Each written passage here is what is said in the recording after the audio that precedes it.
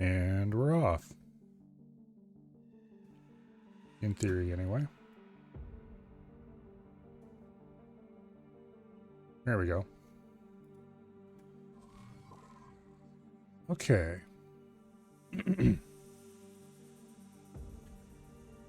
Now, remember last time we stopped just short of invading a Xenon system up by the, whatever they're called, Split.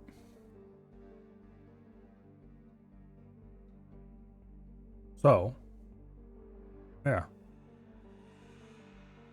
Today I guess we shall wreak vengeance upon the Xenon.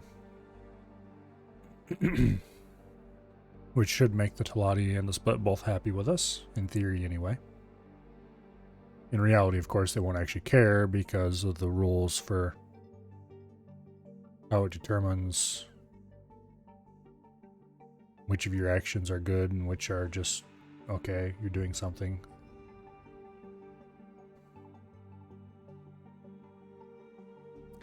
Anyway.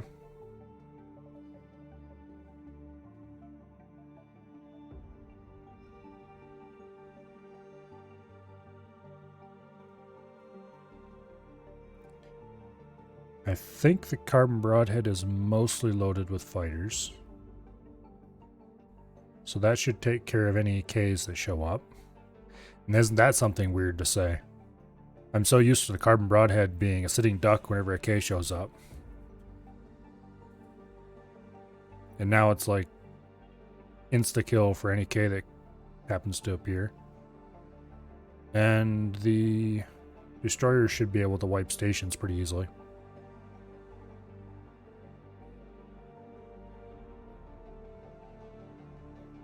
Hello, Ash. Welcome here.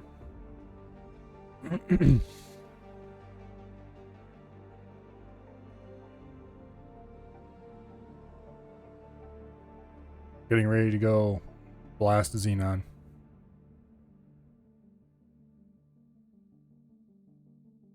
Now, supposedly, according to Af, he wants to play Raft after he finishes with Solast or whatever you can pronounce that game they're playing. So we'll see if that happens later tonight or not. It is a Friday, so I might go late. Whether or not Raft with Af happens or not, I'm probably going to go late. Alright, where are we? We're in Fires of Defeat aboard the 2.0 prototype. Alrighty.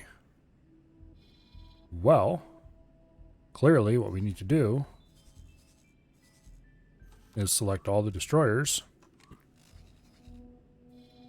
and go gank us a power plant just to get things rolling. And the Carbon Broadhead can sit over here and use its fighters to, I don't know, protect the area.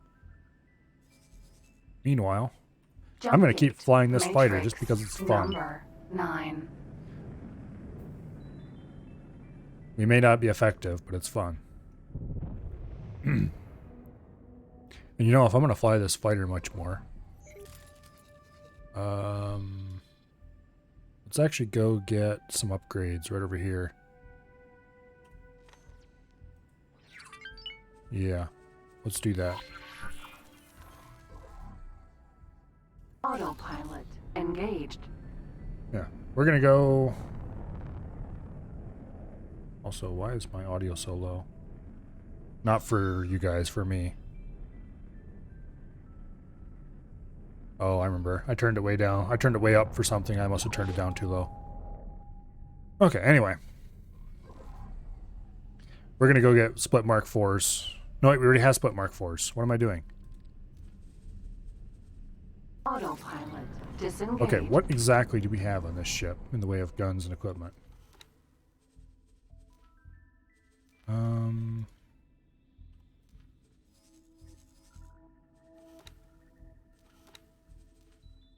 Okay. I have neutron gatlings, I have blast mortars, combat engine Mark 4s, combat thrusters, All the software. Talati shield generators instead of Terran. Okay, that's fine.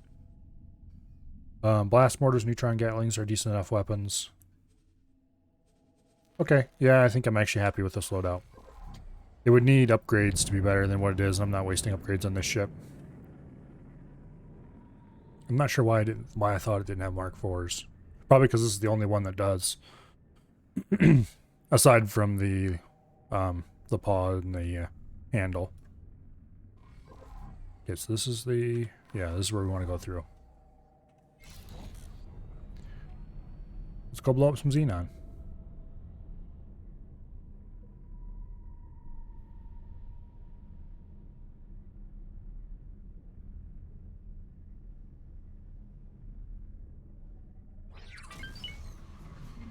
Entering system. Matrix. Number 9. Okay. Let's go... Let's get it stuck in over here.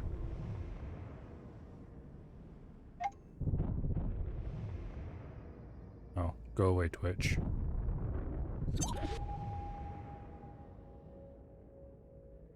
Let's see. Do I need to engage travel drive? Probably should. That looks like the wheelbarrow. Okay. Let's go save the wheelbarrow. It doesn't need saving, just saying. N. Oh, here's an N. Oops. Well, I guess we can consider that a warning shot.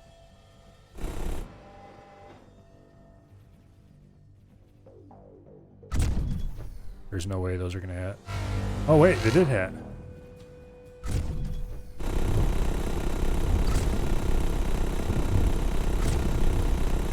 I'm too used to the plasmas where if you hit, it's dead. Or I should say the medium plasmas, because the small plasmas aren't that way. Wow, we did a lot of damage on that approach. If it was an M, we'd probably be dead. Or out of shields, I should say. Boom.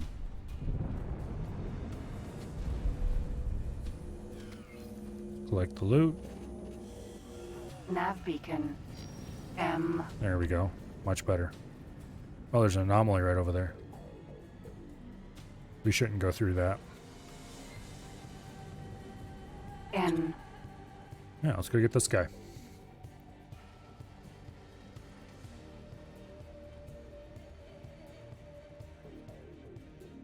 I was thinking about starting a stream at about 6 today. But, then the boss was running a hammer drill in the next room, so it's like, you know, maybe I'll wait. Trying to get the door down here fixed up, because it is very leaky, to say the least. This place is kind of a, I don't want to call it a dump, because it's not. It was questionably remodeled by people who didn't know what they were doing.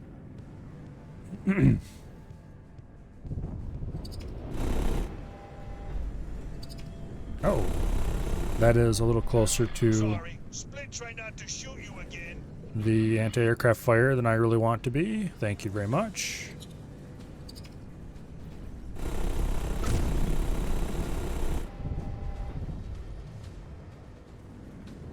Anyway. M. Okay. M. Who is this? Nemesis. Oh. Sentinel. It's one of those nemesis. Okay. P. M. Hello.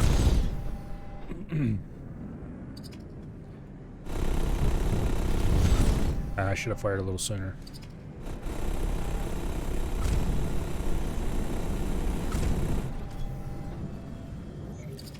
Okay.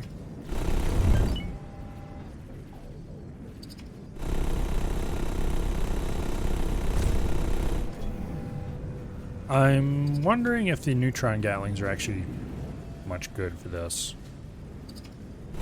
They're really inaccurate, which is fine, because it does mean you hit. Awaiting orders. I don't know.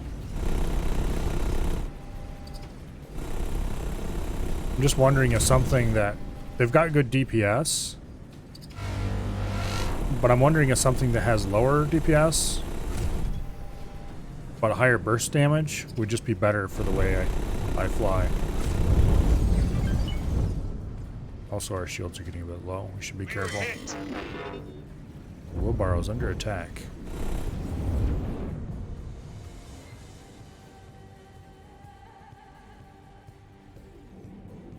PM.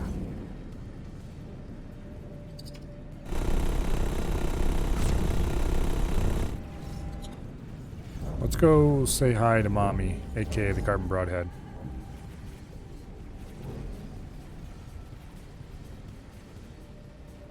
Mommy, save me. As long as they don't hit me, I'll recharge my shields soon. Ah, I think I was a hit. Crap.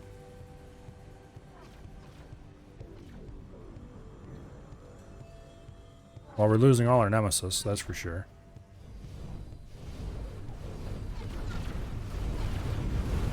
There comes the shield regen. Let's park right up here.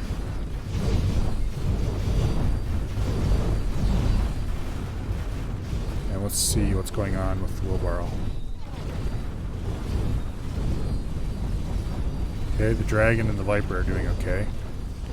Wheelbarrow is taking some shield damage, but overall doing okay. Something hit us. Hello, fix my head.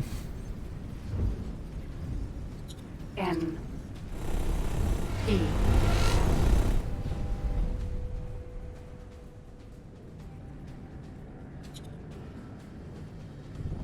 I am flying a fighter into the face of danger. Because it's fun, not because it's useful or effective.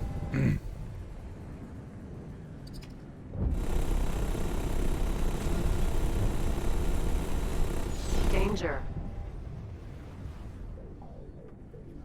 Okay, let's skip.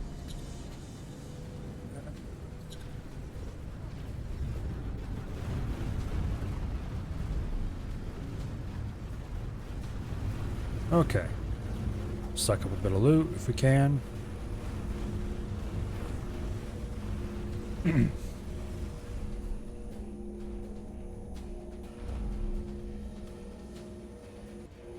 N. Danger. Ooh. We actually did some damage to that. M. Are we out of range?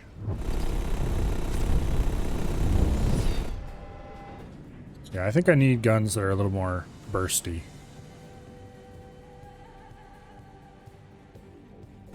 These guns definitely hit, and they do damage. It's just I'm much better with guns that I can time. Rattlesnake. Why is the Viper taking so much damage? Let's go over there and help him out a little bit. Are there any P's around here we can get rid of? M. N. Oh. That was bad aiming on my part. And we lost another nemesis. Those are going to be gone before it's too long.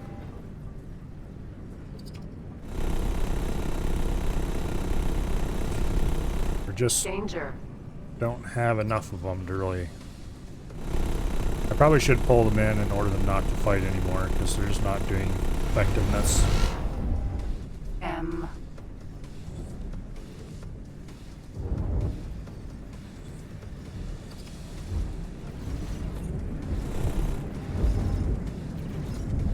We are almost nose to nose spinning.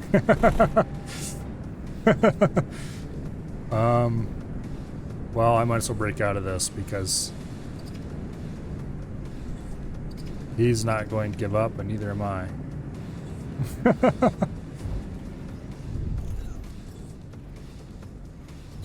There we go.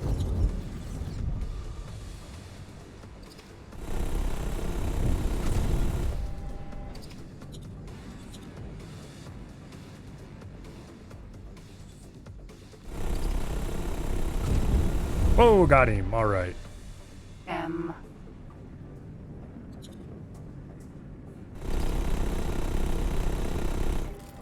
Oh, somebody just hit their thrusters.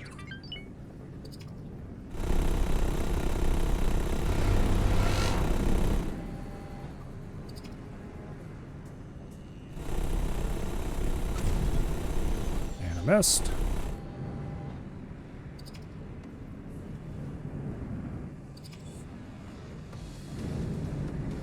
Let's throttle down a little bit.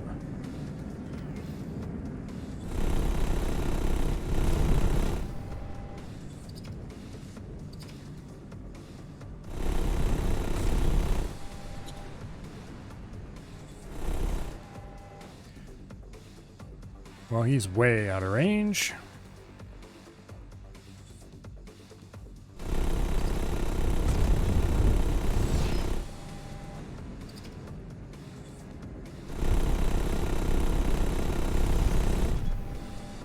Come on. You've got his shields gone.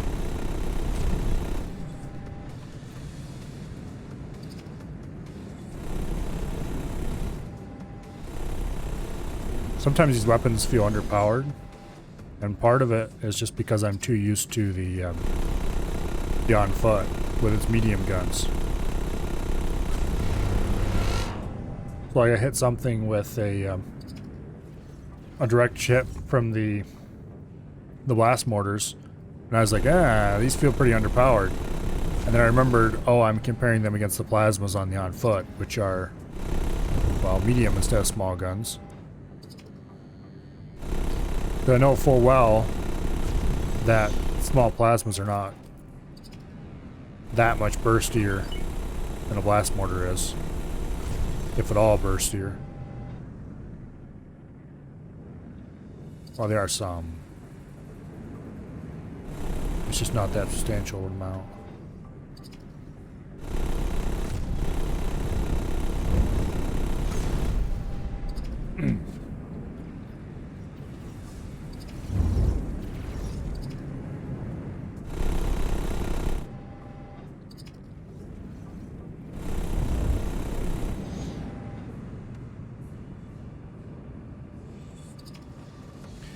Come on. It shouldn't be taking so long. I'm definitely... Okay. For a second there, I thought the health bar on one of the destroyers was looking pretty bad, but... it wasn't, actually. There we go, finally. I am just not doing very well today when it comes to dogfighting.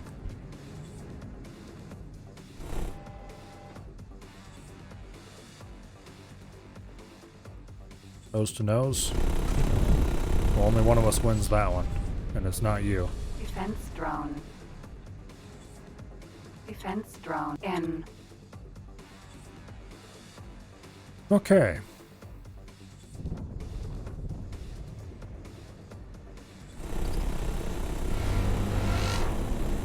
One nice thing about these neutron gatlings is that it's pretty easy to use them to stop somebody from regenerating their shields. Also, we'd probably have more luck if we were going slower. Although that would make us less safe in many ways.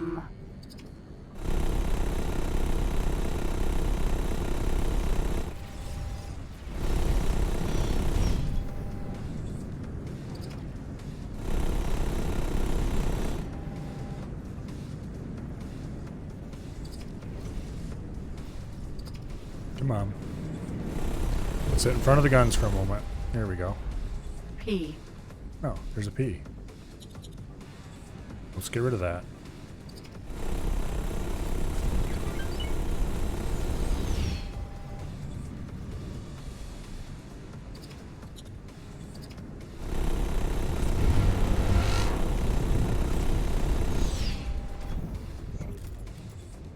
Okay.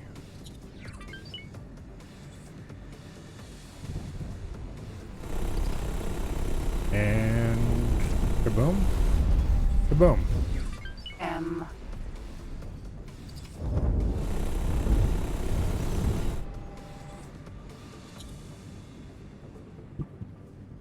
Yeah, X can definitely hold its own as a space shooter. Actually, wait, get back here. There we go. Where do you think you're going, Buster? Oh, hello, and thank you for the sub, Fix. You're awesome. M.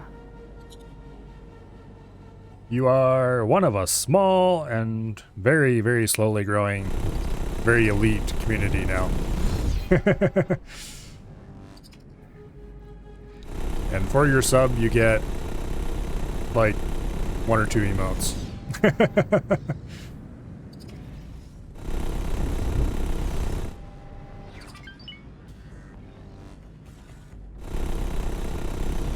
In any case, don't feel obligated to sub if you do happen to really want those emotes, because I made them really cheap to purchase with channel points. But if you do want to sub anyway, that's pretty cool of you.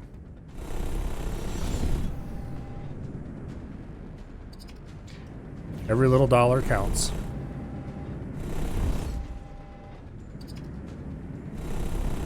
Well, we need to back off a little bit in this guy. There we go. Get him out in front of us more.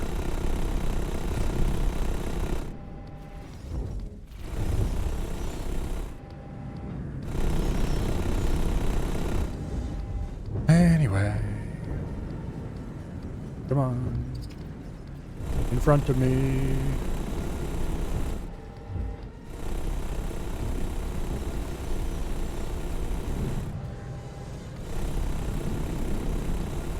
Yeah, we need to be leading him a little more. Ah.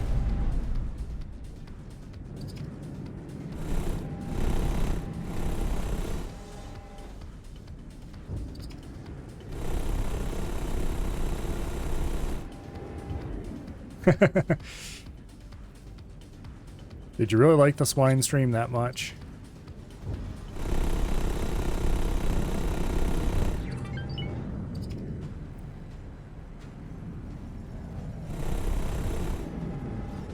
I do have to say, swine was kind of fun, but it was definitely not the standard content around here, let's put it that way. And we're in a sound bug.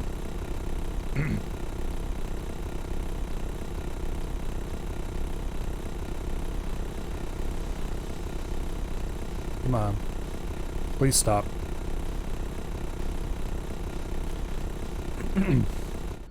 Yeah, I like RTSs too, but I'm not very good at them. Matter of fact, you might say I'm very bad at them. Drone.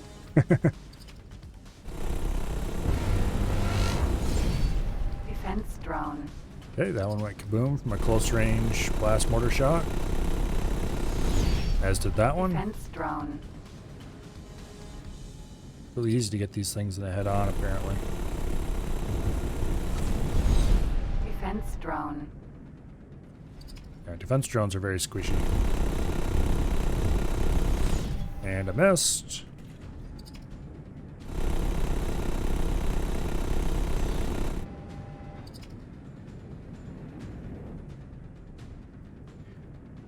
Come on.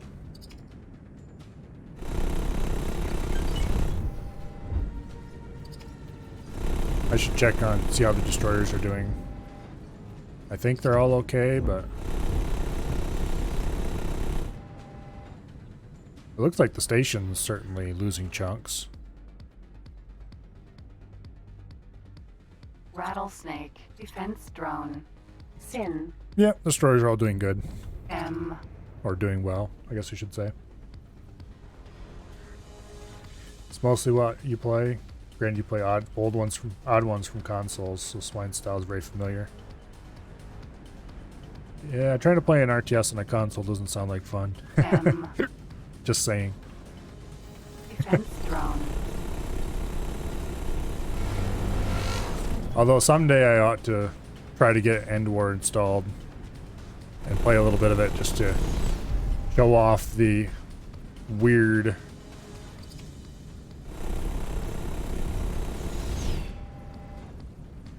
I don't even have a disk drive anymore, and I don't think you can buy it on Steam. Well, maybe you can. Defense drone. I admit I haven't checked. Defense drone. Defense Oh, drone. you know, what's really kind of funny? Just thinking of End War got me thinking about it. I bought that together in a pack with World in Conflict, which I had never heard of. It was like, oh, I was buying something else from Newegg, and I saw a copy of End War listed as well. Which, yes, Newegg does sell software, at least they used to. So I was like, hey, you know, I'll pick that up. I heard about it. This voice-controlled RTS, you know, that sounds interesting and weird. So I went ahead and bought it. And it was in a pack together with, like I said, World in Conflict, which I'd never heard of. Drone. So I figured, okay, you know, this World in Conflict game, maybe I'll play it a little or something. I ended up basically never played a little bit of End War, and it was basically just gimmick. It wasn't that great. And then I tried World in Conflict, and it's like, wow, this is awesome. Defense drone. But that's how it can go sometimes when you buy games in bundles. The good one is the one you never saw coming. I didn't mean to. Solar power plant. Defense drone. Solar power plant. Defense drone. Danger.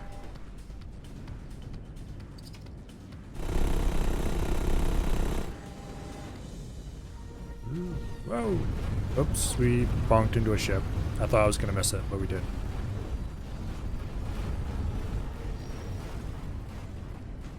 S. Oh, there's a build storage. Well, that's not allowed.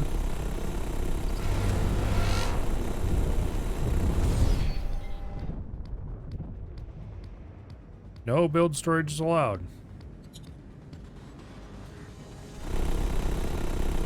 Are we out of range?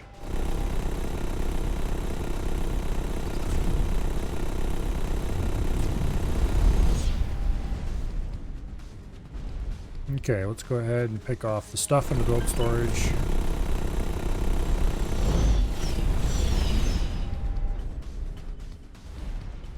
Go ahead and throttle down.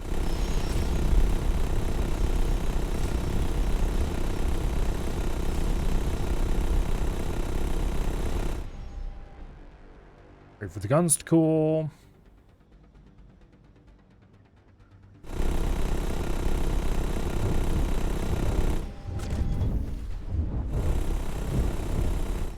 Hopefully I can take this stuff out before we have to accelerate away.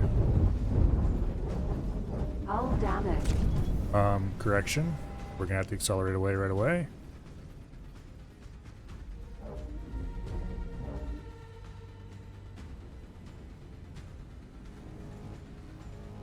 Come on, shield regen.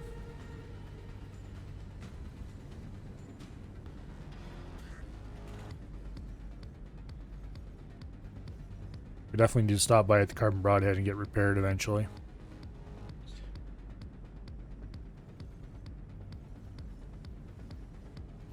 On the bright side,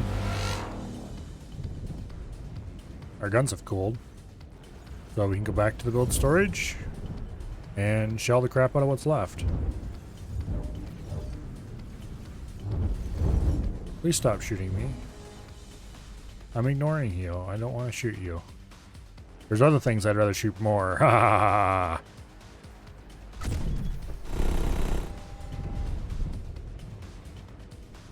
Okay, I do believe that the evil build storage of Doom has been cleared of its stuff. P. Let's go kill a P.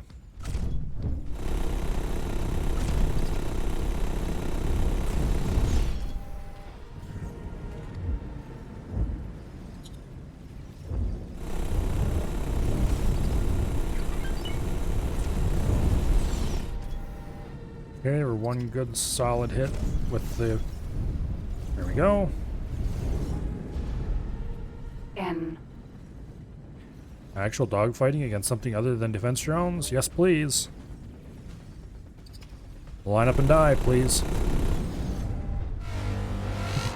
Burn everything. That's the plan. That's what we're in this system to do. Oh, critical. Oh, shit. Yeah, I was back to the carbon broadhead. Back to the carbon broadhead. Mommy, save me. I don't know why I said back to the carbon broadhead. We haven't been there yet tonight.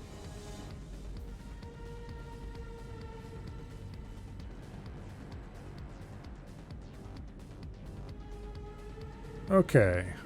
Carbon broadhead is over this way. Raptor. Go ahead and engage the travel drives. And get our poor abused hull repaired.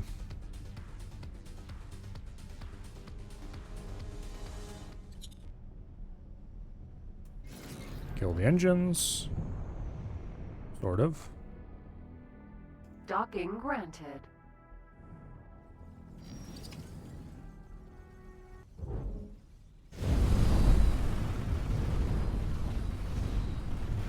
Oh, we're upside down. We were followed, clearly. Successfully Not that it docked. was working out for them very much.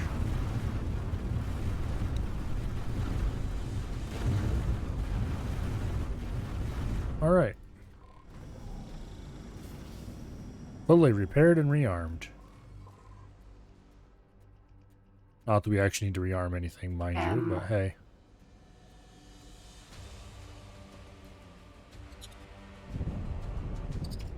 There's one of our tormentors. Still filling full of lead. Or space appropriate energy, not lead, I guess it would be.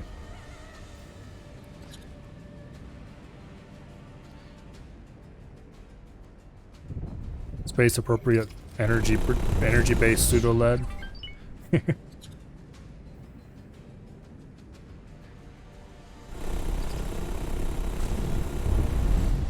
Boom.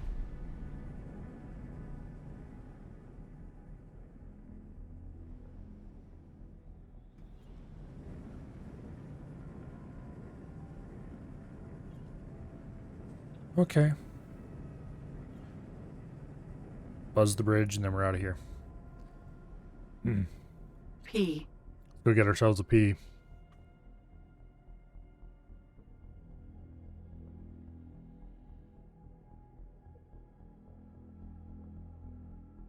Now this pee. Okay, where even are we? We are over here. Headed this way. Okay, I see. I see. Kind of surprised there's no K's here. I haven't been paying much attention. I'm kind of surprised we didn't get snuck up on by some.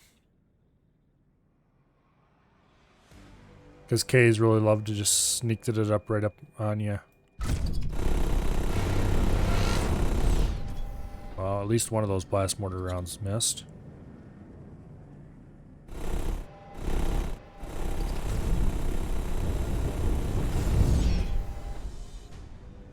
Well, that hurt him more than it hurt me, so that's a win, I guess.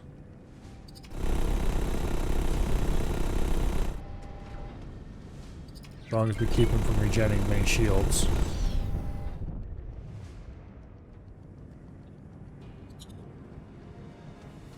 Let's just keep right on him. Boom. Head-to-head passes for the win. Now, let's go rescue this Talati recon fighter.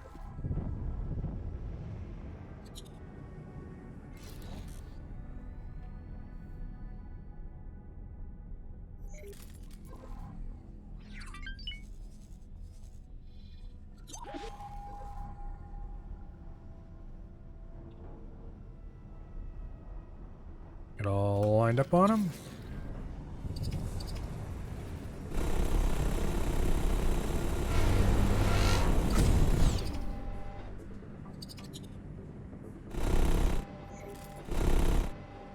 Are we out of range? That's okay, we can fire anyway.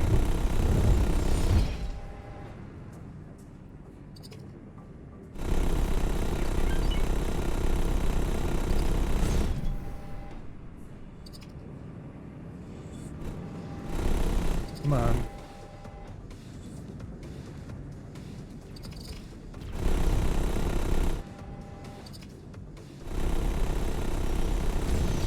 A bit high. There we go. M.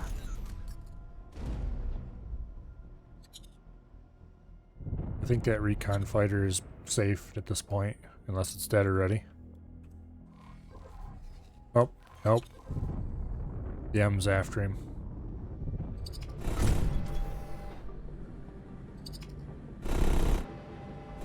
I don't know why I'm trying to rescue a random Talati recon fighter. He's probably going to immediately suicide into the station as soon as I rescue his ass, but that is what our current objective kind of is.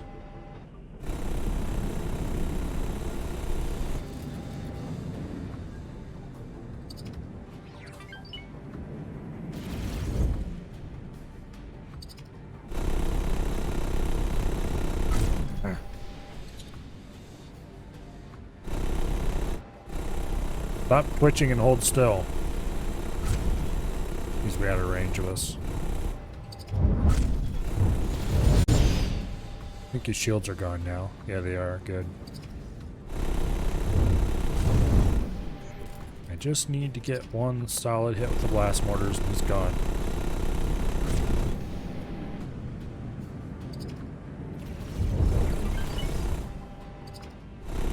And especially, I need to keep him from regenerating shields.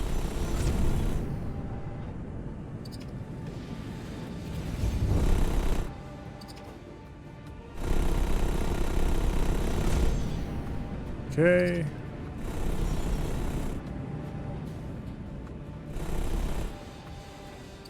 Die, Xenon scum. We're a bit too close to him to really have much time on the gun runs, but that's because we're a bit too fast. And yes, it is possible to be too fast in a fighter. Although we're actually not moving that fast most of the time because of burn energy loss.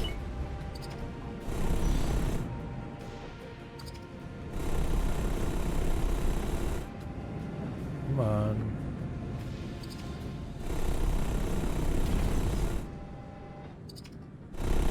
There we go. Got a little damage on him.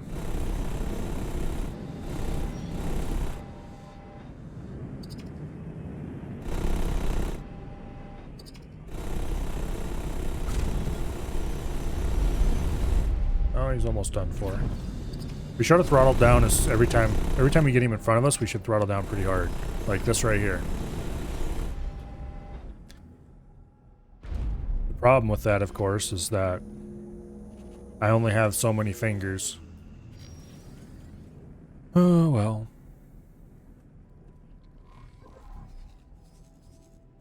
Power plant has to be almost dead. Oh, the dragon's moving around to get a better angle. That's what's going on over here. Alright. This shipyard and this wharf are going to be interesting. They almost certainly have enough supplies to make epic numbers of drones.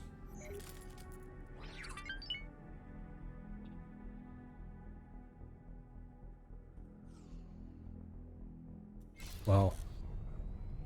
I see orange weapons fire emitting from over this direction. That's probably where the dragon is. Yep. So let's go help the dragon out against whatever happens to be near it.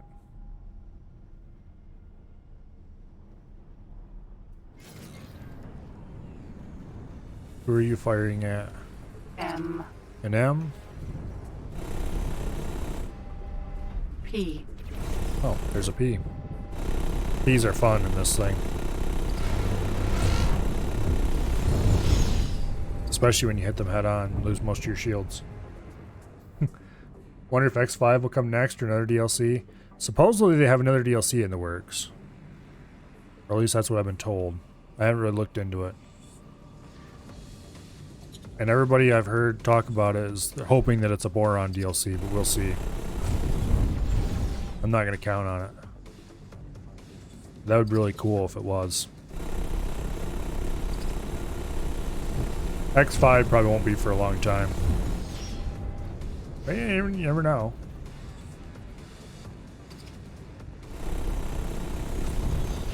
I make jokes all the time about maybe this will be different or that'll be different in X5, but yeah, who knows when we can actually expect it to be a thing.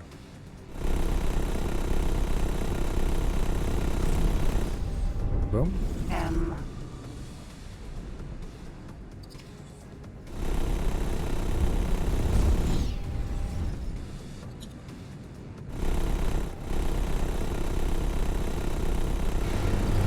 Oh, we're taking damage. Gotta regen those shields.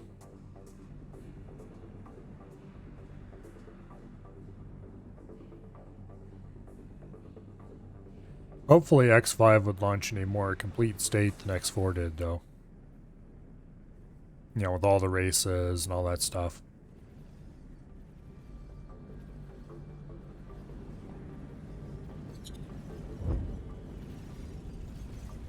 Because right now, X4 feels like it's in a pretty good state as far as amount of content goes.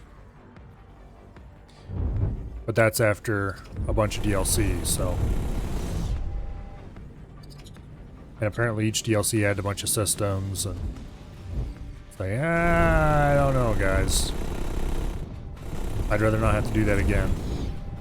Thankfully, I didn't get it until just recently, so I didn't actually have to deal with smaller amounts of content. We are once again shieldless. Apparently there's a P in the area we should probably go deal with. You wait on games now with several patches? Yeah. Yeah. I usually don't buy games when they first come out just because they're often too expensive that way. Depends very much on the game, though.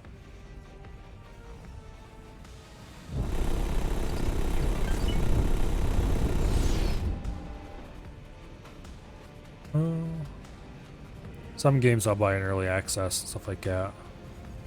Depends on how cool it looks. Usually not AAA games, though. AAA games, it's not even safe to pre-order them. Or maybe I should say it's especially not safe to pre-order them. Okay, that was really bad rollout.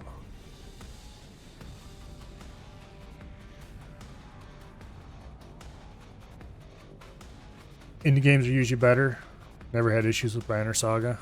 Never played Banner Saga. Depends a lot on the indie studio.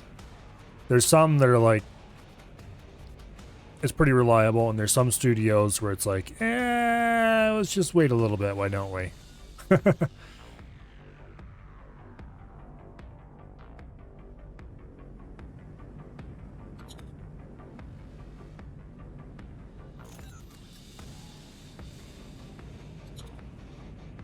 I wonder what the drunken roll looks like from the outside.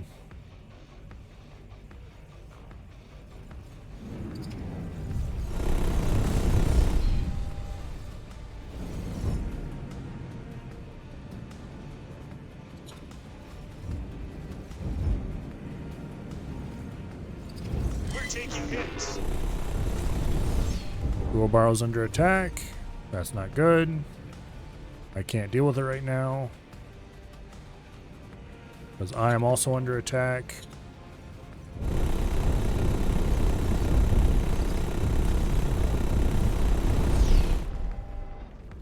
We lost almost all our shields in that run. Yeah.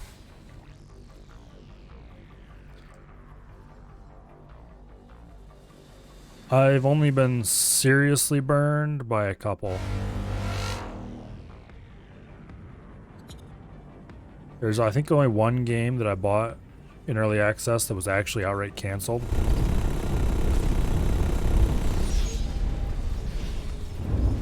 And of course I never got my money back because, of course,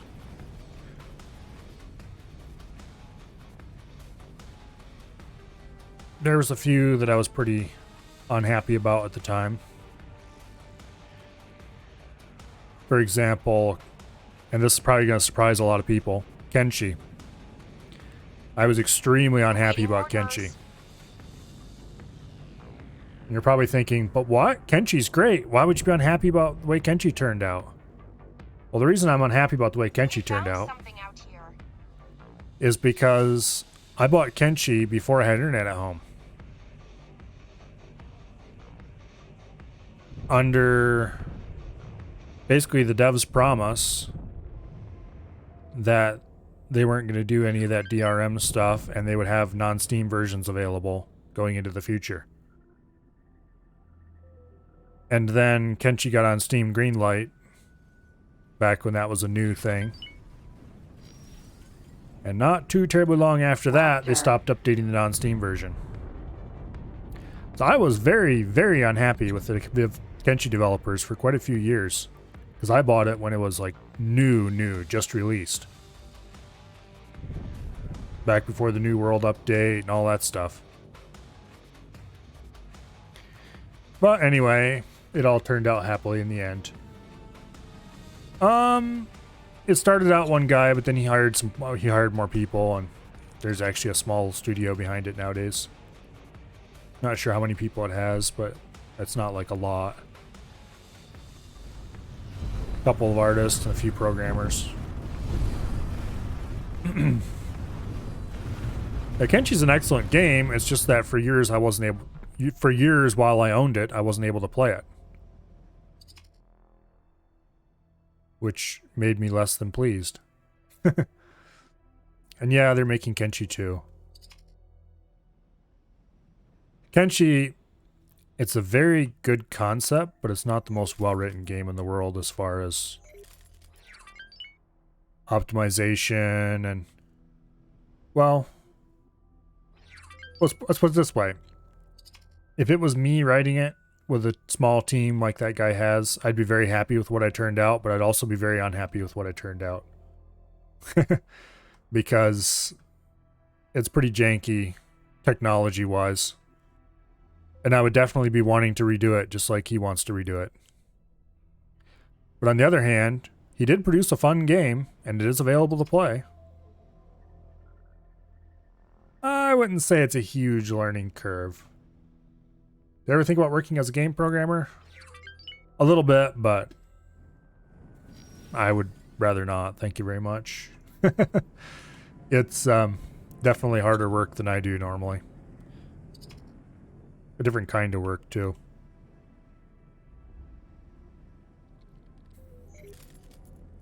Okay, everybody is, in theory, here anyway.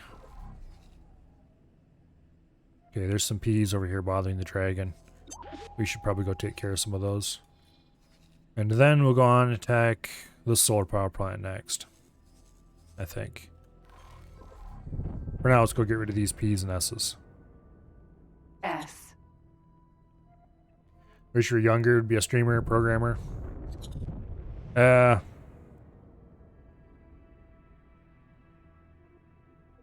Programmer, it's not just knowing what to do. You have to have the right... Not sure how to describe it.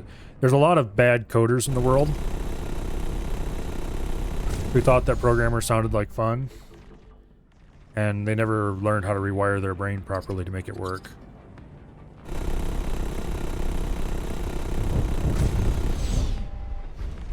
Pro video game player. Unfortunately, that's one of those things where you have to actually have superhuman ability. That or get obscenely lucky. S. Wow. That you need to put the hours in.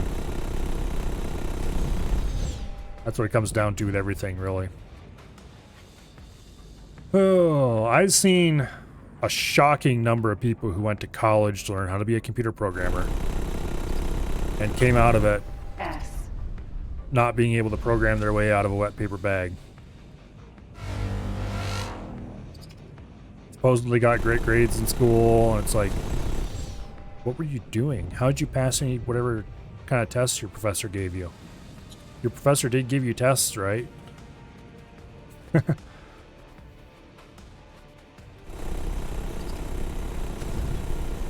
But that's the state of the industry.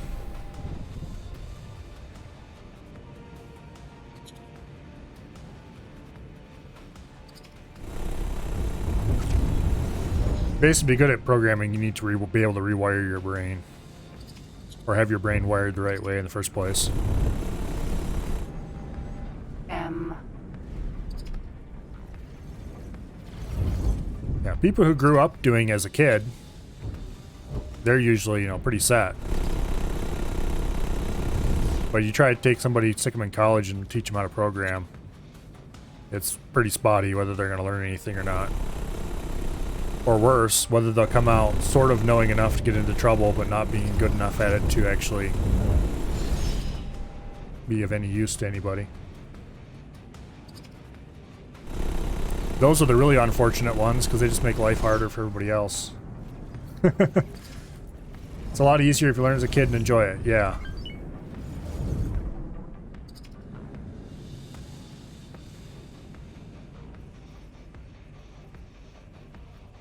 But yeah, the people who learned in college and were able to get a job doing it, but don't actually know how to program very well at all, they're a menace.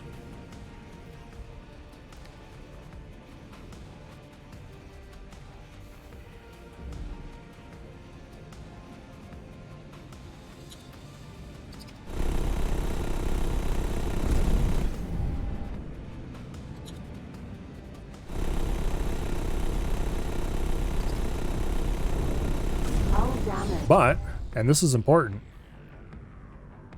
to be a video game developer, you don't have to be a programmer. Video game development needs lots of people who aren't programmers.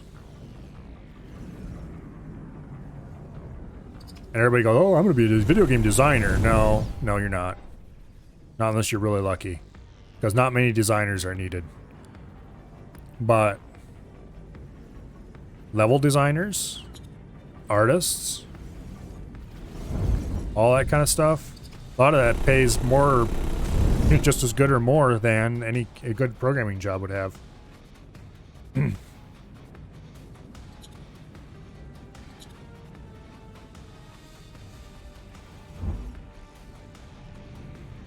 be a video game programmer, you pretty much have to be good at math. And sadly, I'm not very good at math. There's exceptions to that rule, of course, but video game programming, more than almost any other kind of programming, involves a lot of math.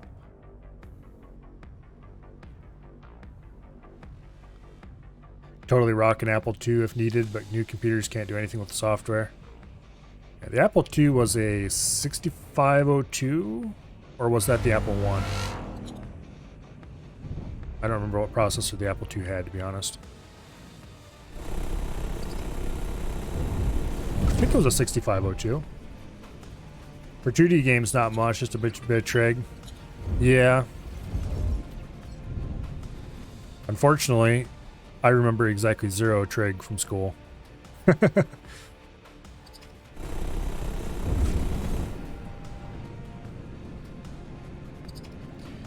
games aren't that math heavy though, but 3D, well, it depends on what kind of engine you're using too. I should get out of here. I'm being abused by some evil Xenon with guns. Please stop shooting me.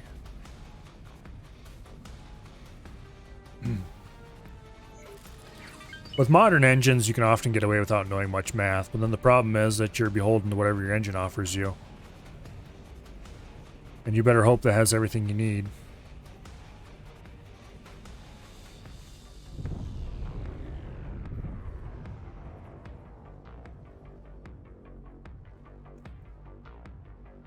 Hello, Wheelbarrow.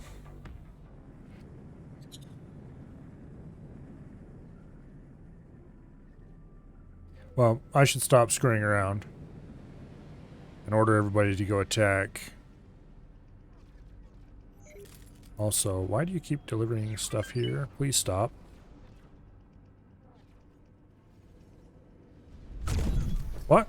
Why is this? Oh, I see what's going on.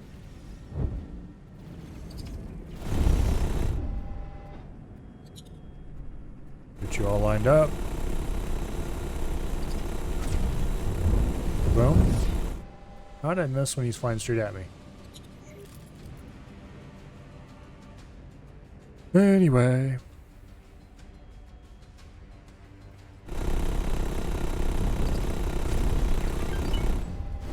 Most of the kind of programming I do involves very little math. I mean, other than basic, just, you know, the math you have to do no matter what kind of programming you're doing. Very little advanced maths, I should say. And there's the Viper. M. Someday we will have more than 3 destroyers and I won't be able to recognize them by sight.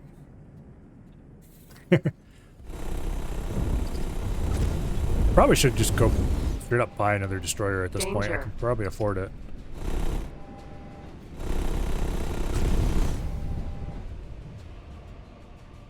Yeah, that when you get 4 destroyers, we have to assign a new color to one of them.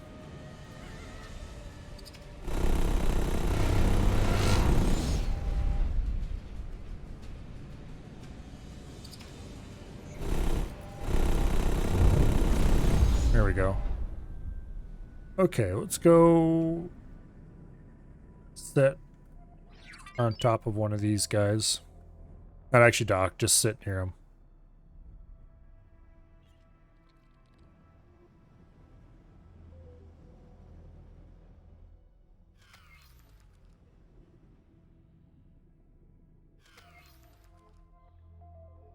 There we go. Okay, you, and you. Oh wait, I accidentally select myself. I didn't want to do that. Okay, you 3.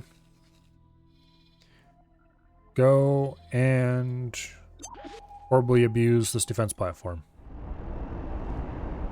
And you go park right over here. Get a weird one, less efficient but cool looking.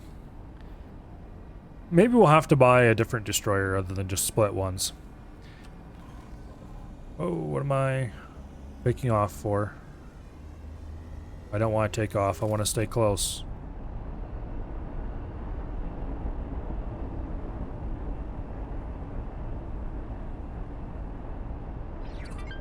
Okay, as long as we're still in the drag area of the destroyer. No, I'm not. Dang it. Okay, are you gonna let us stay in the drag area of the destroyer?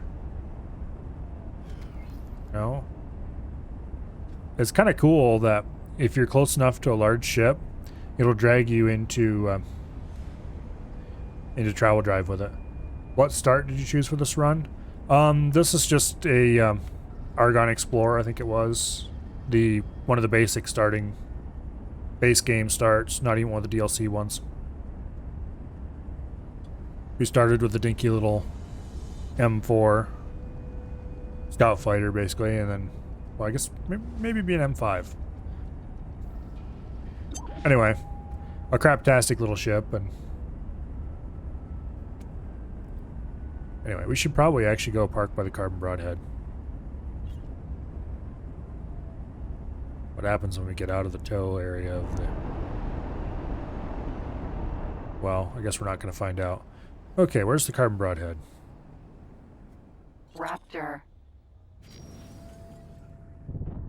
Thinking about starting Young Guns for a new game? Yeah, I don't know. This is the only start... I think I chose the start for... I think I chose the same start for my first run. My first run was just like a half hour of flying around and exploring the loop, as I call it, the circle of highways, before I flew off into a nearby Xenon system and blew up.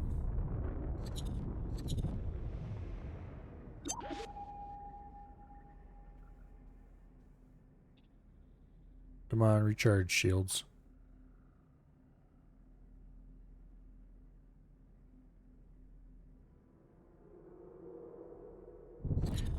we go. Let me get caught in your tow zone. Oh, large ship. No, I'm out of... Do you think we can catch him using nothing but thrusters?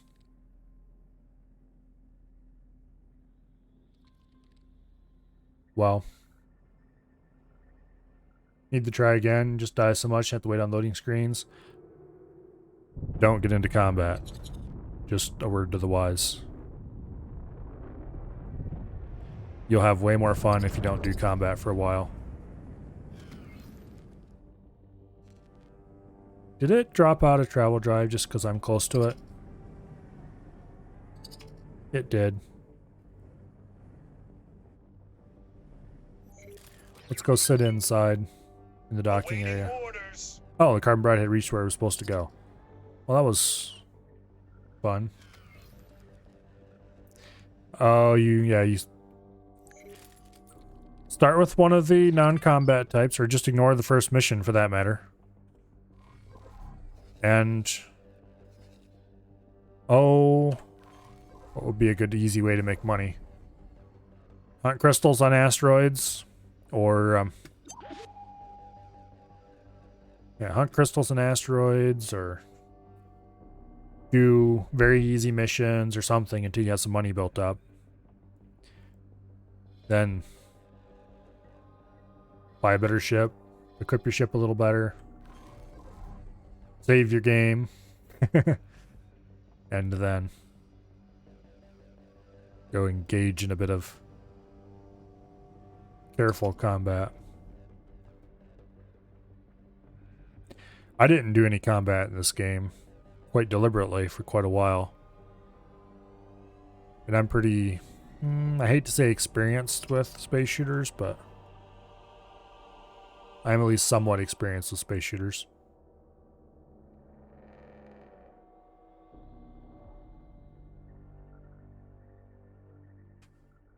But anyway. Problem I have with most of the fighters in this game is they're too slow. This one's really good, which is why I'm having so much fun with it. And I don't even have it upgraded really in any way. Okay. How goes things here? Closing on the defense platform. Everything looks pretty decent. Now, we should check on what's going on. Okay, we have 15 million right now. Let's see what's going on back at home. The Green Acres is making money, has 5 million or so in stock. Base is full. Energy cells are a bit low, but that's fine.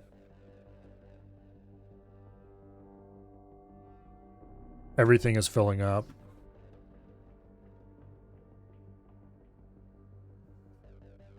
Basically, this is criminally underutilized.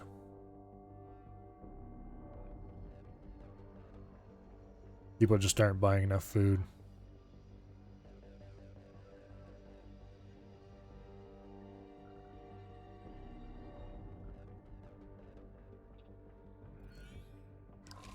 Okay. And the scrappy station. Actually, is this done building? Yes, it's done building. So we have our new 6 recycler build going here. Scrap metal's still coming in faster than it's going out, which is good.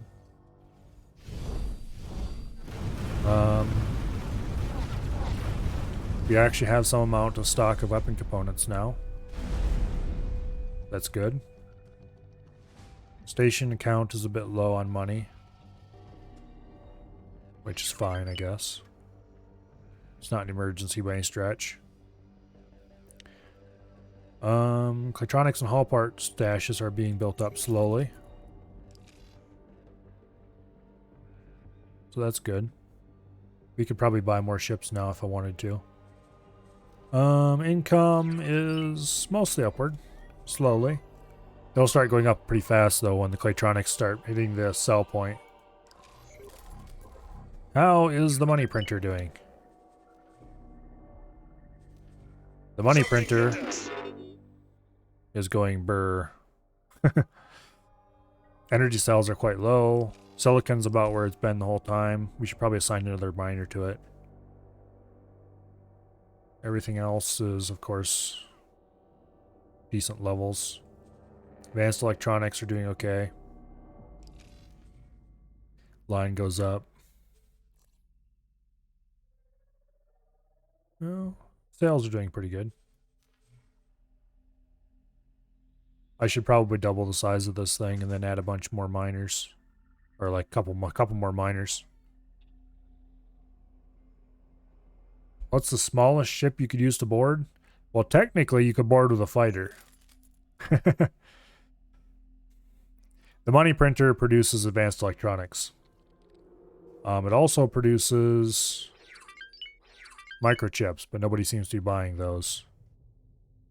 They are allowed to sell those. Nobody's buying microchips? Yeah. Oh, we are selling some quantum tubes.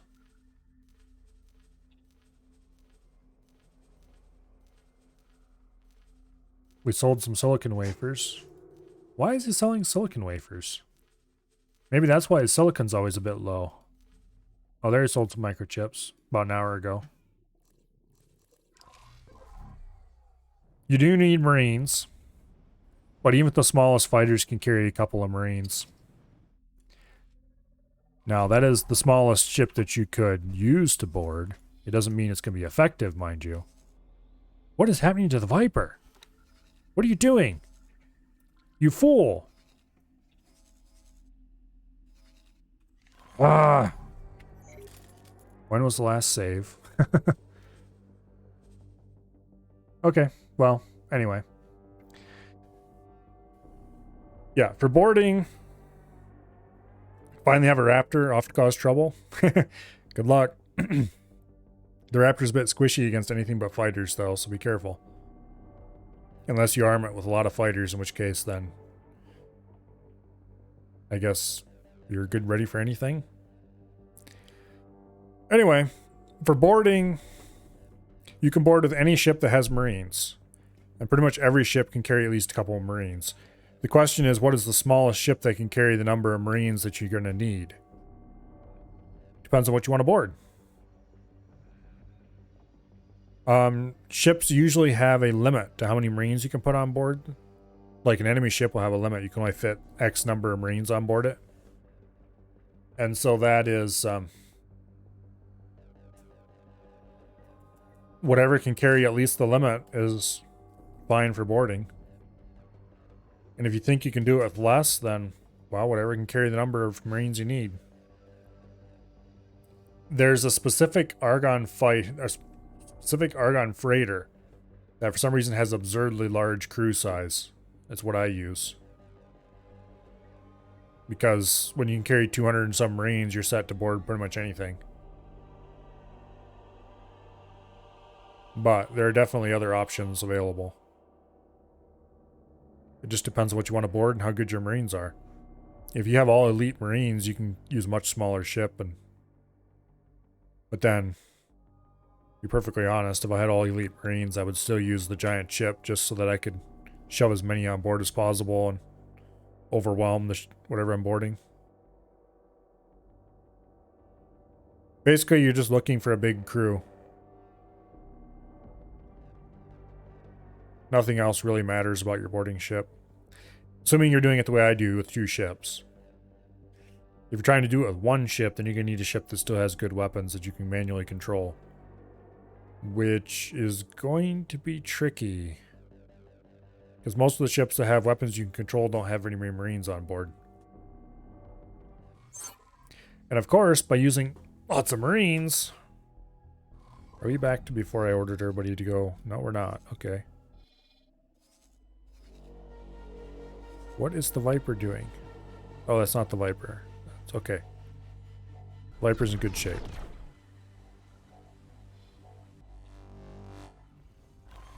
Now, I don't think we did anything to any of the stations we had been looking at, so we're still good in that.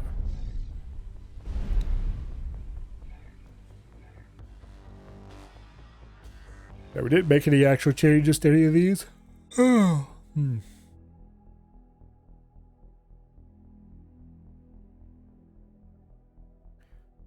12 million. We're not going to harvest the money yet because we don't need it. Wheelbarrow's under attack. Okay, I remember this incident happening. Nothing came of it, rightly. Because the wheelbarrow was smart and backed off. Rattlesnake. We were hit. And there's the Viper complaining. What the heck is wrong with you people? The wheelbarrow's going to blow up now. What in the heck? Oh, there's a K. I see. There's a K. Well, let's go ahead and load the game again. And this time, we're going to go deal with that K very quickly instead of messing around. For some reason, I didn't see the K earlier.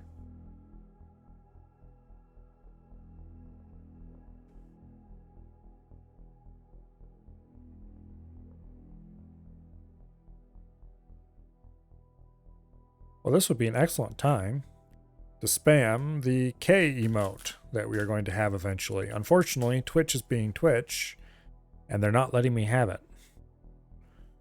They have to review it first, and they're taking their sweet time about doing so.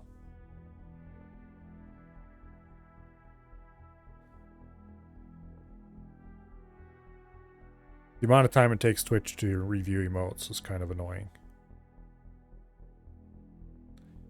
I think it's probably just one guy they have do it every other Tuesday or something. But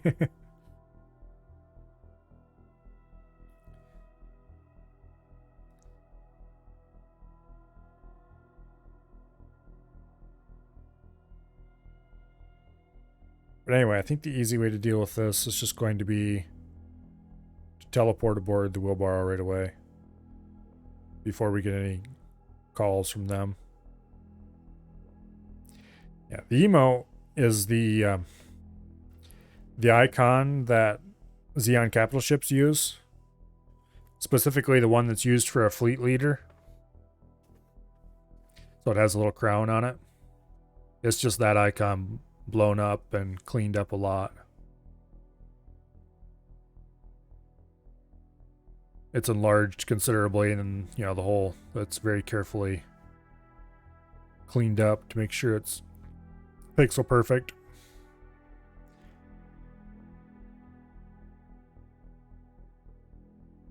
I didn't smooth it over or anything. I kept it nice and pixely, and it looks pretty cool if I say so myself. I posted a picture of it in general in the Discord.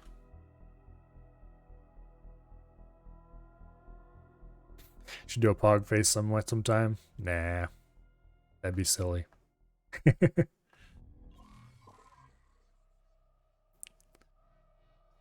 Okay, let us teleport aboard the wheelbarrow and go end this problem before it becomes a problem. Where is this K even?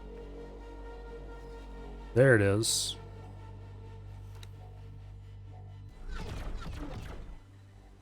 Teleport to the wheelbarrow.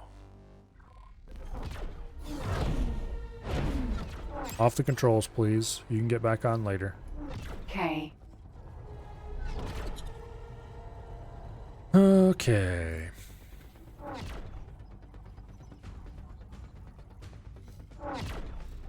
Let's go ahead and order the carbon broadhead to assault the K with extreme prejudice.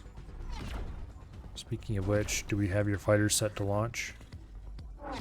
Well, they're launched. I probably should not have teleported aboard the wheelbarrow. Here. Captain, get your ass back here. Can I help? Proceed with your orders.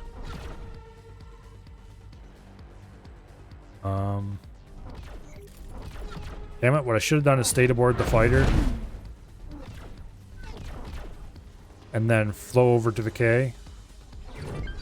And just annoyed it. We're gonna have to take over command of this ship again. Yes, we are. That's annoying.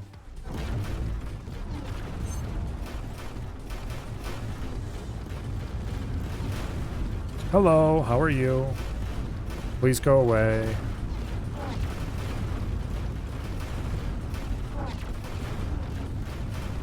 Yeah.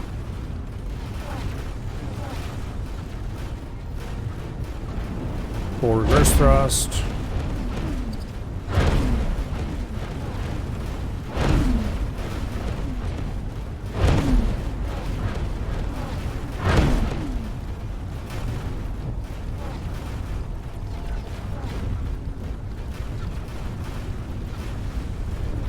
Oh, they seem to be missing us at least some of the time. Kaboom. Awaiting Kaboom. orders. Danger. Alrighty. Off the controls. Get the captain back on. We were hit.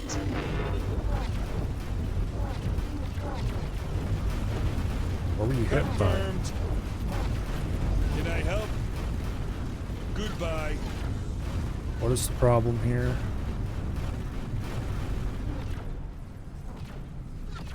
Don't be a wuss. You have full...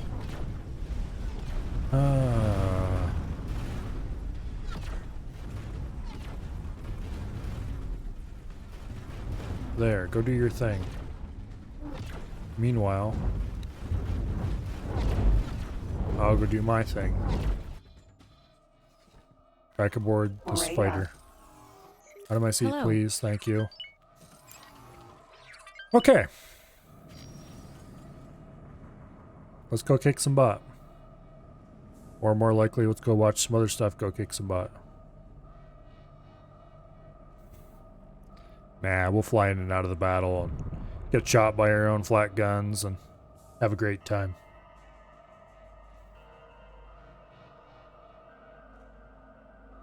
It's very cool that you can see weapons fire from long range like this.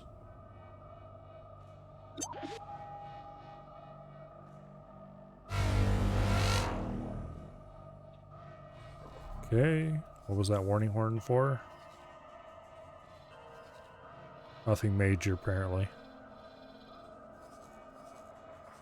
Let's go find the build storage for this station and see if we can have a few things to say about it to the various defenders of said station. Namely, please go away and no build storage is allowed. Yeah, please stop shooting me. It's considered impolite where I come from.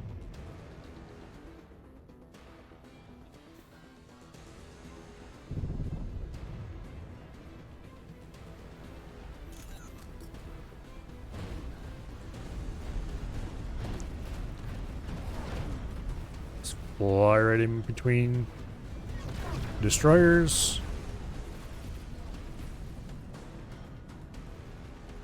Man, I wish I had a flight stick. Then I wouldn't have to do finger twister to look out the side of the side windows. Explosion imminent. Oh, a flight stick will happen eventually. Oh, glorious day. But not for a long time, unfortunately. I don't see a build storage around it at all, which means it probably doesn't even have one.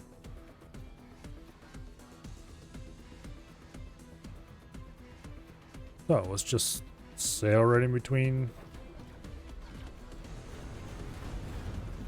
Let's go buzz the bridge aboard the Dragon.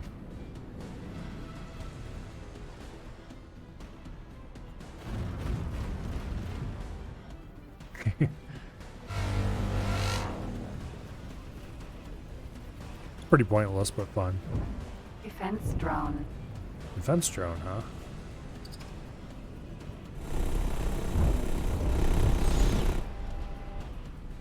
Played this with keyboard and mouse for so long you don't have to play it with a stick. Defense drone. I've never owned sticks, but I definitely want to use them and get used to them. For one thing, it would just be really nice to have more controls right to hand. Particularly like hat switches and stuff like that.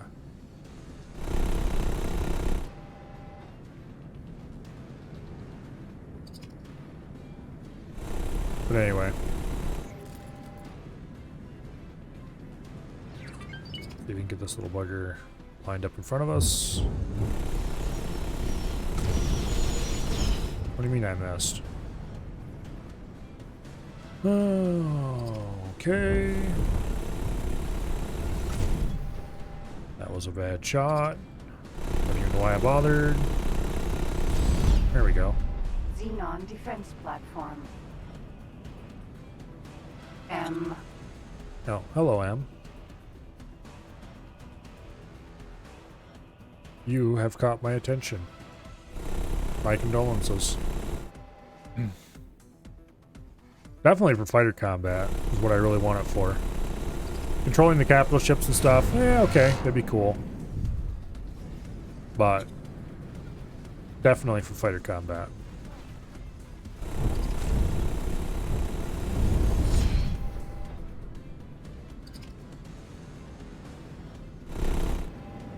I admit I have learned a lot about fighter combat, even just relatively recently.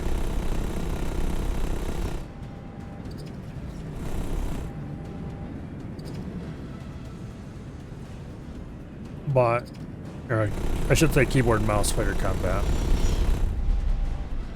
But I still have a feeling it would be more fun with twin sticks. Not that I'm saying it's not fun with the keyboard and mouse, because it very much is. I just think it'd be even more fun. Who knows? Maybe I wouldn't like it. I doubt that, though.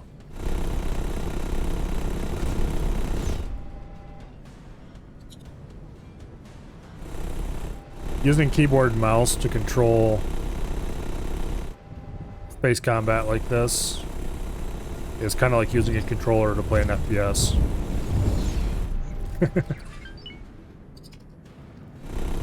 You can do it, but it's just not quite right.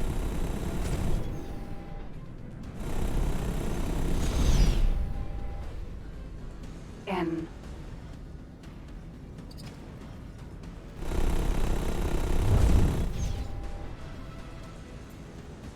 Okay.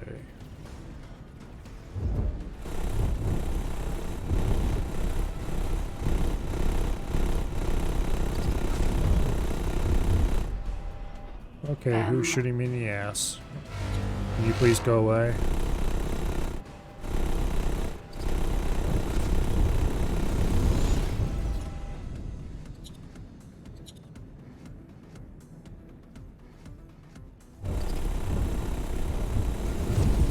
There we go. N.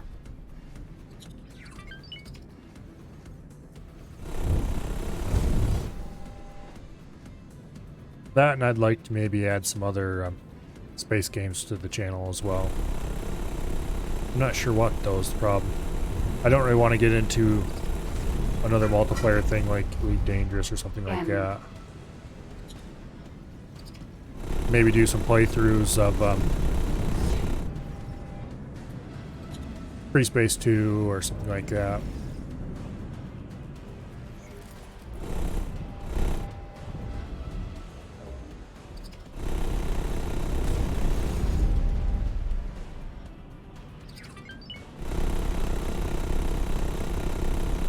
Obviously, Freelancer wouldn't be a good pick for flight sticks.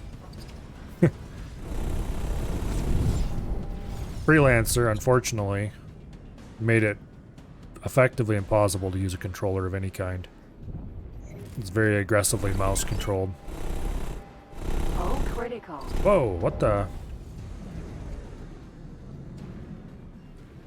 Thank you, warning voice, or I would have blown up suddenly without ever noticing what was happening.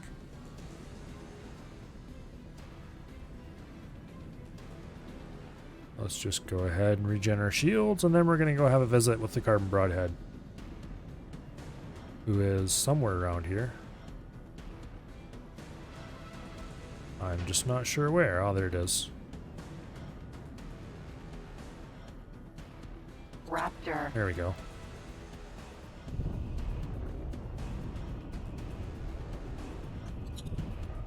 Damn it.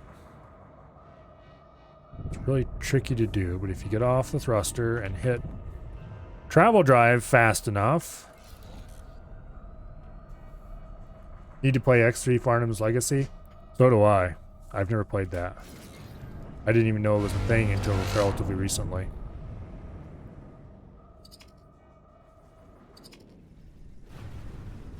Get a little more oomph going here. Hello. Giant gun battery, please don't shoot me.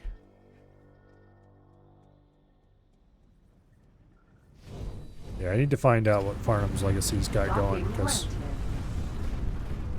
that sounds like something that would go good in between some X4 runs or something sometime.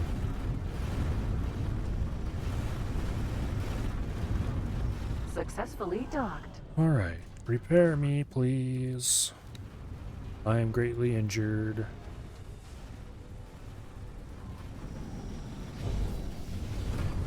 Had it since it was released, just never started it.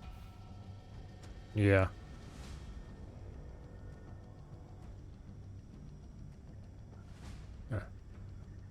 Between all the various X games, I think I got stuff to do for years. But I definitely want to slide a Farnham's Legacy in somewhere. And maybe someday I'll have to revisit the early ones as well, because I've never played X1 or X2. It's X3 fixed by all the modders, officially released and supported by Eaglesoft. So in other words, it's the best version of X3 you can get.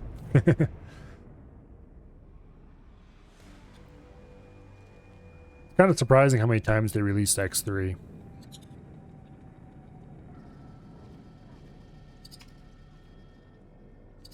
But I guess that's what you did back before you had DLC.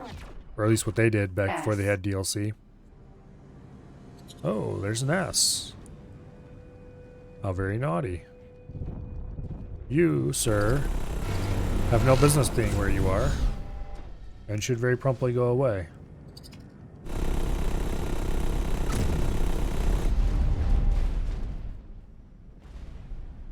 I don't think I could really enjoy the station building in X3 after having experienced X4. I think I built one station ever in X3, but I read a bit about how the what do you want to call it? How complexes and stuff worked. And what a finicky mess it was. And I was like, you know, I can do without this. Okay, this defense platform is about ready to go, it looks like.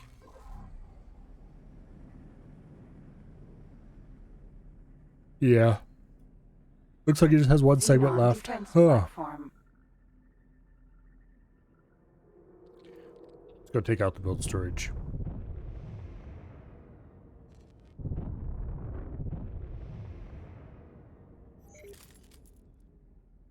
I should engage travel drives, but nah.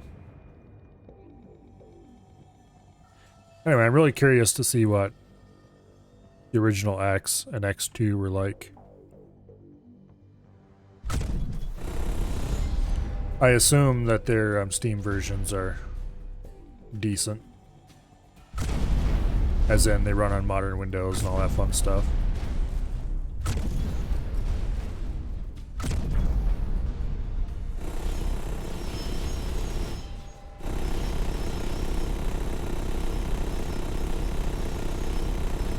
Maybe then I'd actually learn the lore of the X games.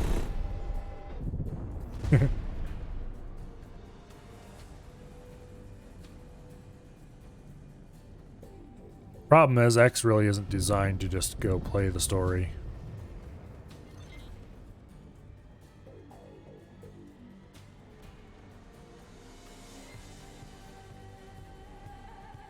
Which generally, you know, that's fine. You know, X isn't a... S. It's not really a story kind of game. Or game series, I guess I should say. But when you just want to go back and experience the lore, it might make that a little more difficult.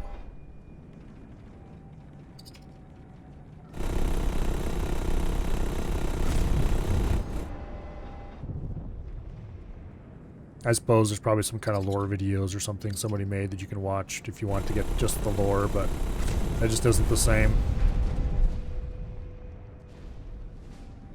No lore video is ever as good as actually playing the game and experiencing it for yourself.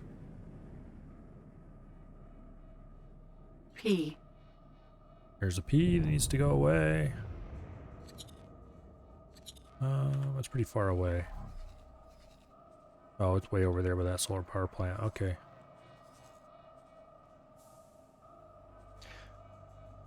The lore is simple. Humans are dumb and ruin the galaxy with making genocidal robots. Yes, but that doesn't really describe the exact events that happened. All the details in between that probably accurate telling.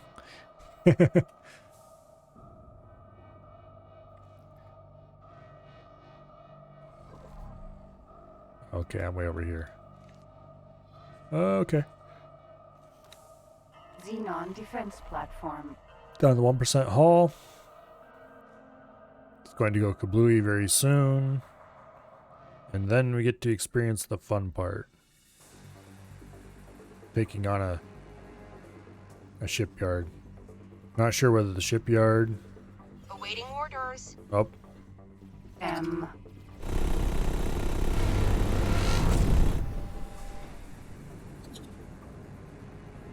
Yeah, I'm not sure whether we're going to take on the war for the shipyard first, but one or the other is going to go soon. And then hopefully that will be the end of the Xenon in this little pocket of the galaxy.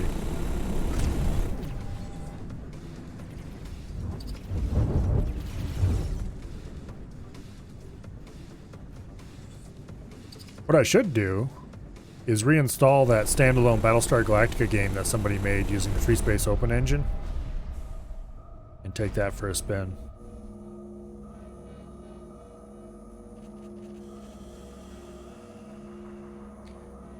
That was a pretty interesting game. Even though I don't really know anything about Battlestar Galactica. Asteroid. Oh, okay. Who cares about asteroids? How's the Milo Empire coming along? Oh, really quite well. What's it called? The Battlestar Galactica game? I don't remember. But I'm going to look right now. I think I still have a copy of it in the archive. Once upon a time, younger Milo had the archive, which was a hard drive that had every single file I'd ever downloaded from the internet. And no, that is not a joke. Since then, it has been greatly cleaned up and a lot of stuff deleted because, well, basically I went through and deleted all of the less than legit games, shall we say. But in here somewhere, in the Free Space 2 folder, there should be somewhere a copy of...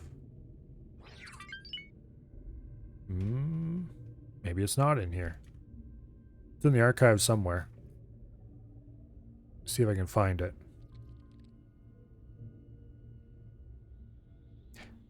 Diaspora?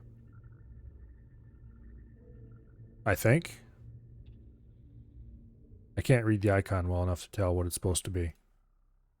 But a quick Google should confirm whether or not that's it, so let's do that right now. That's the wrong browser window. That's also the wrong browser window. Come on, Alt-Tab, don't fail me now. Oh, here's the one we want.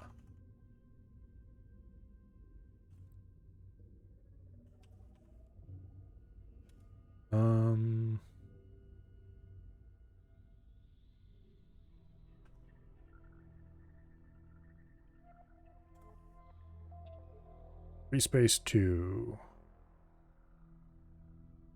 Oh. Pardon me for a second here. Here we go. Diaspora Free Space. Diaspora Shatters Armistice. There we go. I'm not going to look into it anymore because... yeah, exactly that. it had some really cool things that, well, didn't really expect from free space. For example, when you went to launch your fighter, you would have a proper launching out of the launch tubes. Sit in the launch tubes, and they'd be like, you know, could tell you you're being launched. I don't remember exactly how they'd say it now, and then out the tube you'd go. Just realized you didn't have your graphics settings maxed. Well, fix it. But yeah, even as someone like me who never really learned anything about the Battlestar Galactica universe, it was really a cool game.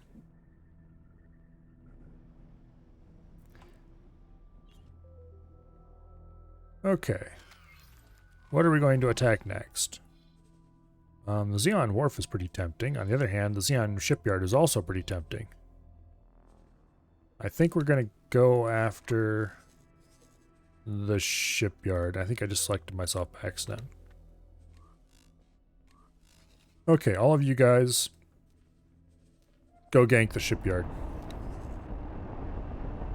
And you park next to it.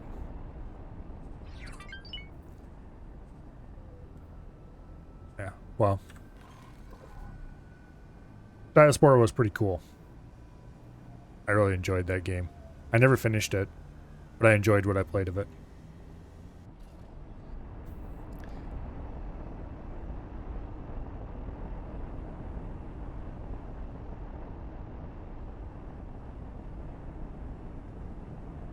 Come on, stay next to the ship. Stay next to the ship.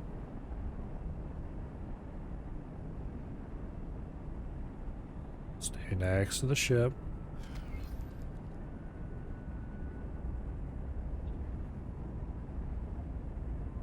Anyway. Yeah. And then the free space, that's actually how I discovered free space too. It's like, what's this free space thing? So then I went and checked out Free Space 2 and discovered that it was open source, and well, nowadays it's open source. And that there were data packs available for the original game as well as Free Space 1 and various mods, and there was actually quite a bit of content. So I've played Free Space for quite a while there. That was fun. Oh. There's a K. Oh no. The K. We're clearly going to teleport aboard the dragon. Not the dragon. The wheelbarrow. Yeah, replicators is more my speed.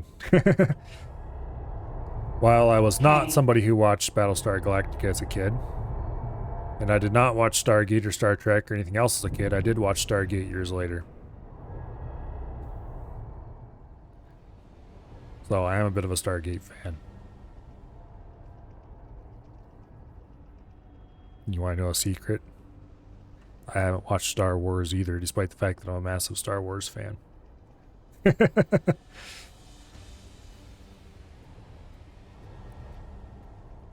I've read at least 80% of all the Star Wars books available, but I have never actually watched any of the Star Wars movies. We are very close to the Xeon. It is making me uncomfortable.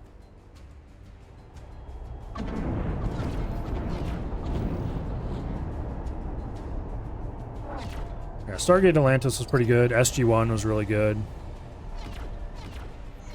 I didn't really watch any of the movies and that kind of stuff because the shows were fine. I didn't want to possibly ruin them with whatever other content there was. I was thinking about the third show, whose name I don't remember. I was thinking about maybe watching that one, but it's like, it was canceled early, and I did watch the original movie. And while they did retcon a bunch of stuff from the original movie in SG-1, They did at least make an effort to tie it together, which was pretty cool. Explosion imminent. Yeah, Atlantis was pretty good. I really liked SG-1. It went downhill after a while. But even the later shows, the ones that weren't as good as the earlier ones, was still good. Universe left on a cliffhanger and drags. Yeah. I heard it left on a cliffhanger and it was like, I'm not going to watch that one. It'll just lead to sadness.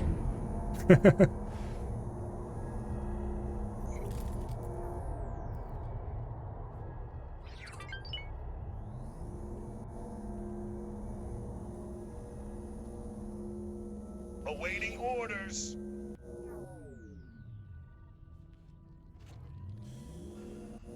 Okay, how many drones are launching? None? Okay, I won't complain about that. But I will climb in and I blow up these ship construction bays.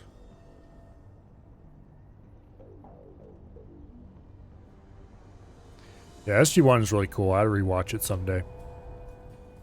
But aside from watching a little bit of Star Trek when I was too young to remember it, I mean, too young to actually remember what's going on, that was my only real exposure to those games.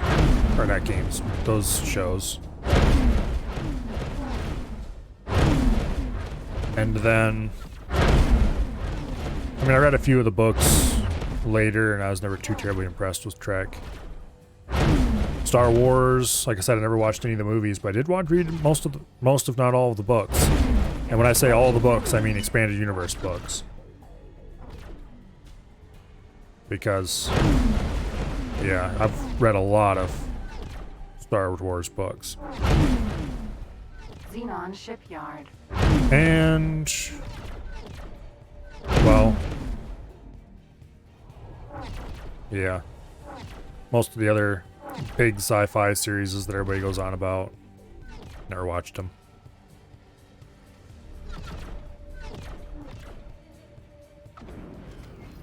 SG-1 was good. Atlantis was good, but later seasons got odd because What's-Her-Face wasn't in the show. And the Stuck on Spaceship one was starting to get better. Well, the Stuck on Spaceship one might have got good, but we'll never know nowadays. That was Universe, I'm guessing. Atlantis, I never really missed... Oh, what was her name? I never really missed her that much. Explosion imminent. I mean, her being there definitely wasn't detracting from the show, but it wasn't really adding anything to it either, in my opinion.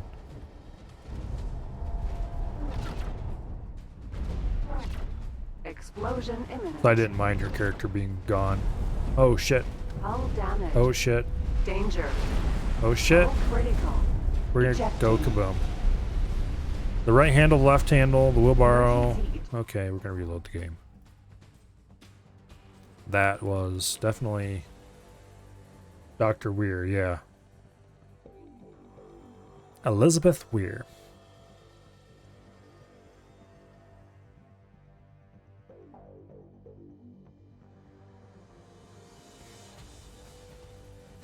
This is what happens when you talk while you play the game instead of paying attention to what's going on.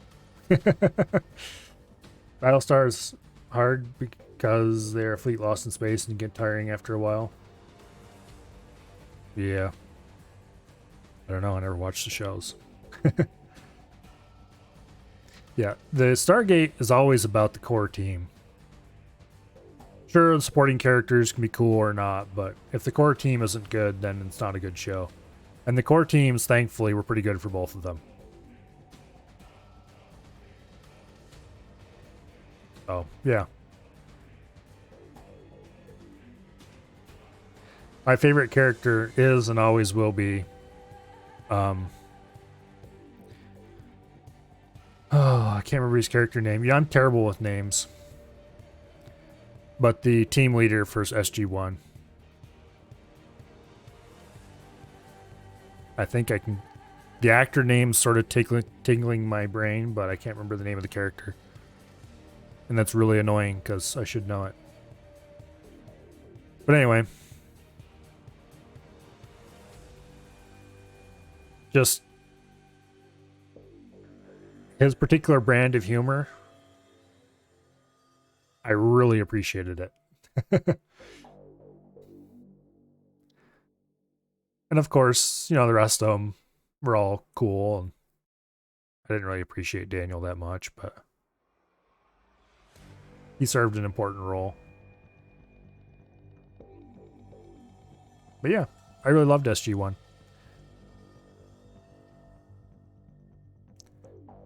I don't watch much video of any kind, really, outside of some YouTube. It just takes too long. I can sit down with written material and crank through it very, very quickly. Get everything out of it, go on, read more. Okay, we are just launched off here. Let's see here. Who is... Oh, okay, this isn't even destroyed yet. Well, that's just sad. It must have been about ready to give us another autosave.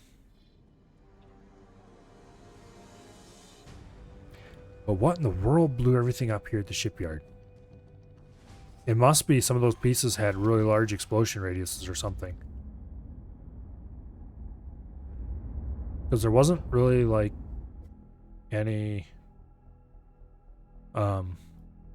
They weren't being attacked.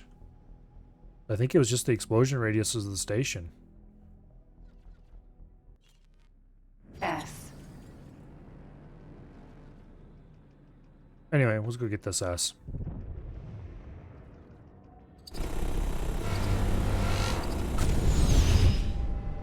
But anyway, I just find it hard to appreciate most video content. It's so slow.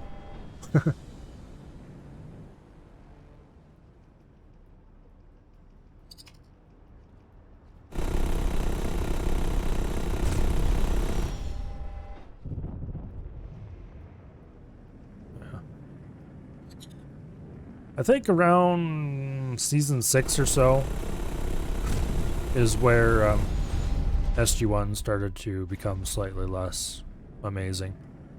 Still good, mind you, just not as good as it used to be.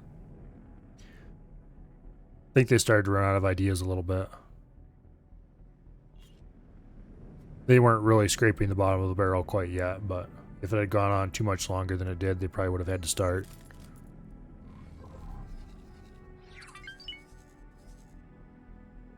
S.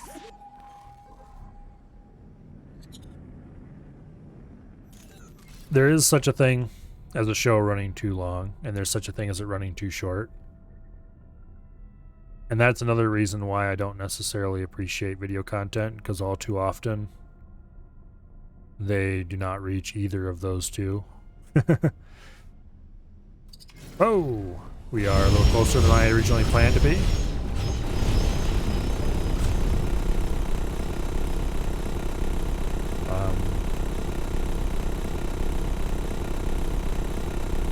Boom, I guess. Okay. But that applies for TV shows, or the modern day equivalent. For movies, I don't watch many of them because they're too short. Which may seem odd, Rattlesnake. because I was just complaining about how video content is too long. M. But what I mean there is that it is... They don't have enough happening. Basically, they're short stories that take you 2 hours to read. And I don't like short stories. You have just enough time to sort of develop a plot. Basically, it's a breakneck speed. You're introducing the characters, you're trying to get people connected to them. Then you immediately thrust them into the action because you don't have time for anything else. You've only got 2 hours of video to get all this through.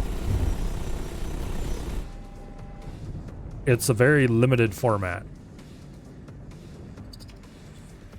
Or I should say limiting format. you kind of have to admire the writers for being able to do as much with the short amount of time they're given as they can.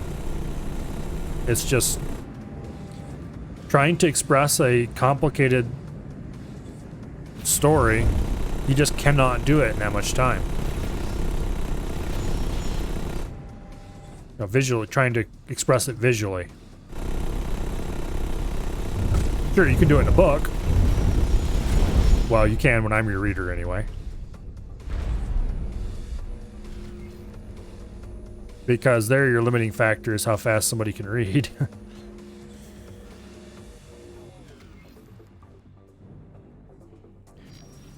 Making them take on supervisor roles is a good transition for them. What show needed was a slow introduction of a new character. Yeah. I really liked the way they handled interleaving SG-1 and Atlantis, so that the SG-1 characters were, well, as you say, supervisory roles. It was kind of cool. You could,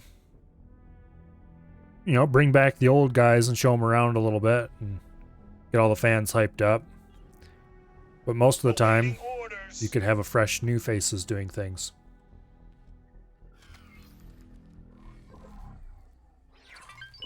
There's a build storage over there. Build storages are illegal, as everyone well knows.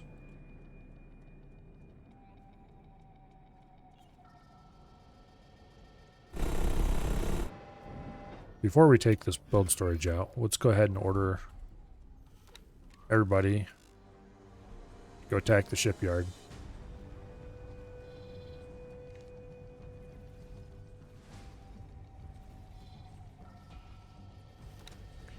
We'll fly the carbon broadhead in.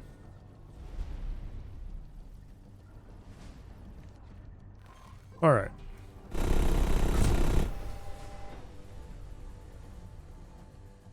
Yeah. I really wouldn't mind seeing a new Stargate. Well, I shouldn't say that. I'm not sure if I could trust anybody who would be in position to make a new Stargate, if that makes any sense.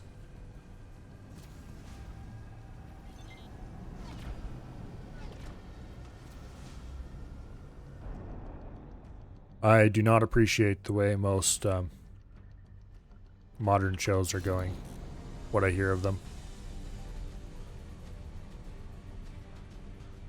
It's not necessarily the character development stuff being pushed too fast, it's the their other agendas, shall we say. It's like, just make a good show, damn it. But anyway.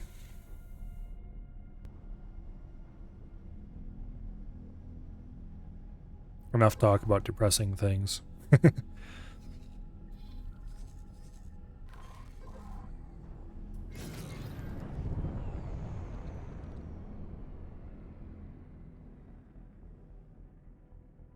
The people behind SG-1 are the ones working to bring it back. Well, hopefully,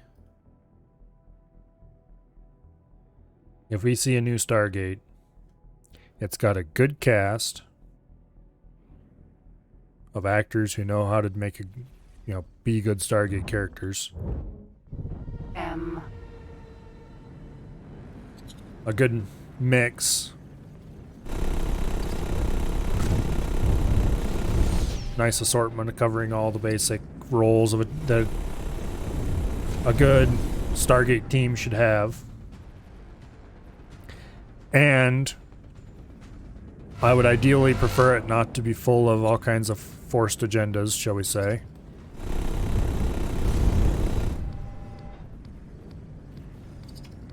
It's like, okay. The original Stargate... I'm going to get political here for a bit, sorry.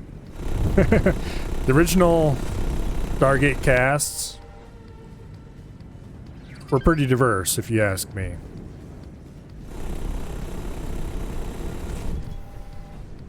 And I don't mind them being that diverse or more. The problem is, I don't want to hear about how diverse you are. You can show me how diverse you are. That's fine. I don't want to hear about it.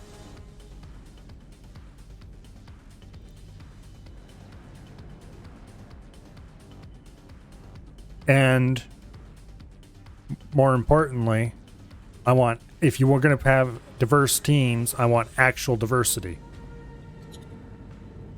Not just, we went down the list of what we think, what minorities we think we need to stick in and chose one of each.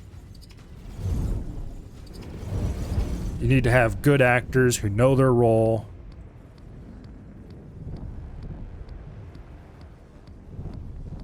Basically pick actors you think are going to be good at the role first.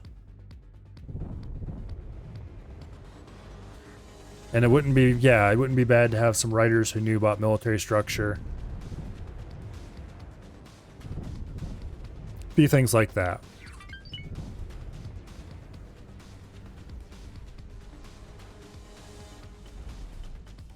But anyway.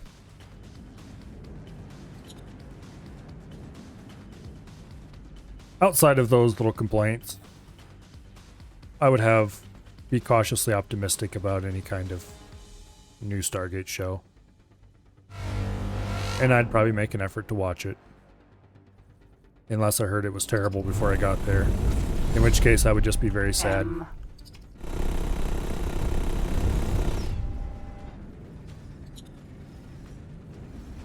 Awaiting orders.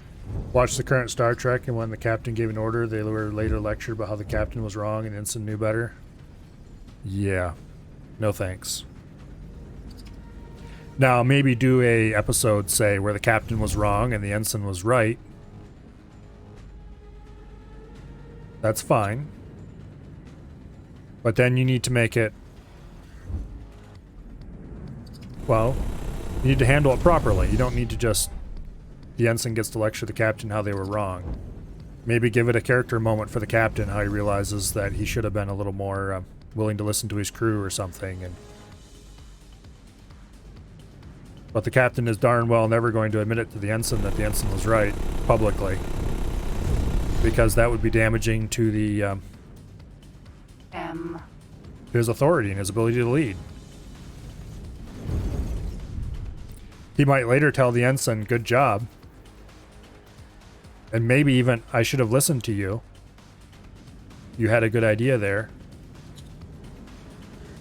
But it would be handled very carefully and privately, and it'd be just a quiet little pat on the back, you know.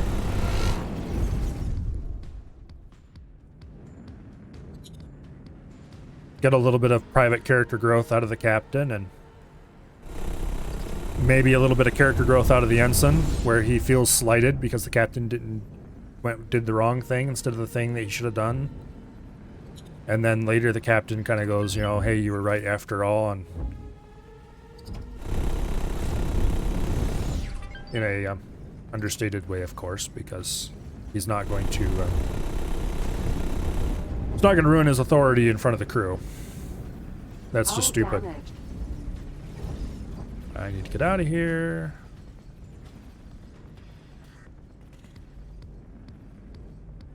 Yeah, you could write a good show around that concept, but I have a feeling you didn't write a good show around that concept. Or I mean a good episode. Judging from what you said.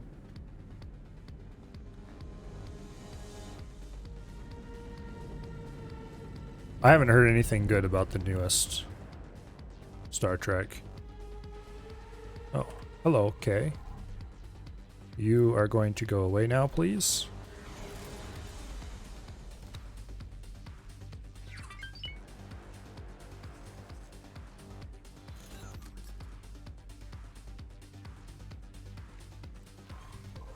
All right.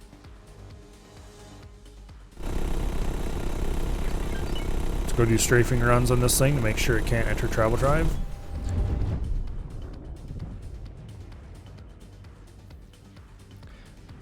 Oh, anyway.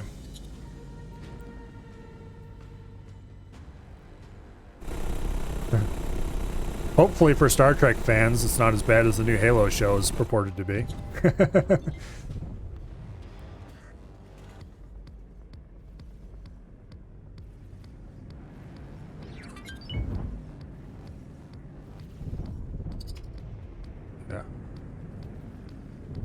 It's like the old saying that the crew must never see the captain run.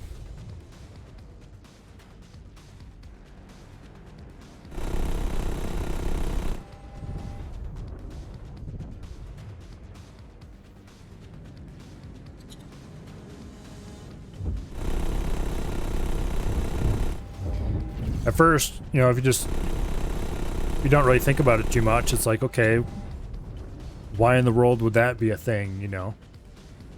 But really, it makes quite a lot of sense. Because if the captain is running to get somewhere, that's an emergency.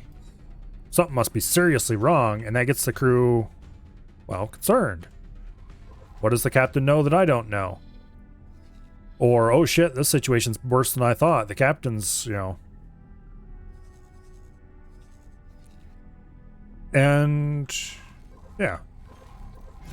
The captain has to be calm at all times, and he has to look like he's got it under control, and even if he doesn't. Matter of fact, especially if he doesn't. Because if it ever looks like the captain doesn't have everything under control, that's extremely damaging to his ability to command.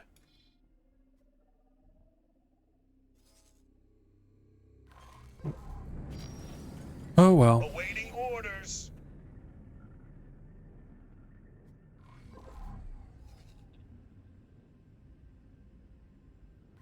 It's the same way that the commander, well, like I was talking about earlier, captain admitting that he's wrong publicly. You don't do that. That's damaging to your authority. You don't pretend you're always right. But you don't publicly go, oh no, I made the wrong decision. Because it's your job to make the right decision, damn it. And it's also your job to pretend like you always make the right decision for the morale of your followers. Because if they feel that you have it under control, even when you don't, they'll feel better about the situation. They'll be calmer. They'll be more likely to do the right thing. Just, you know, it's a teachable moment. Move on. Oh, well. I'm not sure why I'm lecturing on this so long. Probably because I've seen enough bad moments in literature and such like.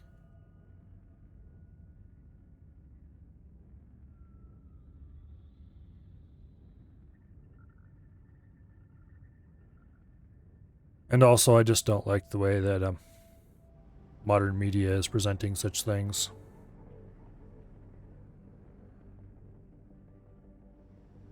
I think we're going to leave these guys to their problem. The defense drones seem to be switched off mostly, which is weird. Maybe I'll go in and do some turkey shooting, actually. Let's save the game first, though.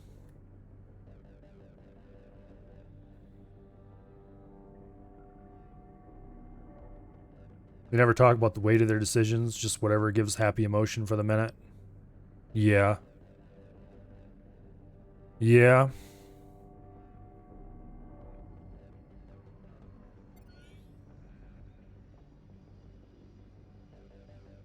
Defense drone. Do a good episode about the captain has to make a hard decision and struggles with it before, during, and afterwards, but, you know, that kind of thing. That'd be a fine, Defense drone. that'd be a fine episode to do for some kind of show. Drone.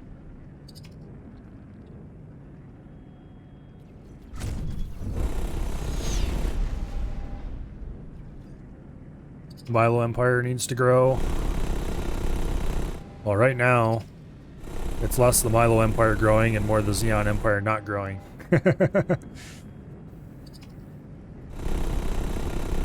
Once I take out these shipyards, the system will basically be done.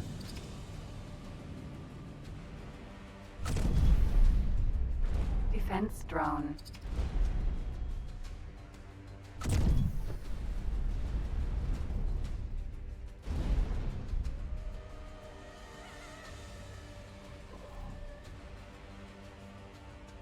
Yeah, this shipyard should cut off the K supply to this whole area. And then we need to take out this wharf. There's a K over there. We'll keep that in mind.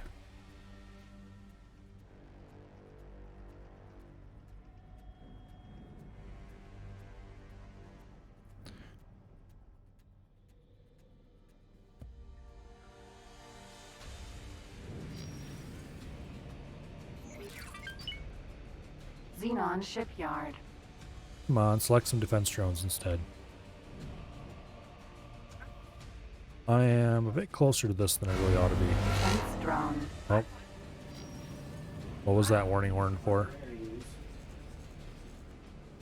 That warning horn was for a whole bunch of defense drones going to attack the wheelbarrow, probably. Well, I should go deal with that problem, shouldn't I? Or go help deal with that problem anyway. Defense drone.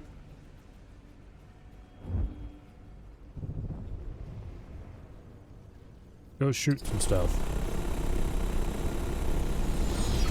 And I let off the blast mortar way too late. So we did like no damage. There we go. Defense drone.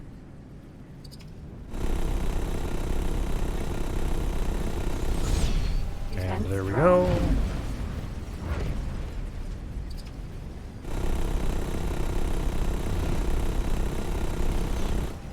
That one wasn't a good angle and I didn't think I would hit him, so I didn't fire. That one I missed. Defense drone. Defense drone.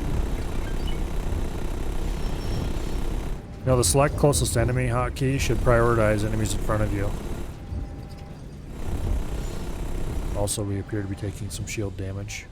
Oh, get away from the station. Defense drone.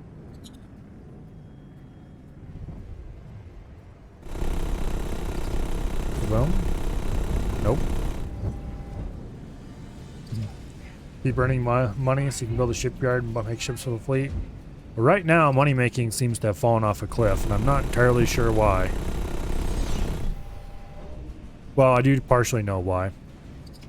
The scrappy station is no longer selling Claytronics is a big part of it. Oh, we're out of shields. That's not good. Clearly.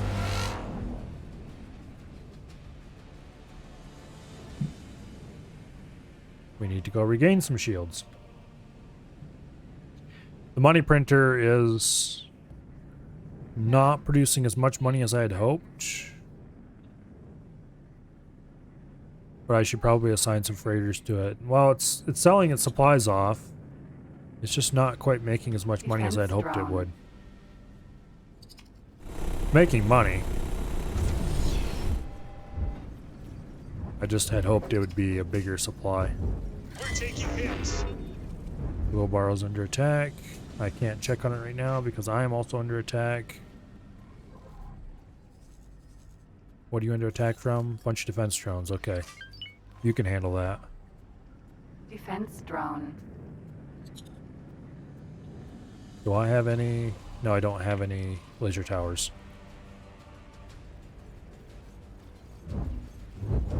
Rattlesnake. Oh, the wheelbarrow is kind of getting its ass kicked. Should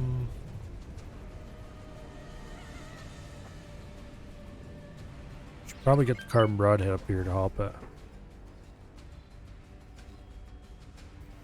Carbon broadhead. Fly to there. Oh, good deal. We're gonna fly down to the carbon broadhead and get some of these defense drones scraped off. Good chunk of your production came grinding to a halt earlier because the miners assigned to the graphene factory just decided to stop working.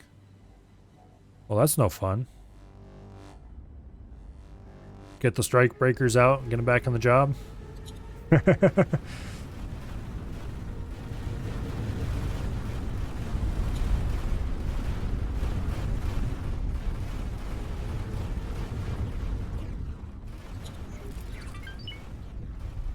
Looks like the wheelbarrow's handling itself okay. How many guns did it lose? It lost a whole lot of guns. That's how many guns it lost. How are its forward guns? It looks like all 4 forward guns are still up. That's actually surprising. Hey, stop shooting me. That's impolite. Didn't your mommy ever tell you not to shoot somebody who was looking at his map?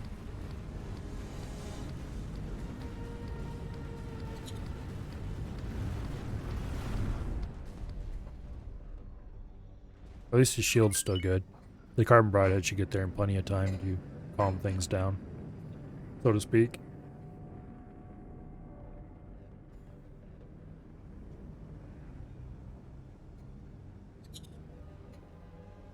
Oh boy.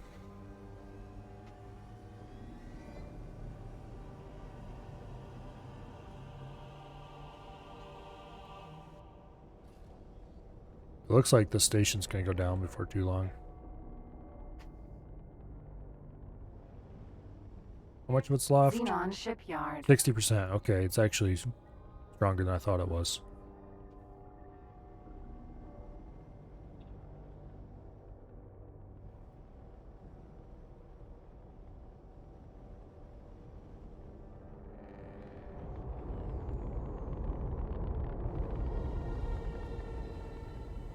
You know, the only thing that could make this carrier any better would be if it had more medium docks. Raptor.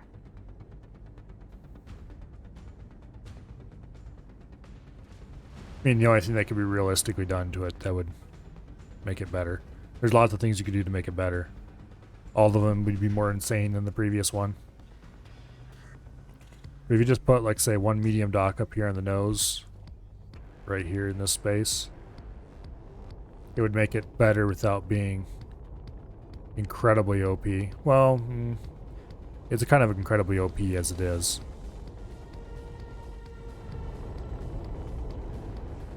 But let's face it, carrying more fighters than any other carrier and having an absolutely incredible number of medium guns kind of makes it, well, there's not a whole lot of reason to use the other carriers. Some of them may be faster in travel drives and stuff like that, but they just don't carry very much.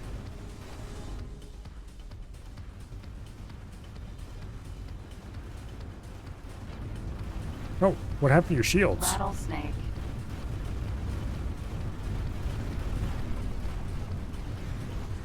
Did they strip your shields off you? Awaiting orders. Yes, the big bad Xenon stripped your shields off you, looks like. Well, that's no good.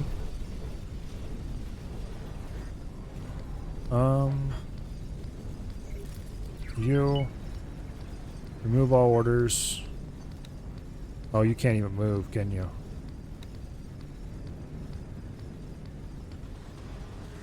We should probably go aboard the carbon broadhead and fly it in manually. The wheelbarrow is a very sick ship at the moment.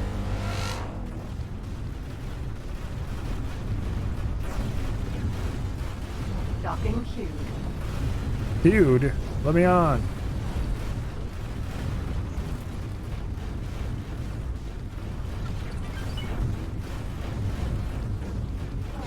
Raptor. Docking granted. There we go.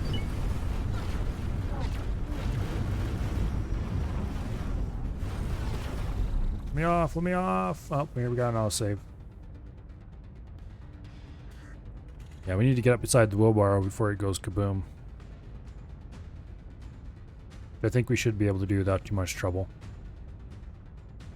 Its shields are gone, all of its guns are gone, all of everything is gone pretty much. Hello there. First, okay, here we go. Go to the bridge. I really like the split bridges because they're nice and straight to the where you're trying to go.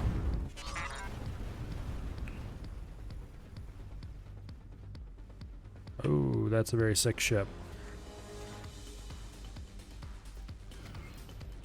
Okay.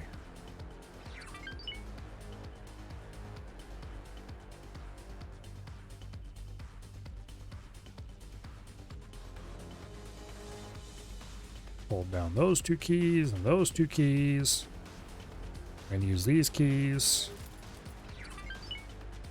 Oh yeah. We have a bit of a problem here. Explosion imminent. I think we might need to reload the save and try something different.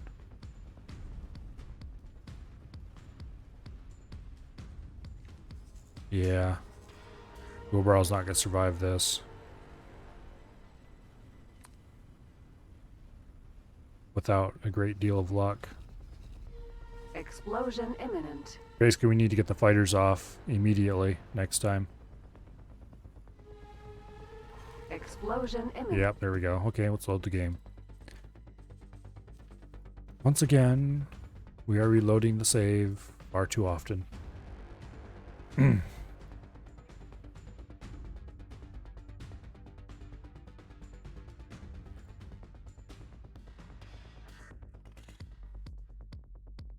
I probably should... I need to think about this. I wonder if I should turn the plasmas off as well. Because we might be close enough that the plasmas are actually hitting him.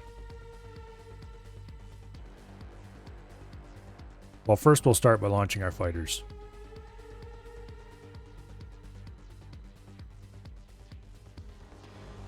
And if that doesn't work... Yeah, this is going to be very, very tricky. Because that save was kind of close. I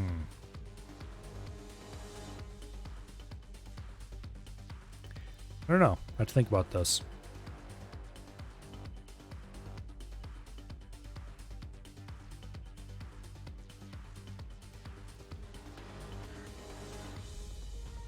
Hopefully the fighters get there quickly enough to pull a lot of the problem away.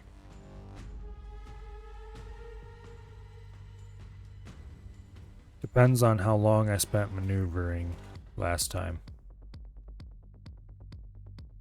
But if I disable the plasmas and if I launch the fighters and then disable the plasmas, that should maybe buy us enough time. I don't know. We don't really want to be above or below it. We want to be right beside it so that our turrets can't easily shoot it.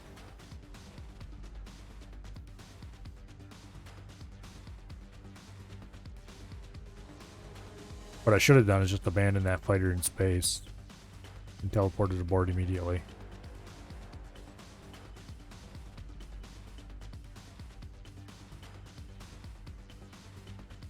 Well, more realistically, what I should have done is had worried about protecting it from fighters a little earlier, because I knew it was taking turret damage. I just didn't pay any attention to it. Oh well, let's hope launching fighters does the job. If it doesn't, we might have to go back 2 saves.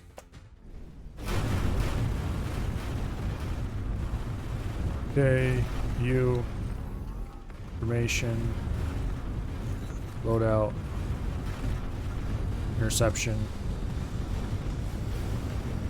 plasmas, disarmed. Okay, what's the state of the wheelbarrow? Bad, that's what the state is.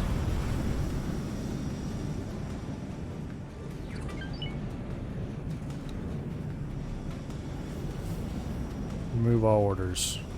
Oh, I did end assignments. That might be bad. No, okay, it still did. Come on, fighters, get there in time. As soon as they leave the nose of this thing, they're going to go swooping off. It might not be fast enough. Go, go, go, go, go. Come on. No, fly down here. Fly down here. Not wherever you guys are going. The wheelbarrow's going to go kaboom again.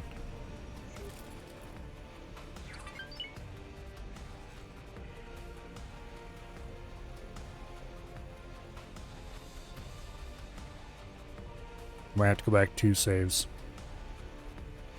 What are they doing? Interception! Explosion imminent. Okay, fine. Back 2 saves it is. Quick save. When was this?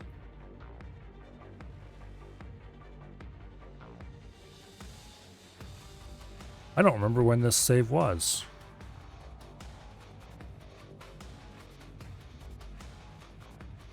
I guess we'll find out in a couple minutes.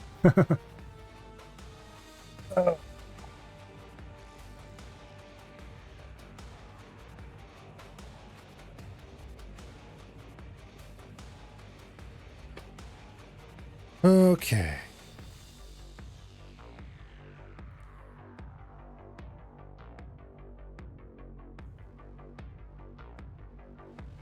In any case, this save should be far enough back that we can definitely arrange defenses for the wheelbarrow. Even if its engines are down. Worst case, we can call in the Viper to sit next to it and beef up its guns. Best case, we'll have plenty of time to move in with the carbon broadhead and park right beside it. Matter of fact, we'll probably have to... Give me that mouse. We'll probably have to get the carbon broadhead in. And sit right beside it as defense. That'll probably be effective enough. No sense taking anything off the current orders, just move the carbon broadhead in and call it a day.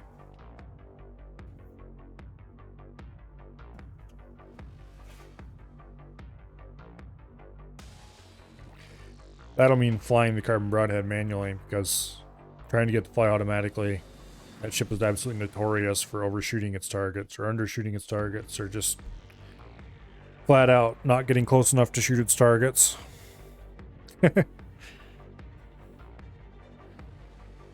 So we'll want to pilot that one by hand, which is a very slow and tedious job involving lots of keyboard finger twister. Not quite to the same degree as, say, being a captain in Guns of Icarus, but close enough.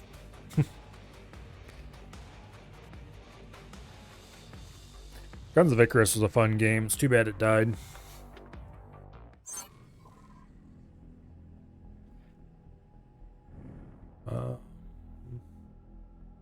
Stuff is attacking the station.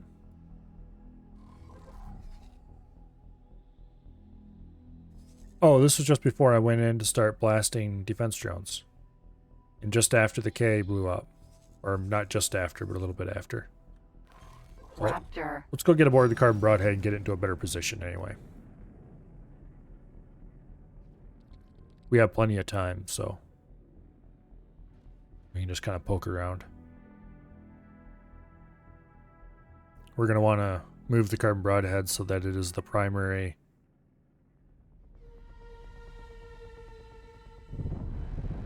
we're going to call it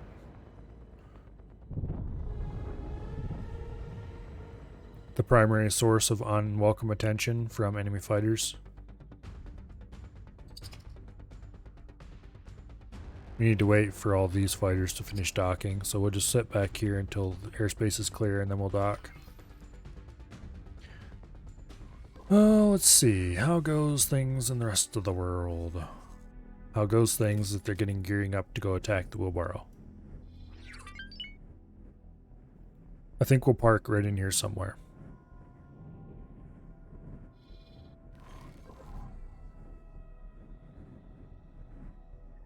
I really like these fighters. Morea. The Moreas. They're quite agile, quite fast, good firepower. I'm not sure if the AI really handles them the best, but for personal fighters, yeah, they're really good. I'm thinking about getting the blueprints and stuff needed to build chimeras next. Because the chimera was my first choice for an AI fighter. Because it's fast enough, heavily armed and armored. Should give Fallout New Vegas a try for Old Game Thursday.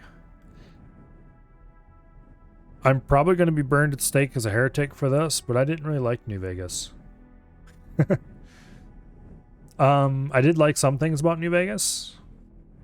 Docking granted. The mods were arguably better than the Fallout 3 mods. But I actually liked Fallout 3 a lot better than I did Vegas overall.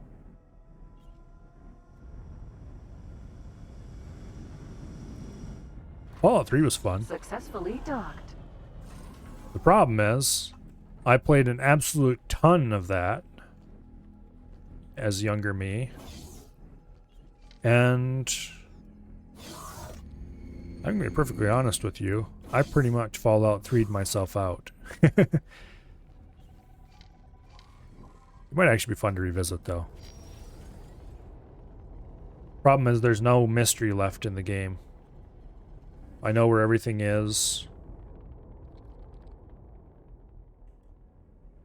More or less. There's very few locations that I haven't visited.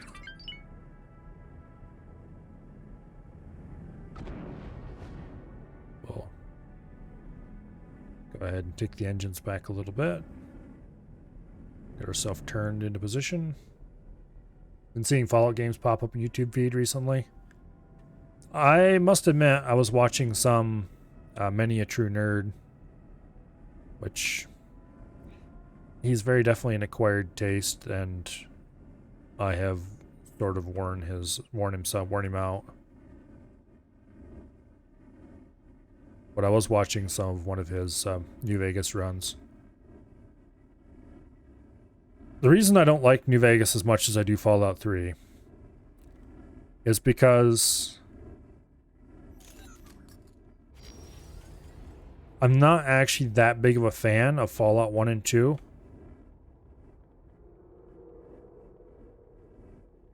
I like them, mind you. They're good games.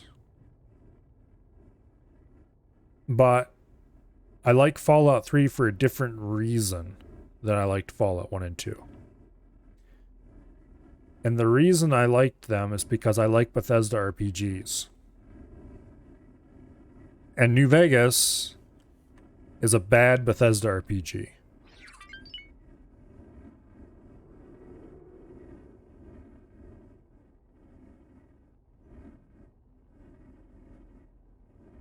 Now, it's not necessarily a bad RPG.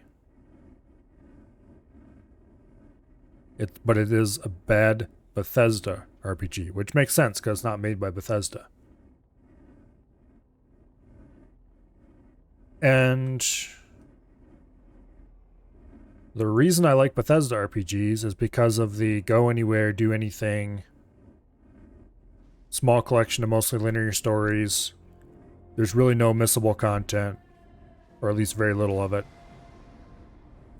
Decisions are mostly inconsequential or just, limited to within the quest. Now, those are all sounding like things that people don't like in RPGs. And that's fine.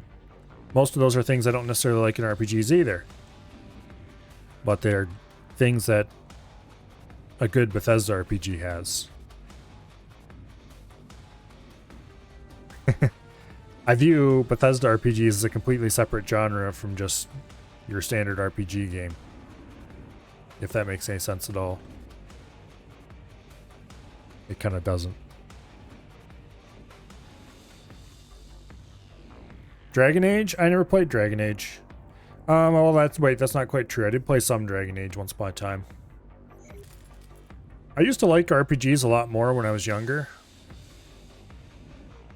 But then I just didn't have much time for them.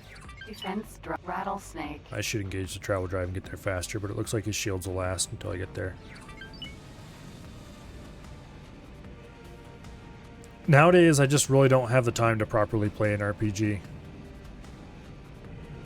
Which, I mean, that may sound silly coming from a guy who has been playing a game consistently every single day for, well, not the same game every day, but, a game every day for weeks now. But I just can't really get into an RPG playing a couple hours an evening. We were hit. There's the wheelbarrow complaining that's under attack. Don't worry, wheelbarrow. Your knight in shining paint job is almost here.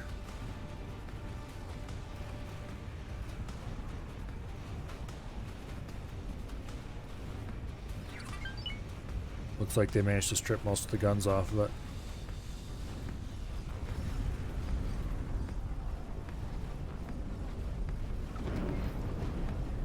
Okay, let's roll flat, get straight.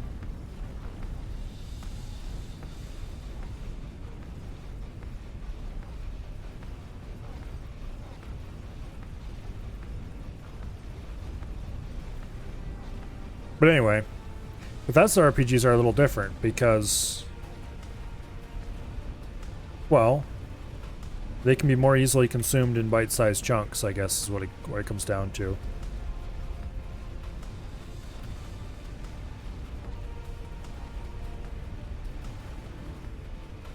That, and sometimes it's just fun to go play something without having to engage the brain too much.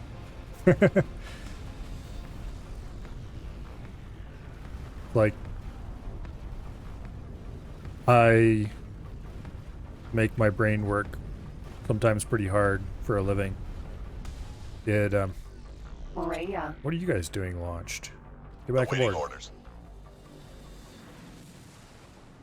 Sometimes it's nice to just shut it off for a while. And RPGs seldom allow that. Well, get back aboard the damn fighter. That fighter, the carrier. Awaiting orders. Awaiting orders. Okay. The wheelbarrow has been saved.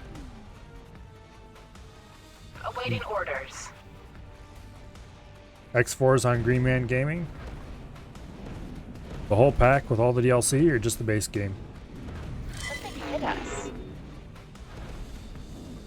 Okay, look. Look, you little gits. Awaiting orders. You have orders. Awaiting orders. Get on board. You're not supposed to launch. I didn't give you an attack order. What are you doing? X4 Foundation Collector's Edition, $36. We're taking hits. Explosion doesn't imminent. sound bad at all. Explosion imminent. Which DLCs does that include? All of them or just some of them? If it's all of them, that's a really good deal. And even if it's just some of them, it's not a bad deal.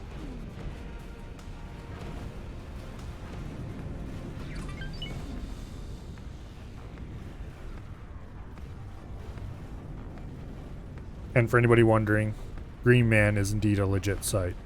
They're not like, say, oh, what is that key seller? GMG?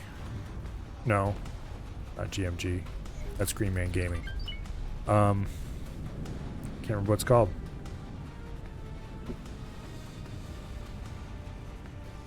Anyway, Green Man is a legit gaming store. They're not a scummy key reseller or anything like that. So worry not about spending your money there.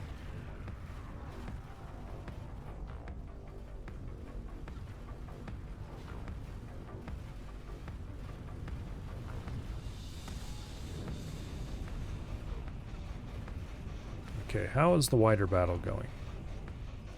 Wider battle is going. That's how it's going. At least they're not picking on the dragon, who has much less ability to defend itself than the Viper and the wheelbarrow did.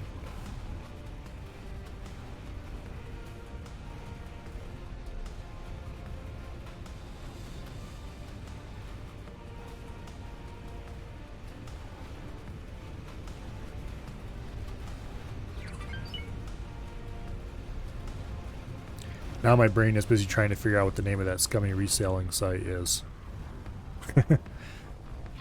Sorry. Split try not to shoot you again. In any case, it doesn't really matter.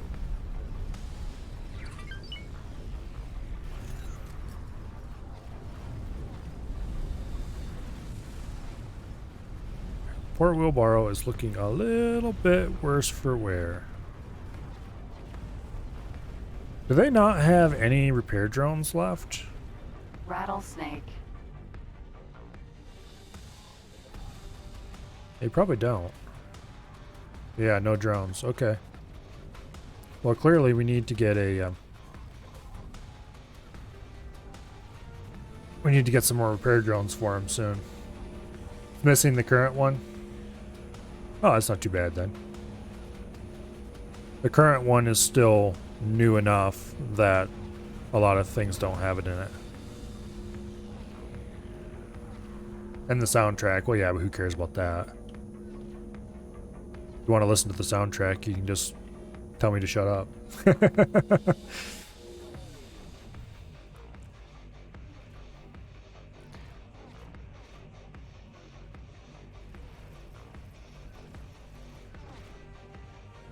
Some people are really into soundtracks, but I'm not, so I don't mind listening to them, but usually I listen to them when I play the game.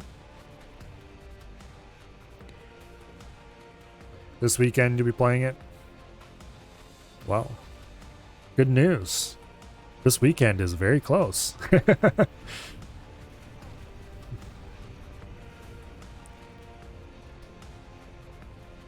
Yeah. We can play it together. In spirit, because it's not multiplayer, so.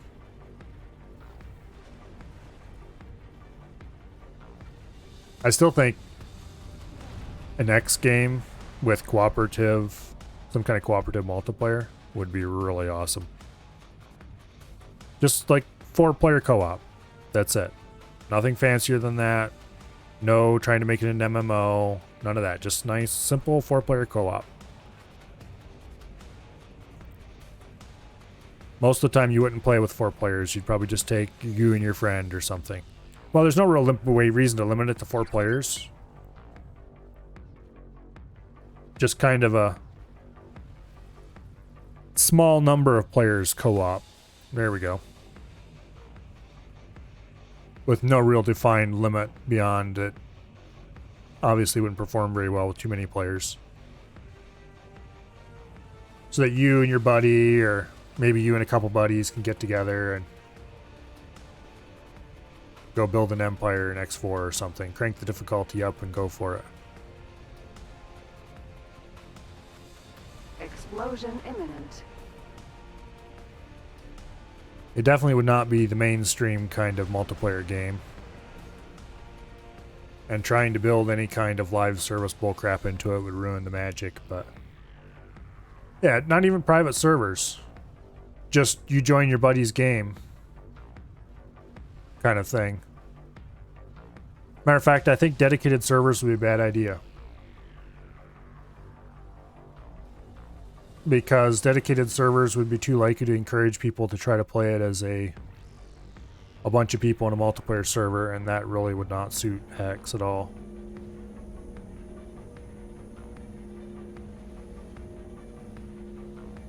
But yeah, just you and, 2 or 3 buddies. Everybody get in a capital ship, or somebody get in a capital ship, and a few people take fighters, or somebody go play with the somebody go play with the stations while you guys go have fun blowing stuff up, or whatever you want to do. Just a little bit of co-op multiplayer, and very, very strictly co-op only. No versus of any kind.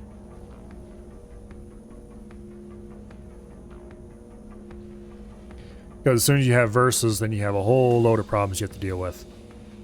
So better to just completely preclude that. Don't even allow it.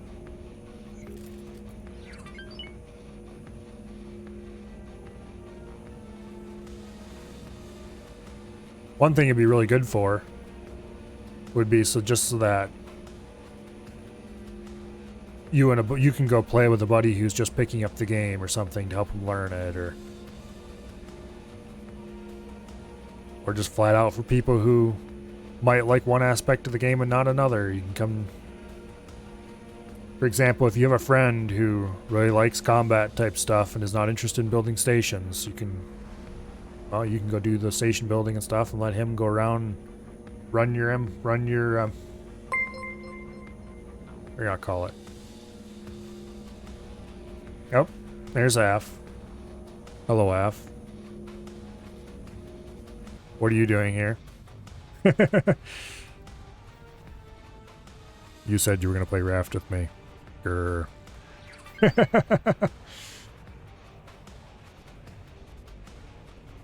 Anyway, welcome here. Thank you for bringing all your people. I guess I can call them people. Considering that some of them are my people as well. Did you guys have fun with the D&D stuff?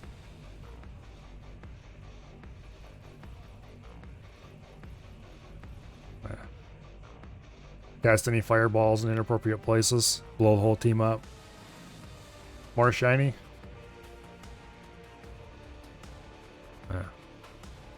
What character are you playing anyway? I have not actually paid that close attention to what your character class is.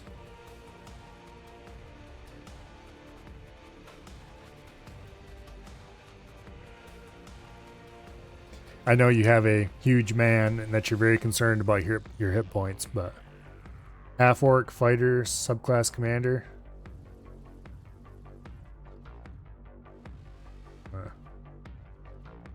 That sounds interesting. Af plays the loot goblin. Well, maybe half-orc. Yeah, okay.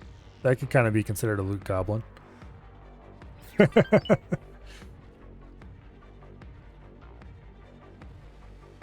Why are my camera controls inoperable?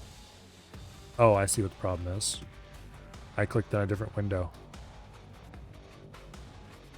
Well, that's a problem. Let's fix that. Some AF guy who I had volume turned way down in the background raided me, and then next thing you know, Xenon shipyard.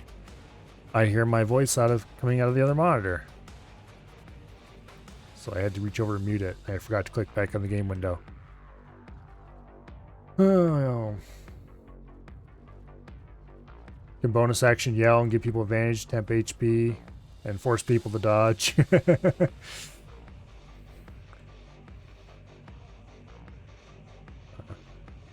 Forcing people to dodge. Is that called just jumping into them?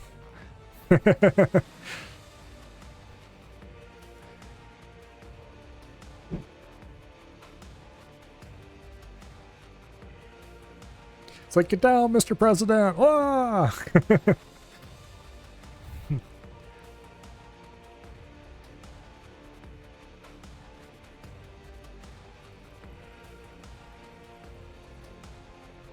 Anyway, we are currently sitting here beside the wheelbarrow, which is the little ship here next to us. I say little ship, only relatively.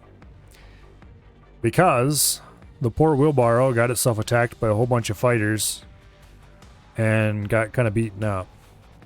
Lost all of its engines. It looks like it actually has one of its engines back now. Lost pretty much all of its guns. Had its shields pummeled pretty hard. It didn't have a very good day at the office, shall we say. So I had to bring in the big ship to protect it. And now we're just kind of sitting here waiting for the wheelbarrow to become less disabled.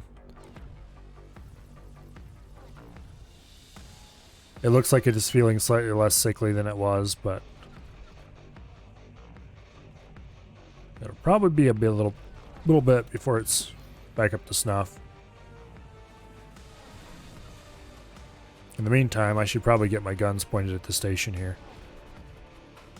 Turn, and so that all 8 guns can fire instead of just 4.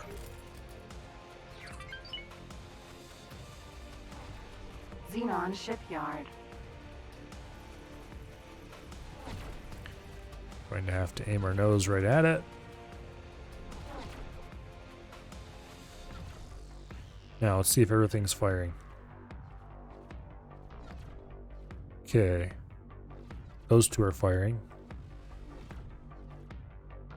And those 2 are not. Now we only have 2 guns firing. Yay, go me. Clearly I'm doing something right.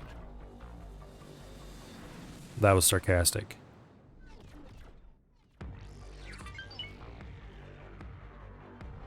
Let's move in a little bit. Maybe we're out of range.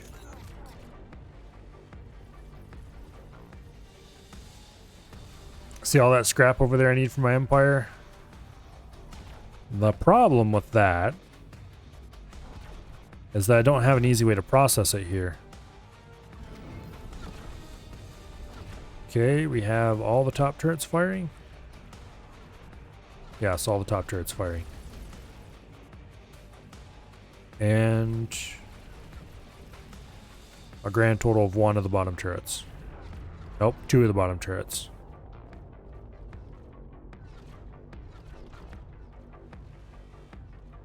Come on, you miserable gits, shoot it.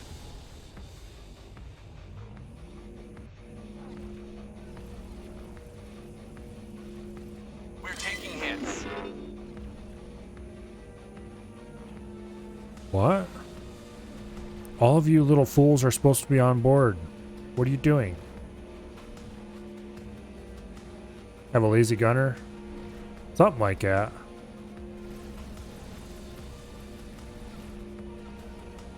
Bottom turrets aren't shooting at all now. I think we need to pitch up some. There we go. Are all of the bottom guns shooting or just 2 of them? Just 2 of them.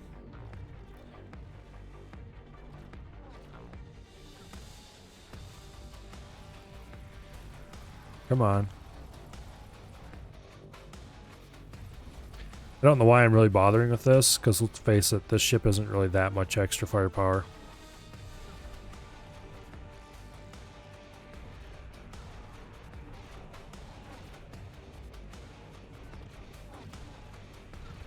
Let's approach a little bit more.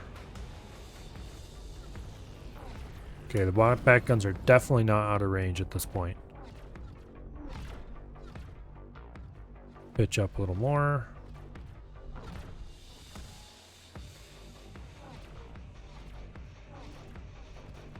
Nope, they just refused to fire. Okay. Whatever. Not worth worrying about. What is worth worrying about? Oh, they don't want to get any closer to the station. That's why they refuse to dock. Wow. Wow. Okay. Lazy bastards. Okay. I am a little bit close to the station, but not close enough to worry about, I don't think. They might ding my hull a little bit when it goes kaboom. Well, more likely to ding my shields a little bit, I mean. Yeah, it looks like the wheelbarrow is back under its own power again.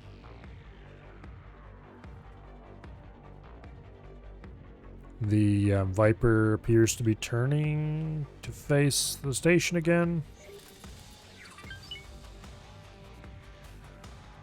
It should start ripping off main gun charges soon.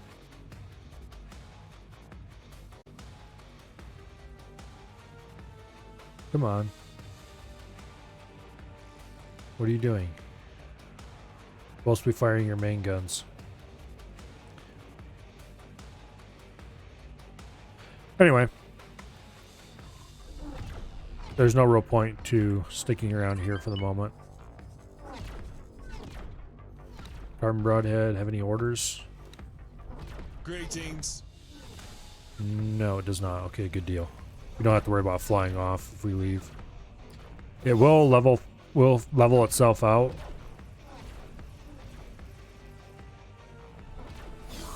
But that's not really going to be a big problem. Explosion imminent. Okay, put that ship in internal storage. Because we don't want just any old fighter. We want our fighter.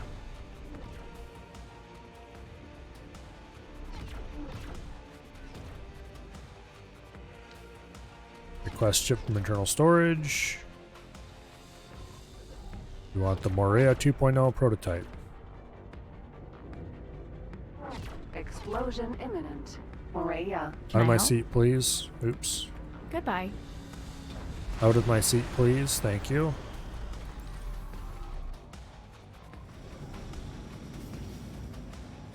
Alrighty.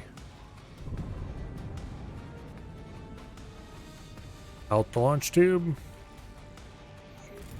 Dive away from the station so we don't run into any big kaboom. And let's clear out this build storage that's bothering me.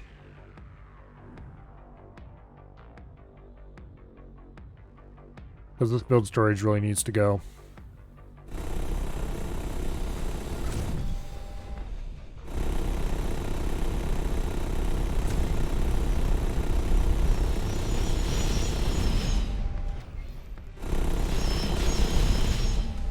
Okay, is that everything? Not quite. That should be everything. Build storages are strictly illegal.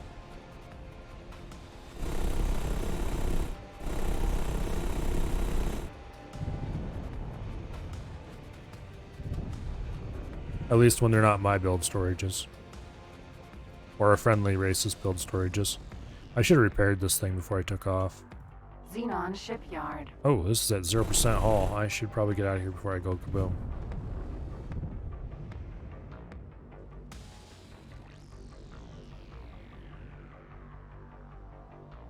Think that's the only piece that hasn't blown up yet?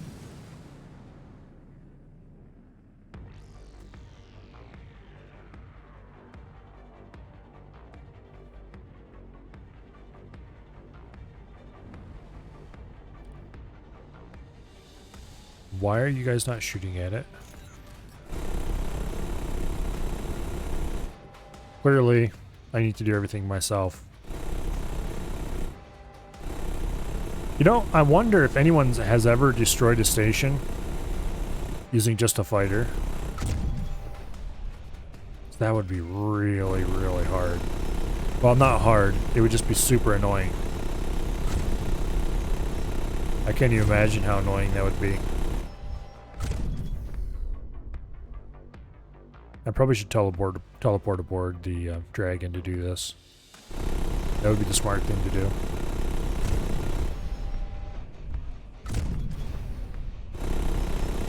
Oh, here we have main gun fire from the Viper.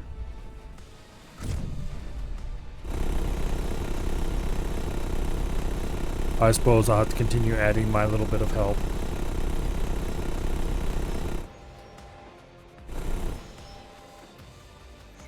Not that this is actually doing any real amount of damage, but I need to be ready to absolutely light out of here though when it gives the explosion warning.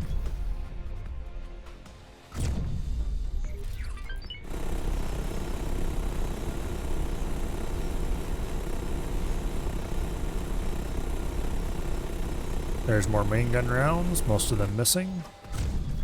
Because of course.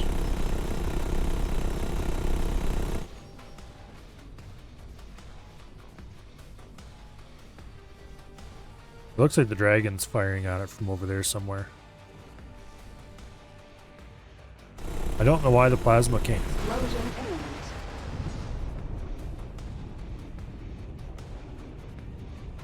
I think I'm clear.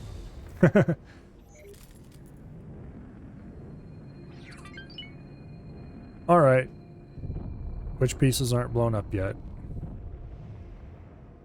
It looks like this piece here is attempting to be rebuilt.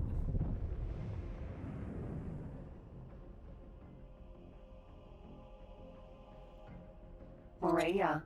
Drone 1.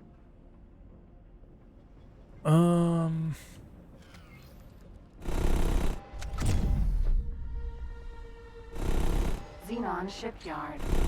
This is annoying. But I know what the deal is. The problem is that I should have took out those build storages way earlier. There's several pieces here that they're trying to rebuild. And they need to be fully destroyed before the problem goes away.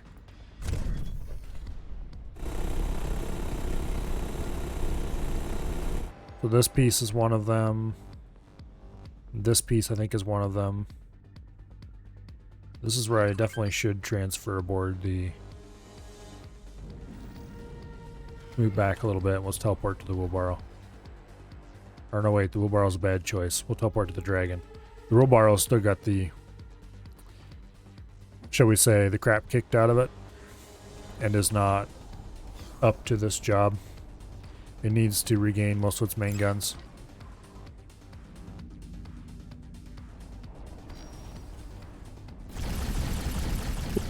The dragon, on the other hand,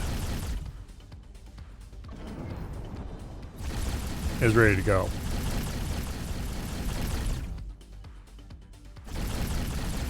I need to upgrade these guns to give more damage. Because the dragon is really a very good ship. The only thing holding it back from being every bit as good as the wheelbarrow is that the wheelbarrow has upgrades and the dragon does not.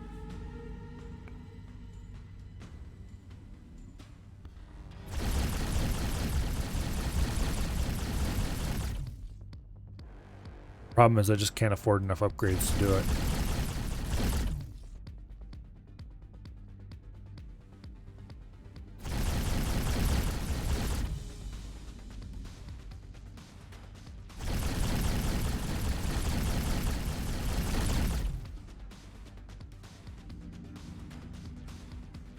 Okay.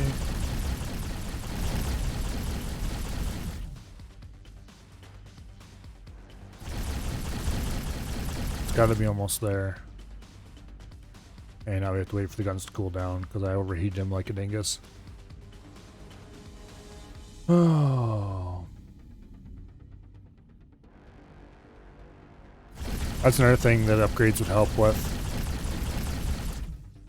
Not only would it do more damage, but it would do more damage faster. Explosion imminent. This one we don't actually have to worry about the explosion from. Because when they're pre-destroyed like this, they explode without actually doing any damage around them. This is the dragon's one weakness right here. It's slow. It's about it's about 2/3 the speed of the dragon. The wheelbarrow. One of these days I will not misspeak myself when I say something. That day is clearly not today. Oh, here the plasma starts firing. Lazy bastards, couldn't do it earlier.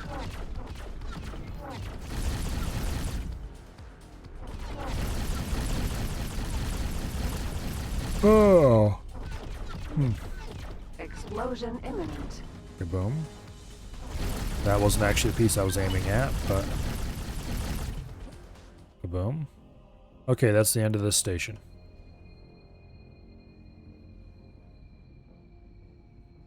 And it is indeed almost 100k in scrap. I really wish this was closer to our headquarters. Because I could definitely use all this scrap. Lots of containers of ore and silicon around. Awaiting orders. Okay, please dock all your fighters. Next stop will be to order the dragon. No, actually we'll have the Viper do that. Where is...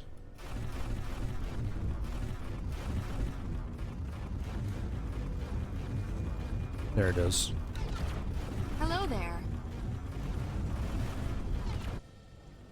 We'll order the Viper to go blow up this one before it becomes a problem. And then we will order the dragon and the wheelbarrow to go blow up this one before it becomes an even bigger problem than it already is. And we'll let the carbon broadhead sit here for a bit and recover its fighters. Get out of my seat, please. Thank you.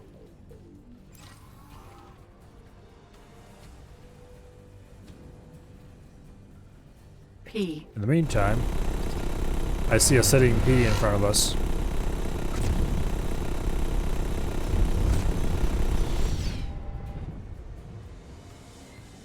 that we should definitely blow up before it becomes somebody else's problem.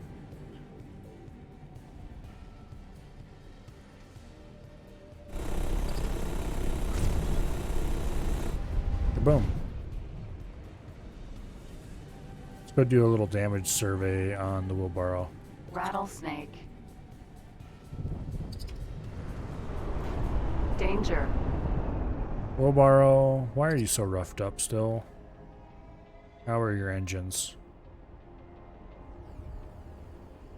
All three are firing. It doesn't mean they're firing at full capacity, mind you, but all three are firing. Rear turret's gone. Shield appears to be in good shape.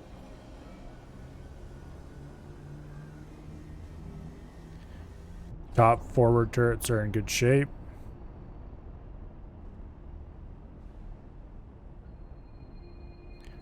Bottom forward turrets are gone. All four main guns are in good shape. This is the bottom of the ship. No, this is the top of the ship. Okay, the top forward main guns are gone. Forward turrets are gone. The top forward flaks are mostly gone. Their shield is in operating order, and one of the turrets is operable. The top rear flaks are completely gone, including the turrets, including the shields, I mean. Where's the bottom flaks? The bottom rear flaks are gone. The bottom forward flaks might actually be in good shape. I thought there were flaks here. Nope. Here they are. The bottom forward flaks are also gone. Okay, so this thing is still in pretty bad shape.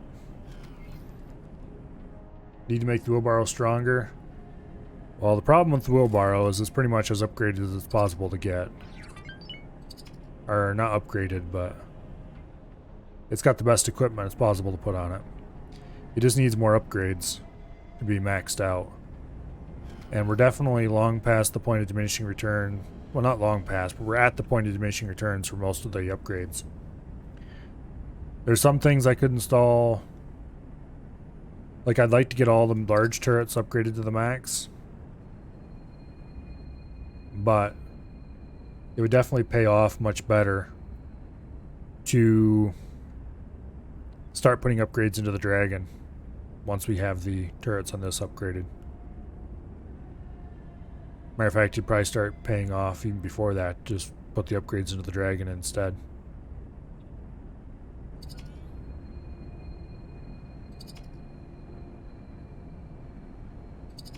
Also, while ships can drag you into travel drive with them, it's a very squirrely ride.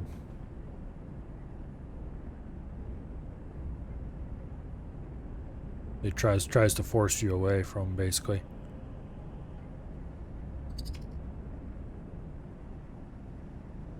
The wheelbarrow is and will remain for quite some time the strongest vehicle in my fleet. At least until I upgrade all the turrets on the Dragon. A Dragon with all of its turrets upgraded and its main guns upgraded, that would be a scary sight to behold. That probably won't happen though, because, at least not this run. Simply because I don't have enough upgrades for that. And also I kind of want to save some of those upgrade parts for eventual bigger, more powerful ships. Like the Asgard we need to get at some point. Although that's going to be hundreds of millions of credits to get going.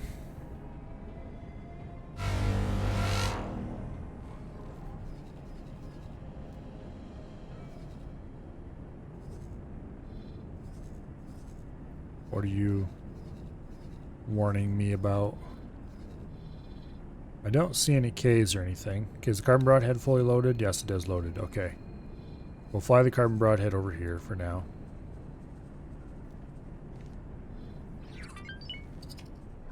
Oh, get back here, you.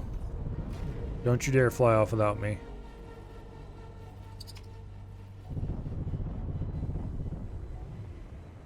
Come on, where'd you go?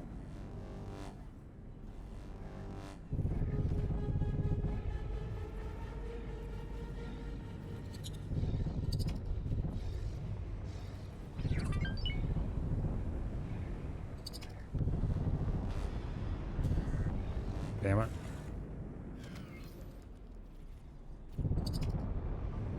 Oops. I have a feeling it just dropped out of travel drive because I bunked into it. No, it didn't. Worse. Yeah, we're not going to be able to catch up with it this way. Oh, well. Pair the wheelbarrow and the carrier together in a fleet so they have a higher chance of survival. That sounds great in theory. Unfortunately, the reality of it is that the wheelbarrow is way faster than the carbon broadhead is.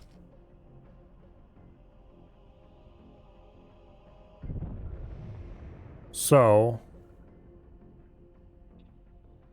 yeah. With it being way faster. No, it's a solar. What?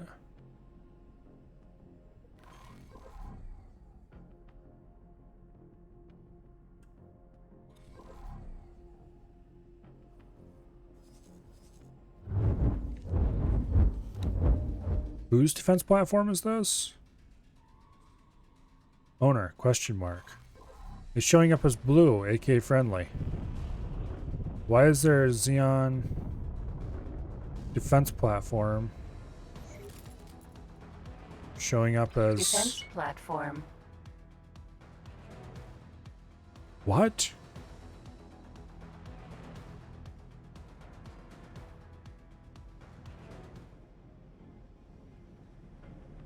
It's showing up as a neutral ship.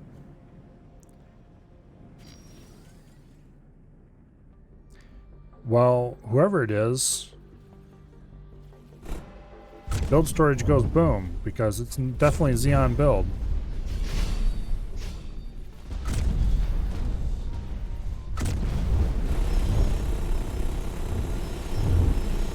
And I'm not going to have this in my space.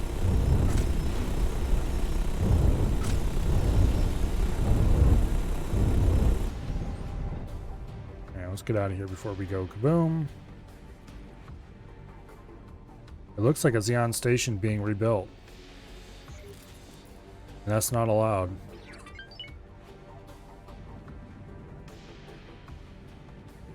Go back to that. Build storage, keep clearing it out.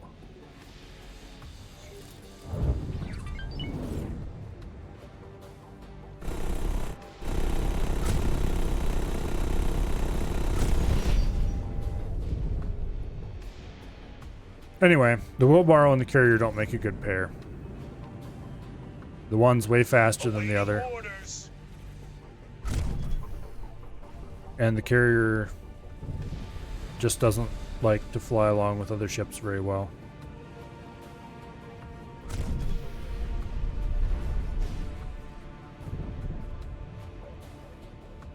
If I had...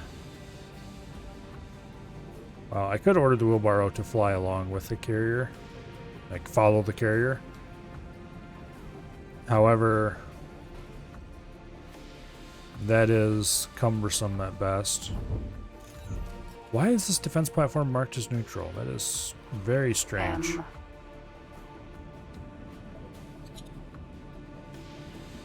It almost has to be a bug.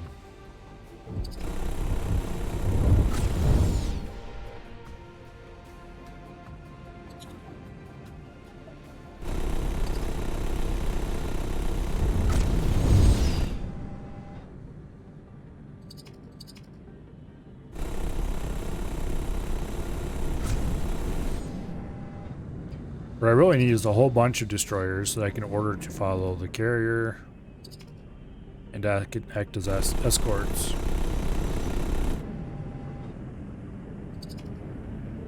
But I also need to not spend a whole bunch of money until I can build my own, using my own shipyard.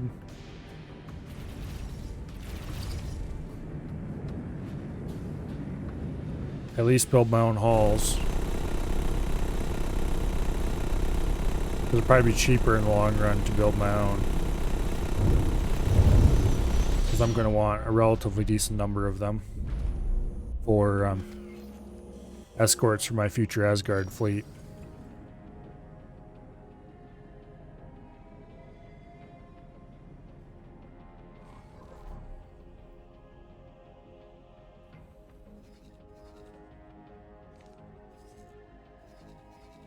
Okay, this Xenon factory's about ready to go boom.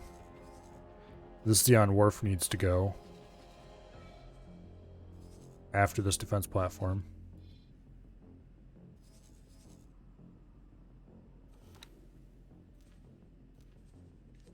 We'll order the carbon broadhead to fly right through the middle of that ball. Hopefully they'll clear it out. Oh, what time is it? 10:30? Well, we're gonna go a bit late today, so.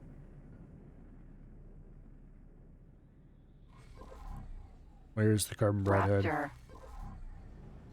There it is.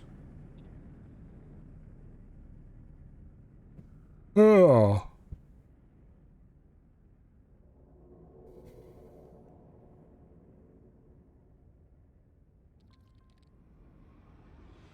We should go park ourselves next to the carbon broadhead. Find a nice spot up here on top that we can just sit. Right back here by the engines is a good one.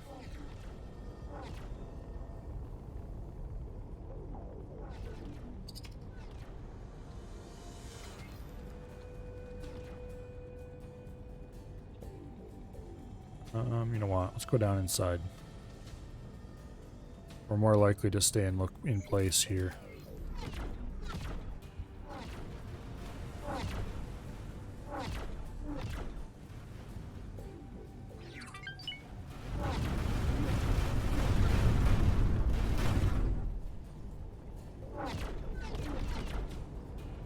Okay. Let's go check on the state of the universe outside of Matrix number 9. How much money have I made recently? Why is the trade thing on? Okay, there we go.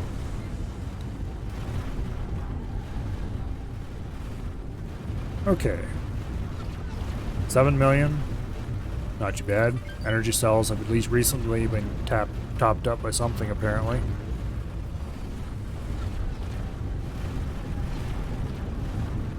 Well, making money.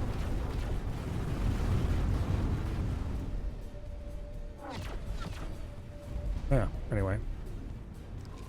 Green Acres is doing okay. The Scrappy Station. We have 11 million in stock. Claytronics and hull parts are both over the sell line. That's very good. That's actually very, very good.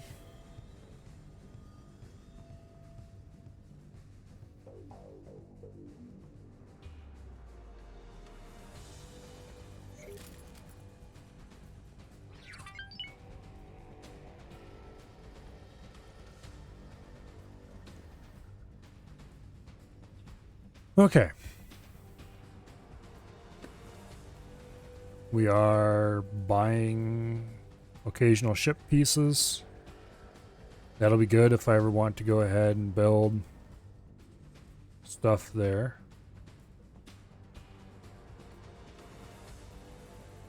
I don't see any... Oh, here's a sold ships thing. We made 500,000. Okay.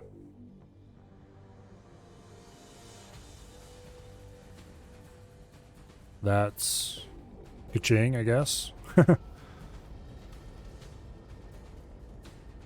Only greens.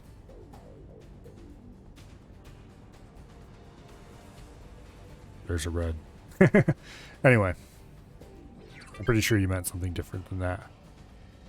Energy cells. We're actually not completely stocked up on energy cells anymore. I'm shocked. How are we doing on... Consumption is pretty close to production. We might actually have to build more solar panels on this station.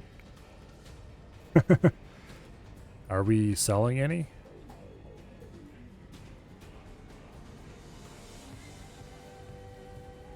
Okay.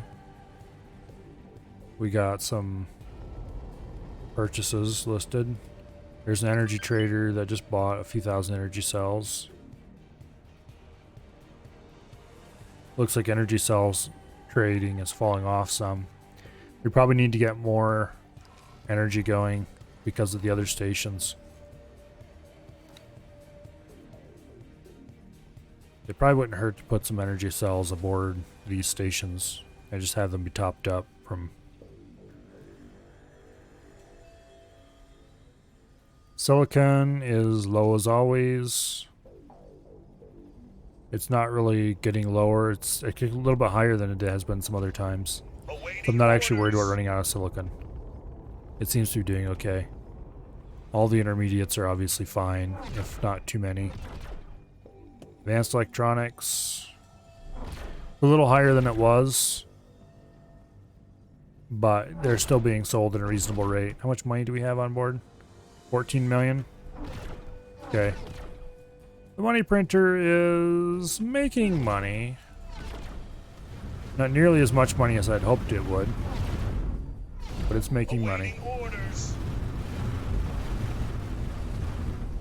I'm a bit sad. I figured this thing would make way more money than it is, judging by how hard it was for me to get a hold of advanced electronics. Oh well. Maybe we should start building other ship parts onto this core and see where we go with that.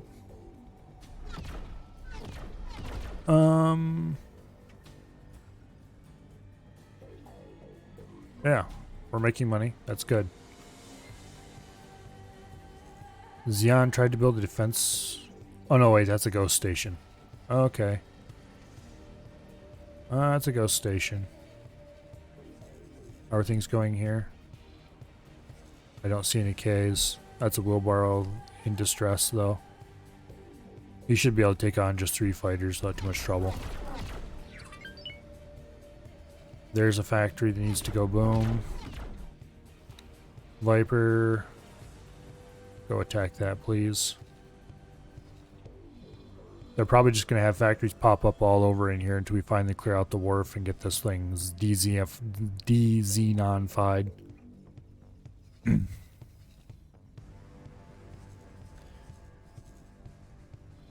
Anyway. The defense stations look to be in good shape. Nothing really going on there. I don't think we've actually been attacked by anything serious for a while now. We're even starting to run out of fighters at this gate.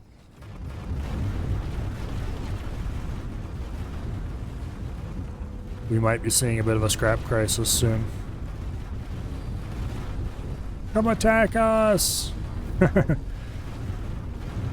Zyrus Dominion, still free. This place is still sort of okay. The dang Talati, you're taking it over though. Family Zen used to be clear, now it is once again full of Xenon. Wow. See, this used to be clear, it's now once again full of Xenon.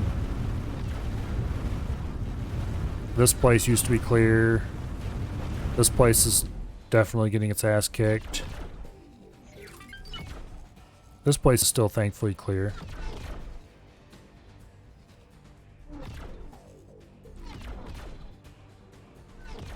Morningstar is still the disaster it's been for a long time now.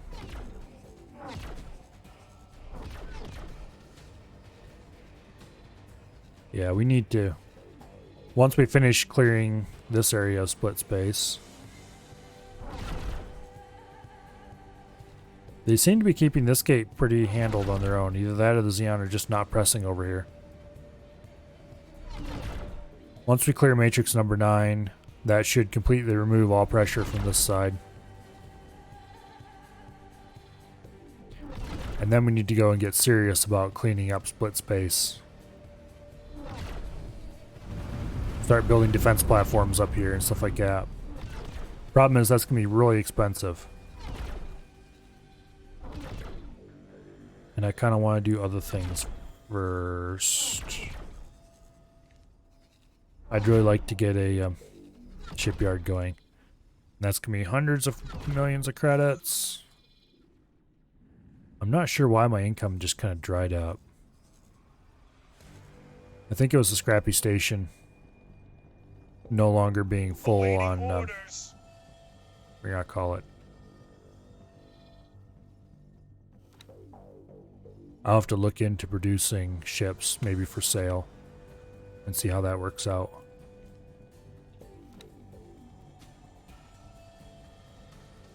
Anyway.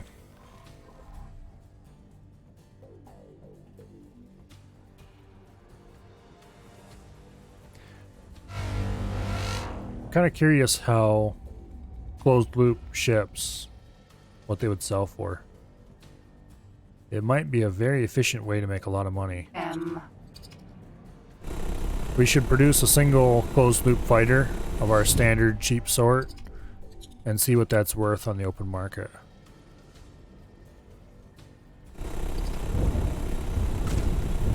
Because we might be able to sell, say, fighters to the Terrans for a giant sum of cash. Or maybe even better, fighters to the split would be awesome. M.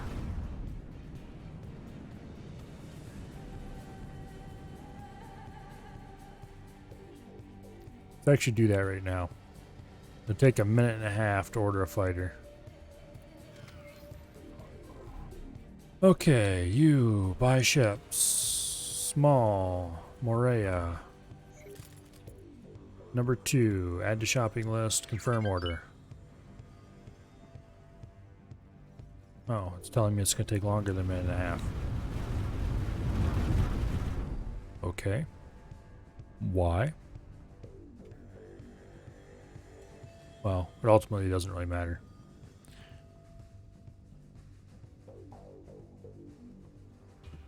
How are we doing on research? Oh, we have this mission we need to do. Why haven't I done this mission yet? Also, I should probably do this gambling den one too, see what that unlocks. It might give me useful stuff.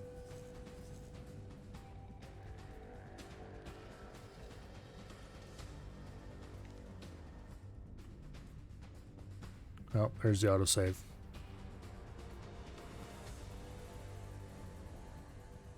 Come on, autosave.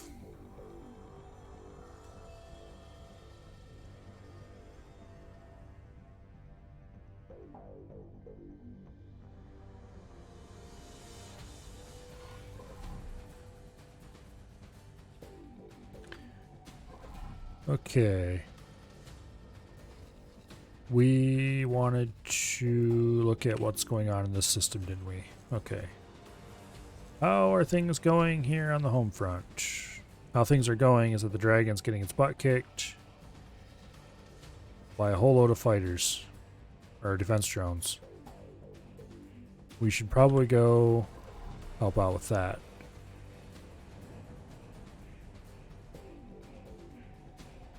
Where are they even? There they are.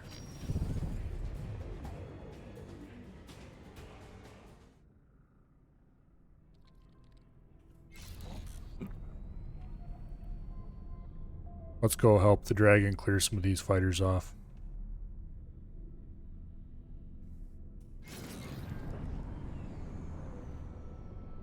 This is the totally not a Xenon station, guys, trust me.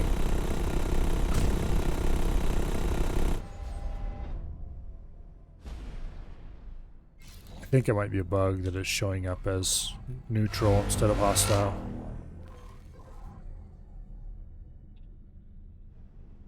First, let's go clear off the dragon's And- crowd of admirers before things become too big of a problem. I don't think it has any turrets, except maybe some plasmas capable of shooting at these guys.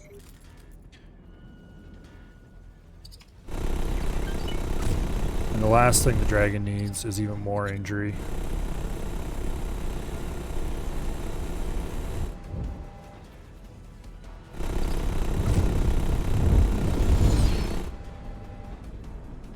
Okay. Go kaboom now, please. It went kaboom. Good. Defense drone. Fence drone. There wasn't any real fighters nearby.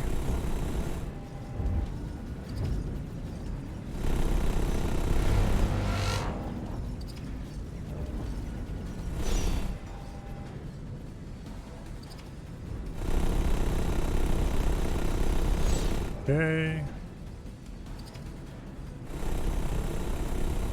Boom. Please go boom. It went Defense boom. drone.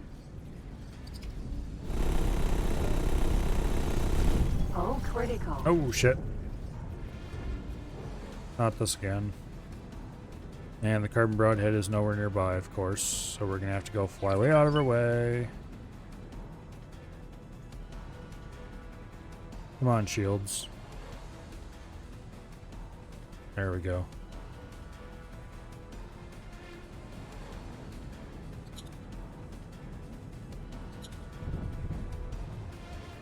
This seems the right way? No, this is the right way.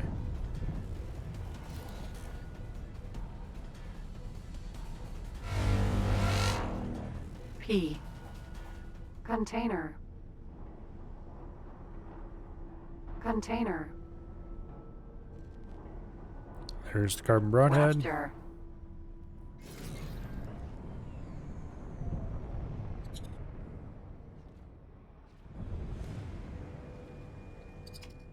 Docking granted. And just slip right in. These definitely don't have the same kind of speed protections that the normal docking bays do. Successfully docked. Resupply and repair. Being able to quickly repair here is really nice. Yeah, we can't buy more of those.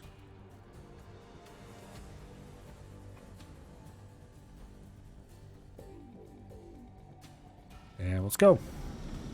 Once more into the fray.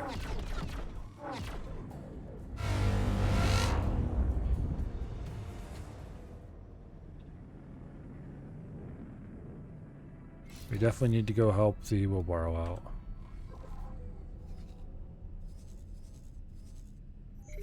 Which I should probably do by ordering the carbon broadhead to fly over here. Like that.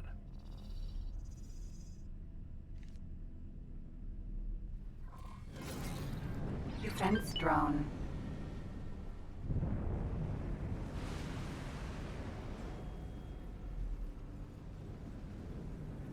Where's the wheelbarrow?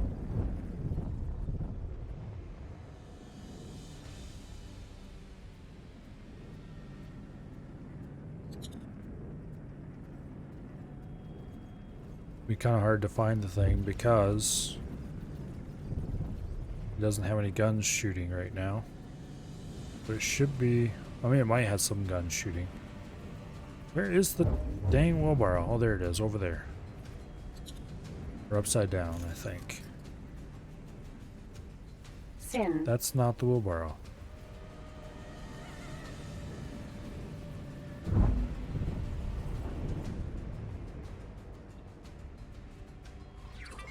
Fine, let's do it the way we should have done it in the first place. Rattlesnake. There we go. There it is.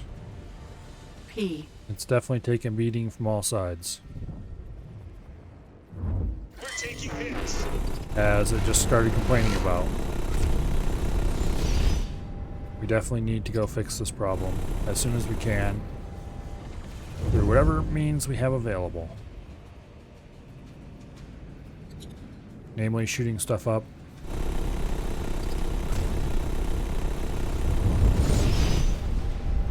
Well, that's unfortunate.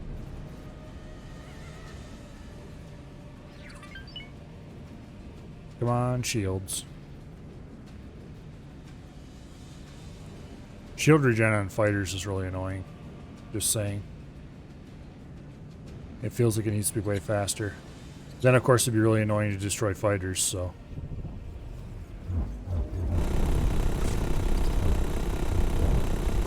There we go.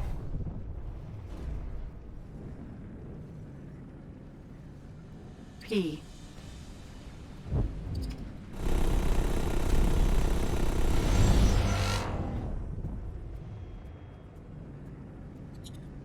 We need to clear out all the P's as soon as we can, because they're the ones that are the most dangerous to wheelbarrow's shields.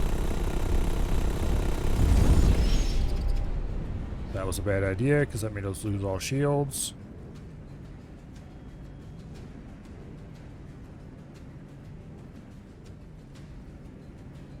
Come on, regen. There we go. Shit. Just like 1 or 2 hits and regen stopped. Dang it. And then we gotta sit here for an hour before it starts regenning again. And we don't even Found have something out here. the slow regen shields.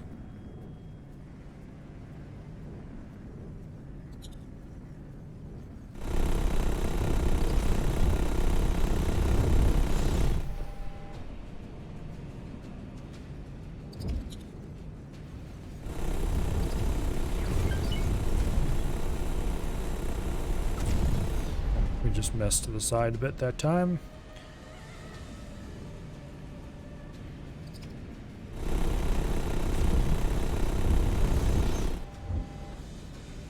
Okay.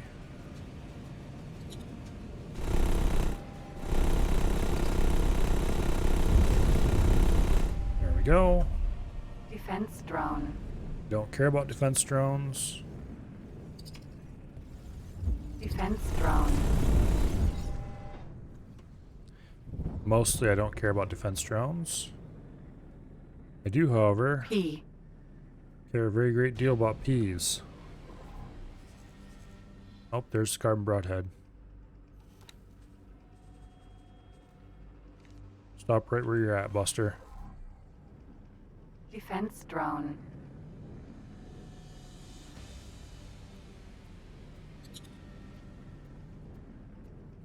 If you line up on these guys, we can probably take them out with long-range shots. Defense drone. Or not. Using mouse and keyboard? Yep.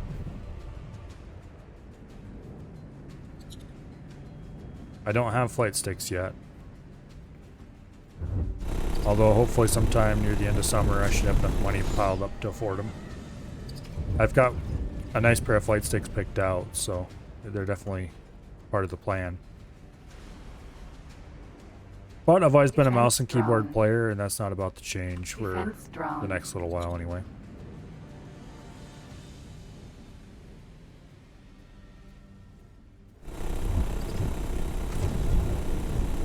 Come on, you little bastards. You're not that hard to shoot.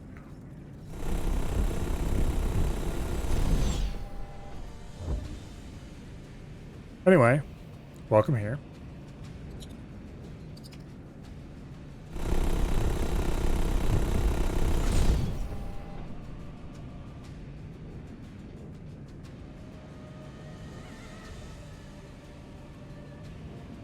The scourging of the split Xenon border is actually almost completed. Not split Xeon, split Pilati. Container M. Oh, hello. We have an actual worthy enemy. Sort of. How are my shields doing? Bit scuffed. Hopefully we can get this guy into a head-on pass. He's not going to go for it. My movements are very swift. A great deal of practice, that's what it is. Defense drone. I've been using mouse and keyboard and space shooters for a long, long time at this point. Defense drone. Not that I've always been this good at them, but...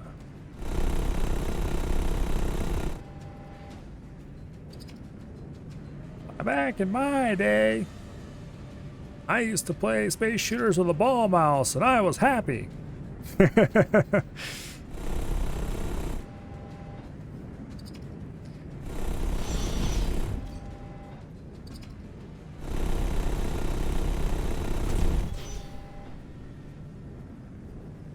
I'm glad that ball mice are no longer a thing.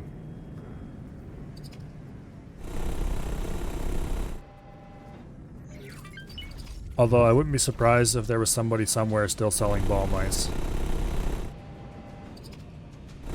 Okay, look, could you please just... Okay, fine. We'll do it this way then.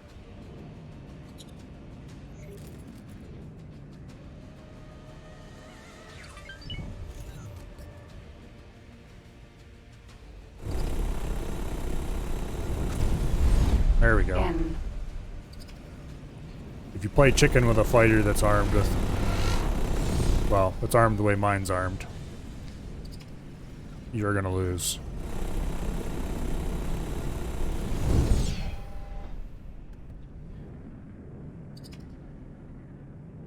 Just get yourself on a nice, predictable forward course, and the blast mortar can hit you right in the nose, and that's the end of your ship. Well, assuming the blast mortar hits, which isn't always guaranteed.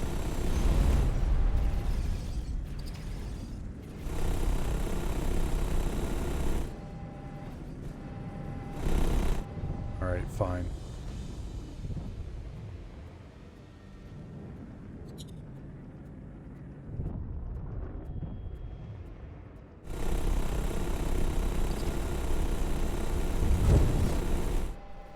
I think I hit him, but his shields were up. He definitely thrustered out of there.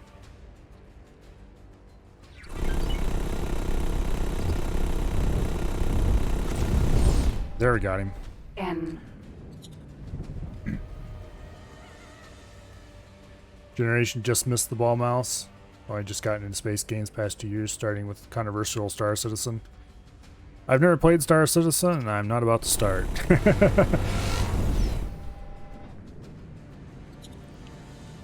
I was a massive Freelancer fan when I was a kid.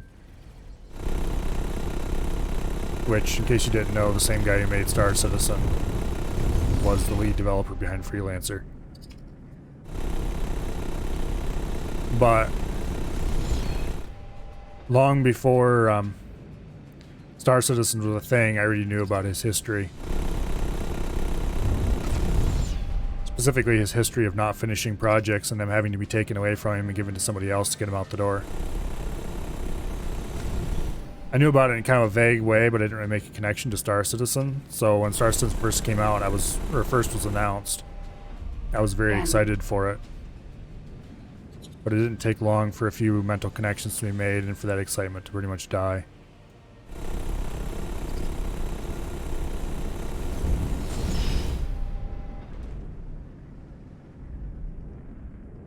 That, and at the time I didn't have access to internet, so it went from woo, new space game to oh, space MMO. Okay, okay, boring.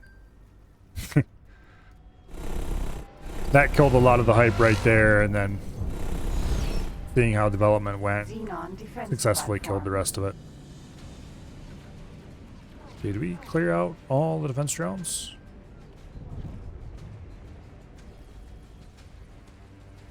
Somebody's phone or something's going off in the background.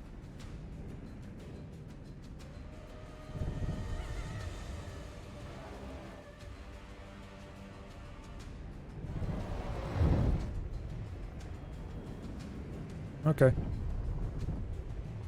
Hello, Jay. Yeah, I was really looking forward to... See, I saw the Squadron 42 trailer back before the game, was even... Before the first bits of the game were available. When they were still just announcing it. To be clear, this was even before you could go look at ships or anything in any kind. There was no software available, period. There was just some interviews for various gaming magazines and stuff talking about how awesome it was, and then there was a couple trailers, including the still really awesome original Squadron 42 trailer, which, yeah, I don't have anything rigged up to play it on stream, or I'd be almost tempted to do so. As a matter of fact, it'd be kind of complicated to unrig some stuff that'd make it difficult to do that, but anyway, to be clear, this was years before I had internet at home. So if I got a game, that meant I had to go to the library with a flash drive and download it. And drag it home and then install it on my computer that had never ever been connected to the internet. So this was... Getting a game was a pretty big deal for me at the time, obviously. And obviously I was very much not a fan of Steam because it made it pretty much impossible to buy any video games. This wasn't that many years ago, mind. Well, when Star Citizen was announced, which I guess actually is quite a few years ago now. But anyway, so I was pretty excited about the possibilities of a new space game. And got these trailers and everything, and all this looks so cool. Oh wow, you'll be able to, actual big ships that the player can purchase and fly around in. Carriers. This will be awesome. Yeah. Rip.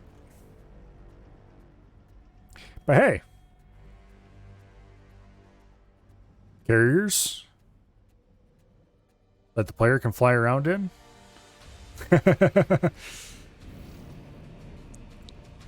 For example, Raptor. the Raptor. Sin.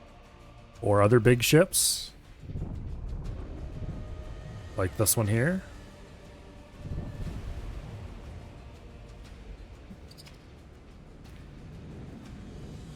This carrier, I'm tempted to launch the fighters just so you guys can watch it.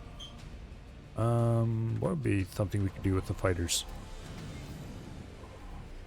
The defense station's almost dead, but if we attack that... You know what? Screw it. We're gonna launch the fighters. Oh, and thank you for the subs, Jay. Okay, are the fighters starting to launch?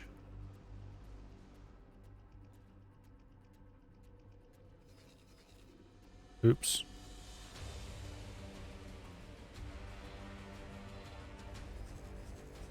Come on, launch the... Oh wait, they're ordered not to launch. That's the problem. There we go. Fighters launching.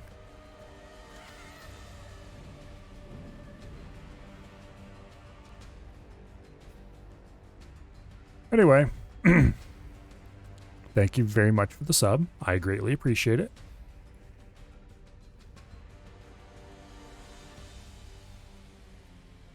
What am I using to destroy stations? My destroyers. I have 3 of them. I have 2 split Peregrines? Don't remember what they're called, actually. Might be Peregrine? Rattlesnake. Rattlesnake. There we go. Brain fart. They're the rattlesnake. I have 2 split rattlesnakes and 1 Terran Sin. Right now, I'm launching my fighters. Let's get a little closer so we can see them come out a little better. Oh yeah. Fighter parade.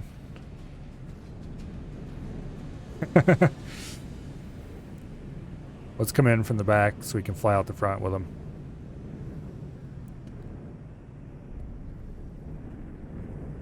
They're still launching a few. Most of them are out the gate already, though.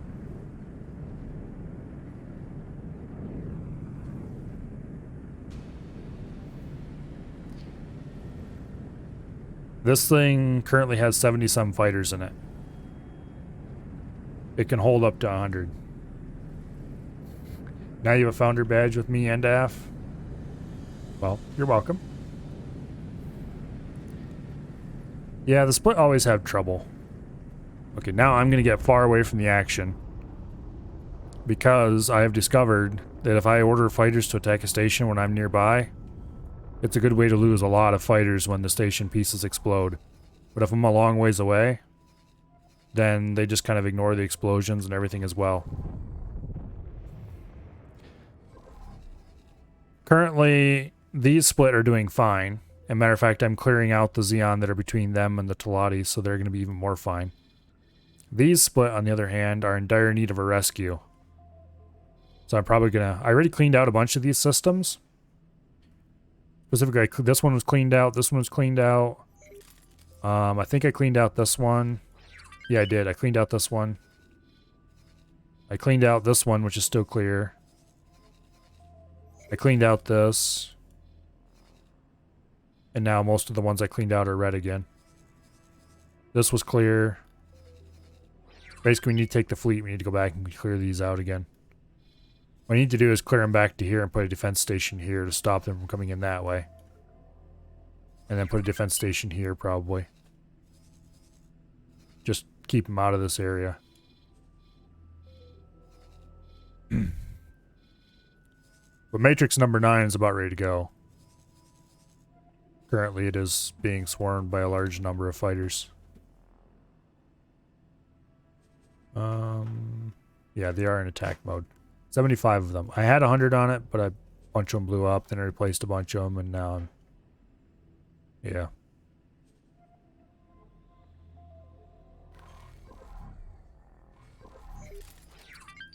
I'm well clear. They should be just fine. We shouldn't lose any to the explosion.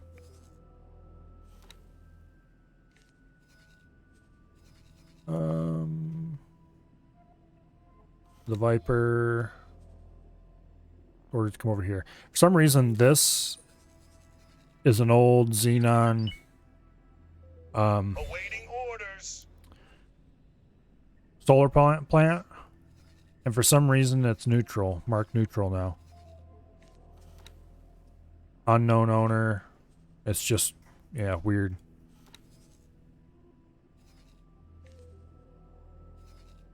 Awaiting orders. Anyway. Importantly, we didn't lose any fighters since I wasn't close by when the thing blew up. So, let's go back and watch them land, which is a much more chaotic process than them launching. Launching is cool. Landing is like, what is wrong with you people? This is supposed to be a military, not a circus. Raptor. Why is... Oh, okay. I see what's going on. Yeah. I was looking at the wrong station, thinking that was the one they were at. This station's probably just a weird bug. Hopefully it doesn't affect anything. Might have to show up and blow that up later. Today I've been just flying around with this fighter because it's quite a lot of fun. It's not the best fighter I have, but it is a pretty good one.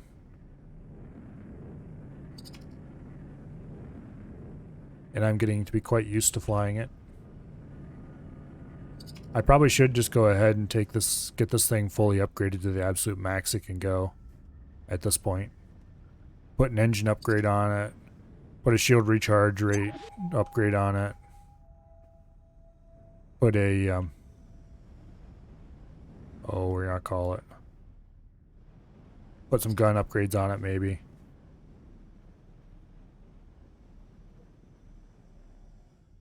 Come to watch a bot before you leave to work after dinner. Watch a bot? Clearly you're at the wrong place, Bo.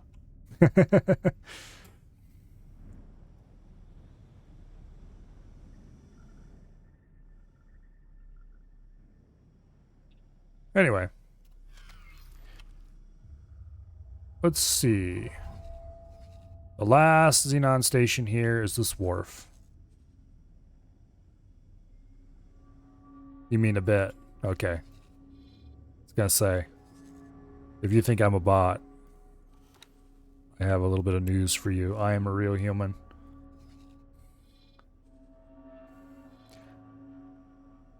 Thought it was a good idea to make a wharf without resource station to support it. Now you're crippled.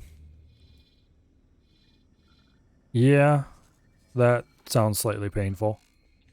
One thing that can get you going quicker. If you select your station, or go into your global orders for that matter, and go down to preferred build method, you can change it to closed loop.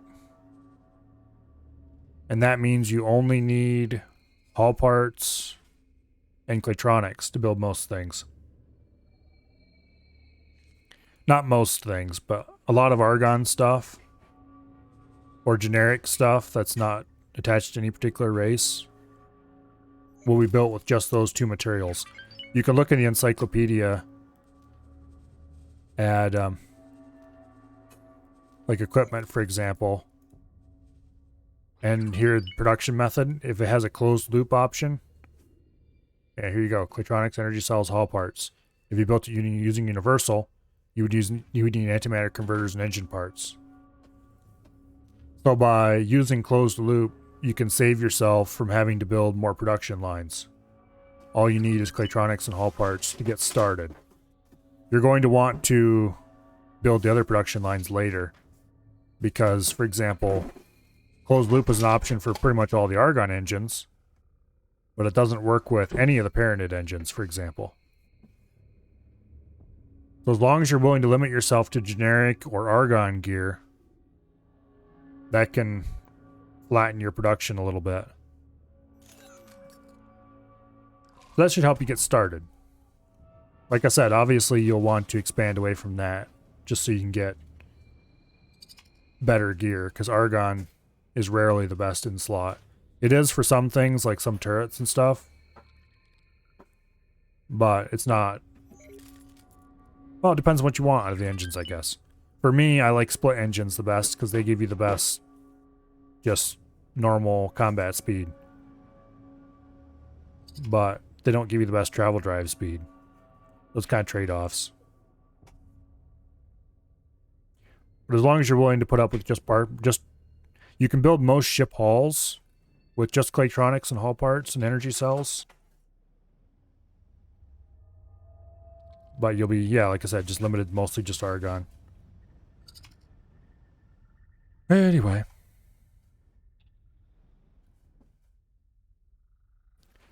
You're on the Terran method, it's the lack of resources in the area.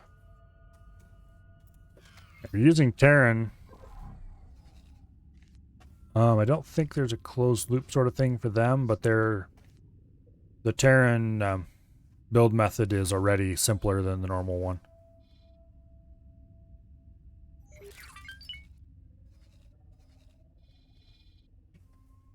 Just have to find an area with more resources then. Most of Terran space is absolutely loaded. Let's see.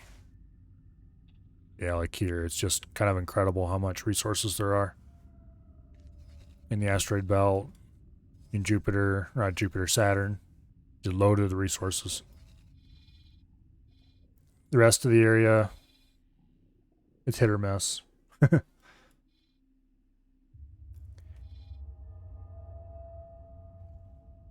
You do have plenty of resource probes around, don't you? Because auto miners will use the resource probes to determine where to go to some degree.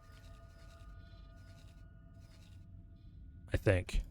They seem to, anyway. If your miners are idling, there's something wrong, probably, with their settings, or...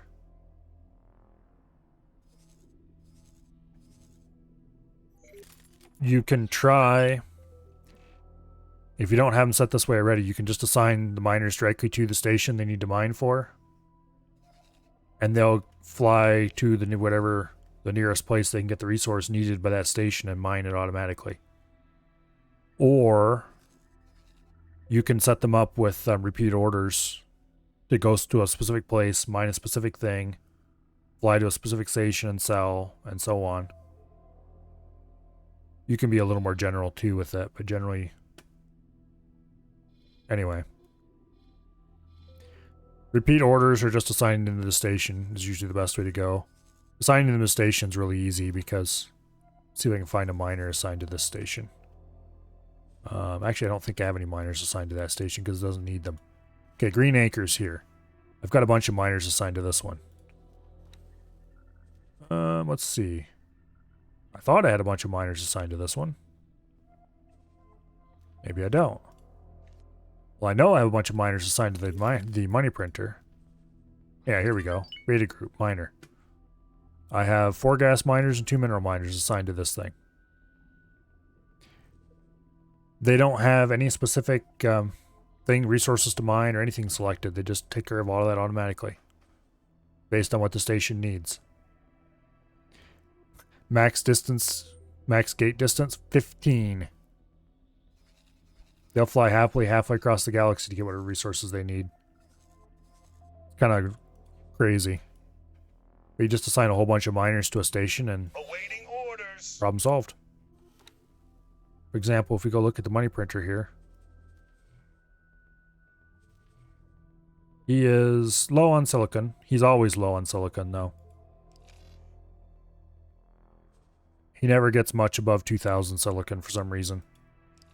But they keep up. They don't get ahead. I probably should assign another miner to it. But helium and methane, the gas miners, I have 4 of those assigned. Those are always topped right off. Whichever one is the lowest is what the miner will go out to go get. And I haven't had any trouble with them at all. There's relatively nearby sources of good resources, and that seems to be the easiest way to handle it.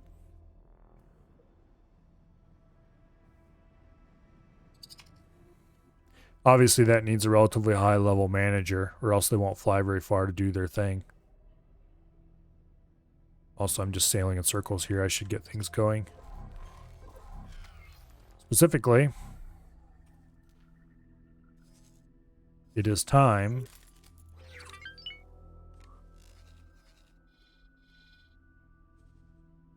to order the attack on the Xenon Wharf.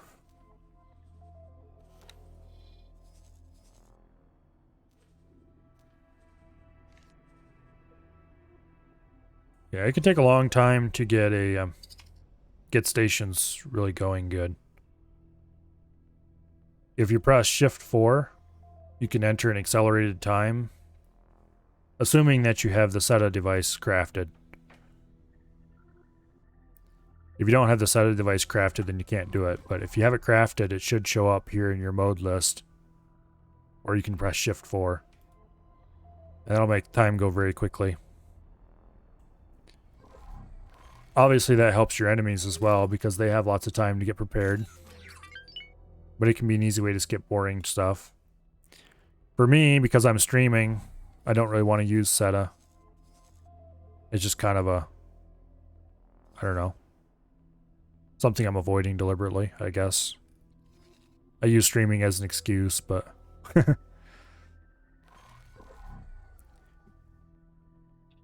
For me, what I do in that situation, when I just have time to kill, is I tend to take my fleet out and just go blow stuff up. Which is, honestly, what's going on right now. This is just an exercise in time killing.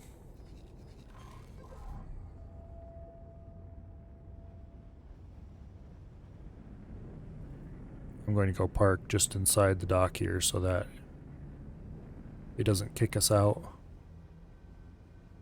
Tends to get very squirrely when you are sitting close to the hull of a ship that's in travel drive.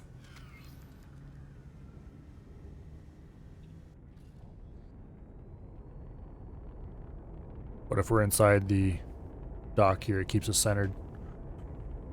Anyway, let's go check out, see how the stations are doing, actually. I haven't done that for a little bit. Okay, Green Acres. Green Acres, which is my food and medical supplies station, is currently doing good on all accounts, has 8 million available. It doesn't need any money available. It just strictly makes money. It doesn't buy anything. Medical supplies. Somebody apparently recently bought some, or a load was just shipped out. Food is still capped. Line goes up.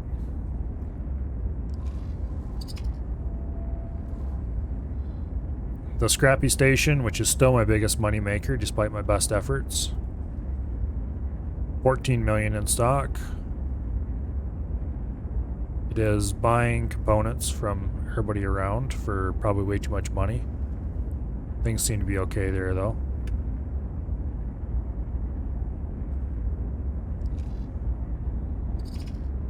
Whoa, whoa, whoa, Danger. whoa, whoa, whoa.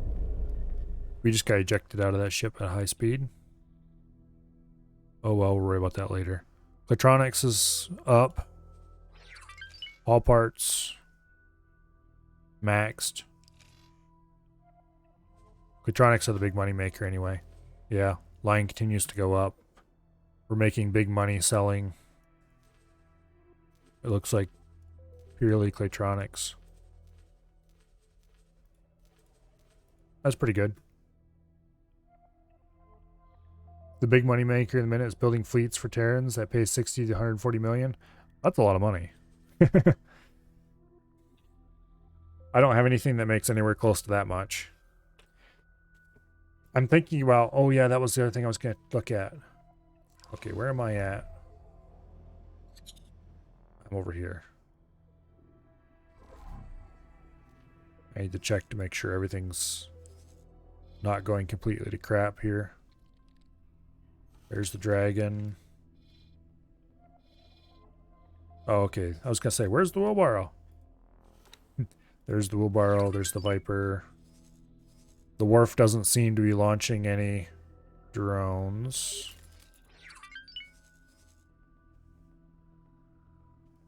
Okay. That means we can spare a little bit of attention for the thing that I was going to check on, which was... I made a relatively cheap Morea. Awaiting orders. How much is this thing going to sell for if I sell it to the Terrans? Or the PIO, or anyone else for that matter. Oops, we need to use the wharf. 1.3 million. Ka-ching. 1.4 million if I sell it to the Antigone.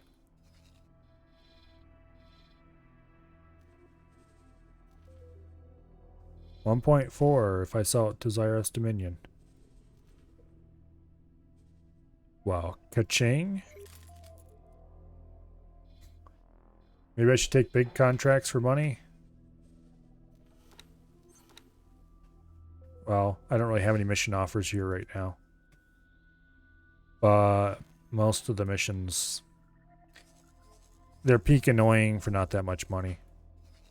Maybe the station building ones will be different, but...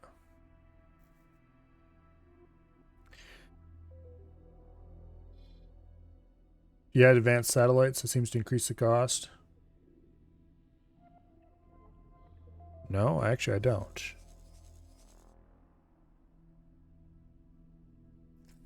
Let's try building another one. Moray. Loadout number 2.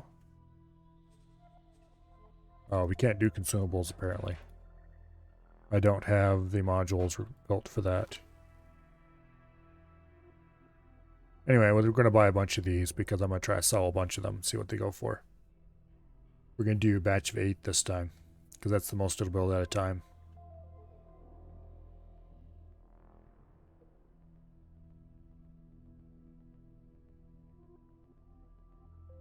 Come on, autosave. These are the same fighters that I build for my carrier. They're cheap, relatively effective. They're not really amazing in any particular way. They can be built using closed loop. We'll build 8 of them. Boom.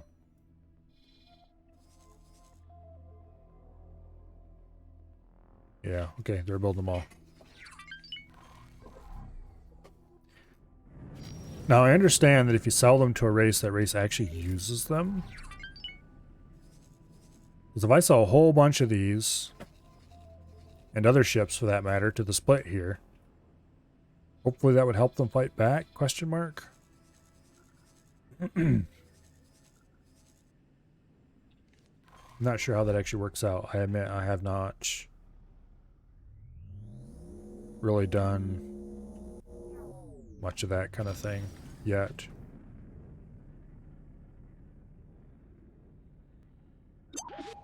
Yeah, I assume advanced satellites would probably add to the sale price, but I have the capability of building them, and I'm not sure what I need to add to do it. Probably need to add a production plant or something of some sort. Defense drone. This is still my first run of the game. Well, technically it's my second run, but effectively it's my first run. The first run was just me spending about an hour exploring before I killed myself in a Xenon sector by accident. And, well, I ran into some Xenon and blew up. And then it was like, well, okay, let's start the game for real now.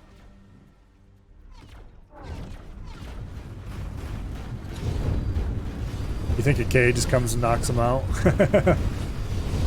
That sounds depressingly likely. Okay, let's get in the please recover my shields now spin. Something about this exact spin. Namely, left roll, right right strafe, and down right steering angle. Gives you a spin that just nobody can seemingly hit you through. You might occasionally take a small hit, but in general, you're pretty invulnerable when you're doing that. BRB, need to go start your clothes washing for the week. Speaking of which, I have a load in the washer that needs to go into the dryer.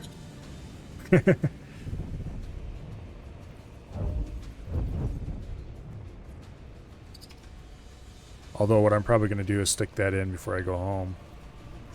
And then just grab a suit of clothes out of the stuff that was already in the dryer. Oh shit.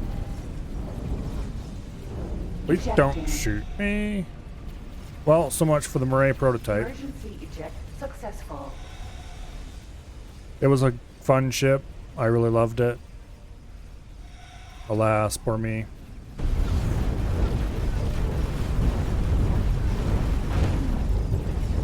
Okay. We are definitely going to get over by the carbon broadhead right now before we lose our engines.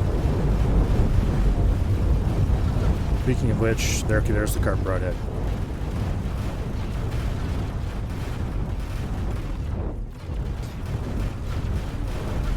What's the blue lasers? Those are plasma turrets. I have argon plasma turrets all over this ship. And then argon flax. Because the argon turrets have some of the best range in the game, and that's pretty useful. This ship is the it's the split rattlesnake destroyer, one of my favorites. Yeah, see? Large plasma turret Mark 1.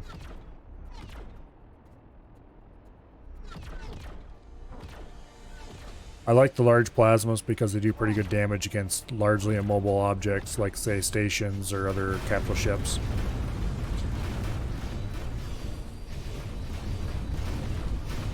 They seem to be the highest DPS you can get in slot.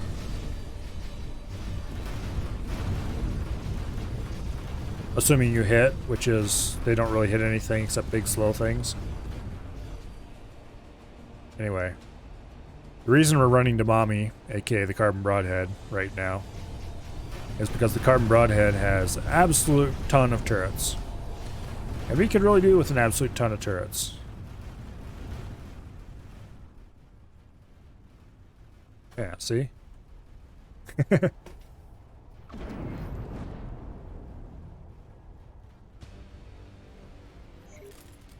Why is it pitching up? I wasn't. Well, maybe I was a little bit.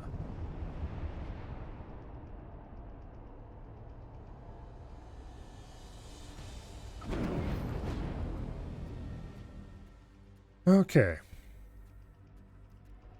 Yeah, the Rattlesnake, I definitely recommend keeping the split engines.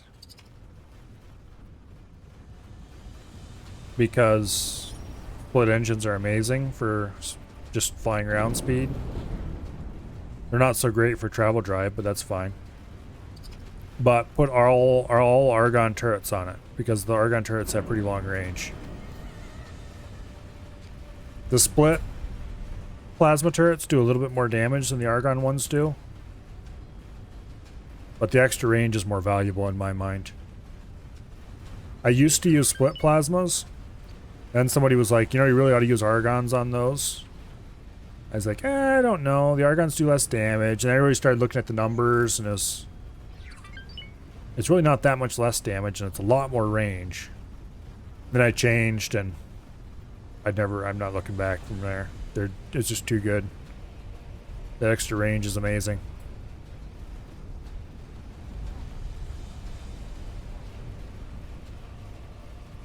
Anyway. Danger.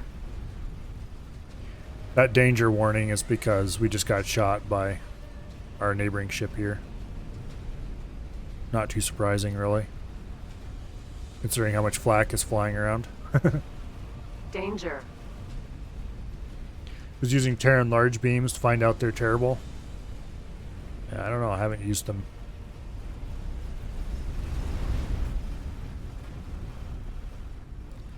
Beam weapons are okay against fighters because they don't miss, Danger. from what I understand. But I don't use them very much. I've used them a little bit. But they do way less DPS than pretty much everything else. The thing is, against fighters, you spend most of your time missing. So the DPS might matter less. Honestly, the reason why I'm using flax on board these ships for anti-fighter purposes has nothing really to do with how good the flak is against fighters. It has everything to do with how cool I think the flak looks when it fires.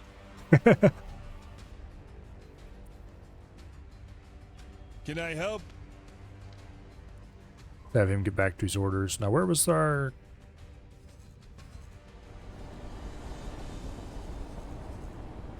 Where did I leave? Oh, yeah, that was right. Our fighter blew up. That's why I teleported aboard in the first place. Well. Rip that Morea. It was a slightly improved version of its kind. It wasn't the same kind as I have on board my carrier. It had split Mark IV engines and had better weapons and stuff like that. It was an excellent ship. I have two more almost like it. One aboard the wheelbarrow named the left handle, and one aboard the dragon that is named the left paw. But we're not going to use one of those, because the left handle and the left paw are both for scouting purposes. They're not. We're just taking out Hello there. and blowing up. Instead, we're just going to launch a normal one off the carbon broadhead.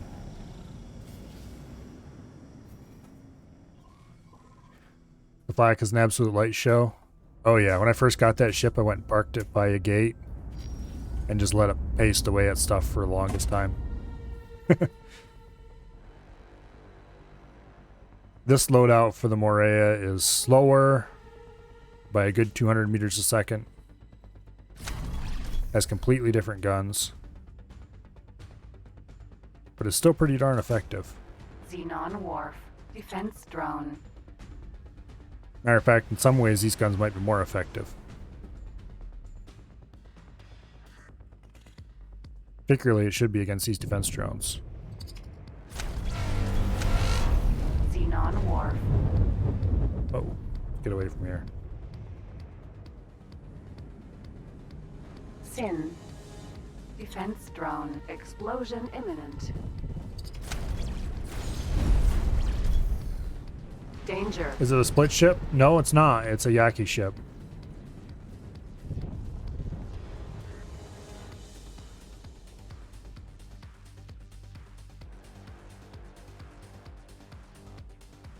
Come on, recharge. It's the only Yaki fighter. But it's like the fastest fighter in the game, if I'm not incorrect.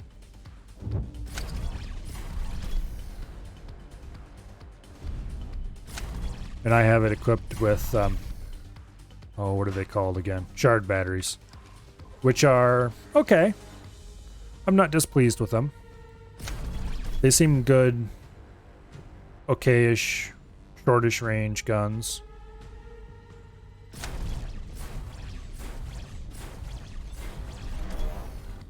Bonk. That's the real way to turn around faster. Don't you become evil to everyone if you join the Yaki? No. There is multiple ways to finish that quest. And some of them end up with being neutral with everybody, and some of them end up with the Yaki really liking you, and some of them end up with the Terran really liking you, and some of them you end up with both of them really liking you. You just have to pick the right options. Basically, try not to side with anybody in any particular way. Or rather, well, I don't say not side with anybody. It's not too hard to figure out what you need to do to stay on everybody's good side. A little bit.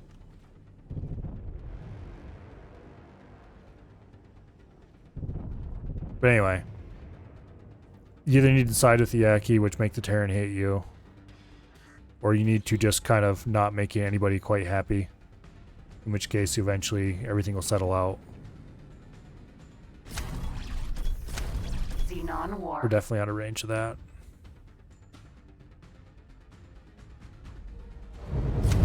Oh, hello. No shooty.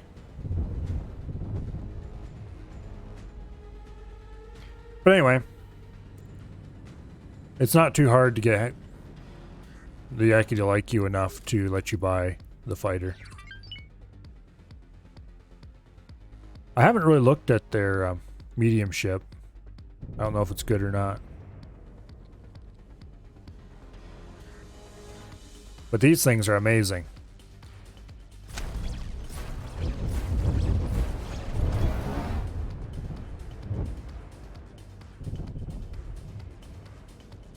They're really fast. Faster than pretty much everybody's scout fighters. But in addition to being fast, they have 4 guns.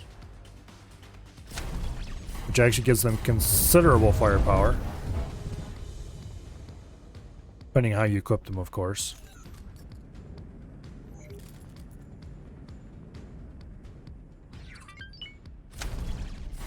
And the usual caveat of for a fighter applies here.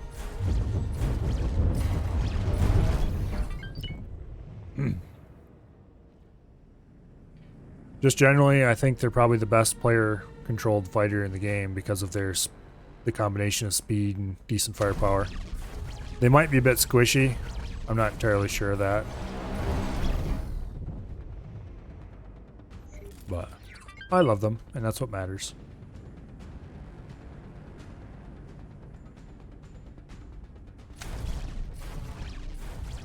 Hull damage. Oh shit.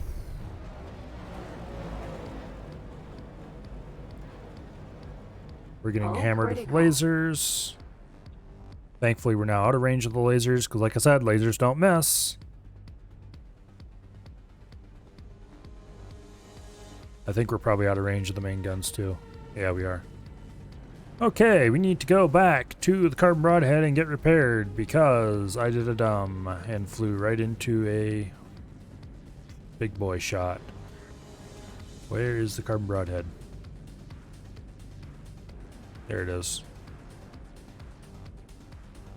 Mommy, protect me. Raptor. If I didn't have a fleet of this particular kind of ship, I would probably use the split basilics. Only the one group of split have them. Basilics? Or am I remembering that ship name wrong? Docking granted. Chimera. Chimera, there we go. I had the wrong mythical creature. Successfully docked. The Chimera is a pretty good fighter, too.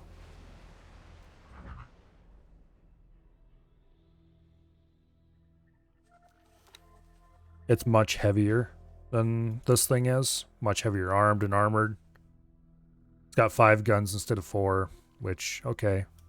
That's a little more heavily armed, I mean. But it's much heavily armored. It is a bit slower. Equipped with the best loadout, it's about as fast as this fighter is. If I remember correctly.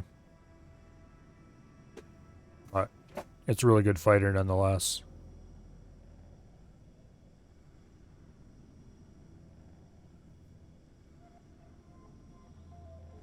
Anyway, as soon as the station blows up, I'm probably going to end stream because it is getting to be almost midnight. And that is a good hour and a half, at least longer than I normally stream. Or later, I should say. Gonna take a bit for him to blow the station up, though. How much health is still Xenon left? 43%. I probably ought to order the fighters to go after it. That would speed things up considerably. Let's actually do that. Explosion imminent. Go back aboard the carbon broadhead.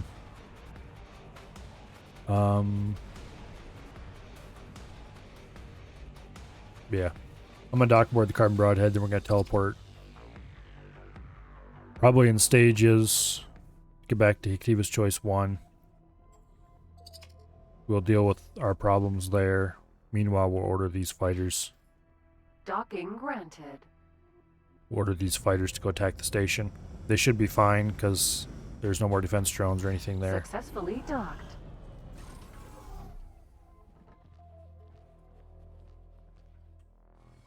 Let's see. Where's the on foot? On foot. There you are. Good, we can teleport to the on foot straight away from here.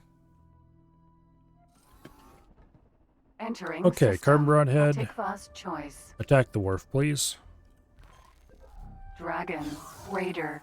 Hello. This is one of my favorite ships in the game. The on foot, aka the Dragon Raider. See you later.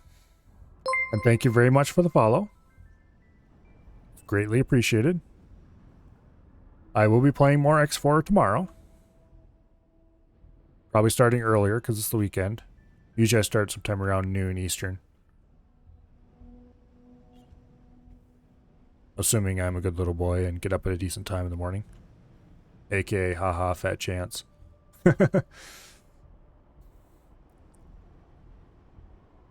Okay, what was I gonna... Oh yes, I was going to take care of those Moreas we ordered earlier. These things are all circling the station because I don't want to go. Alright. You know what, screw it, we'll leave them there for now. We'll deal with that problem later. Now we should have 8 brand new Moreas here.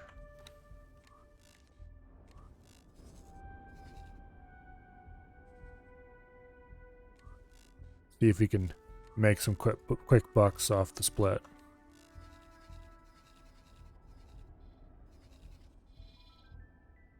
Split. Here we go. Sell ships. 1.5 million for each. Let's see if the Terrans are willing to offer me more. How much is the Antigone willing to offer?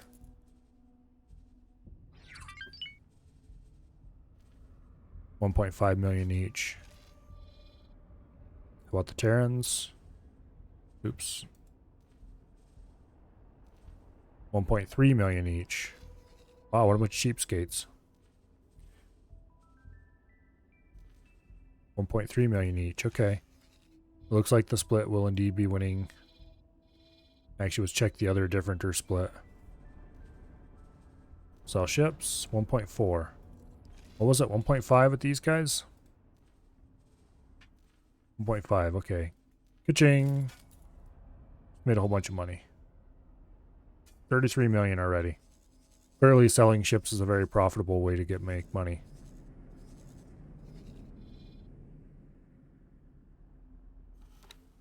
How are we doing on stocks?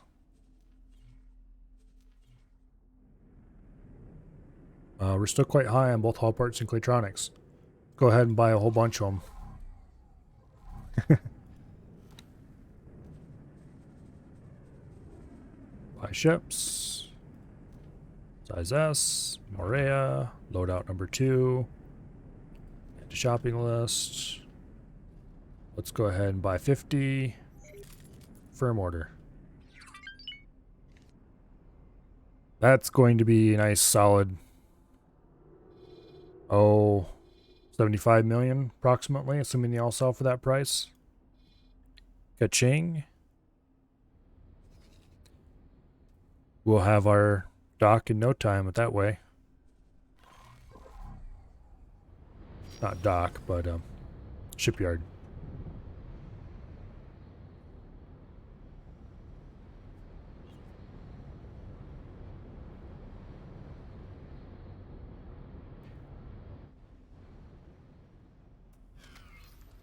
Let me look at this station again. I want to see how we're doing on energy cells.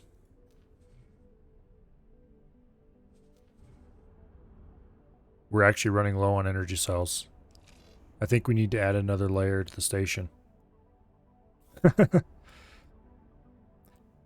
did not believe such a thing was possible.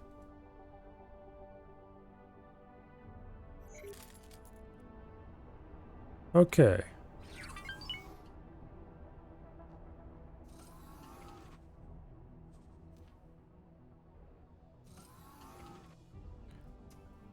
Can we even add another layer to this station?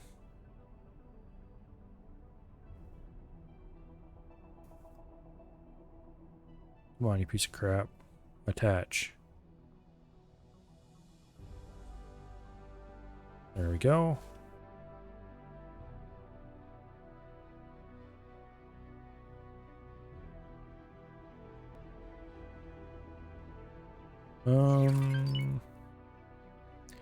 This is going to be made more annoying than it really has to be. Oh, sure enough we can. All right.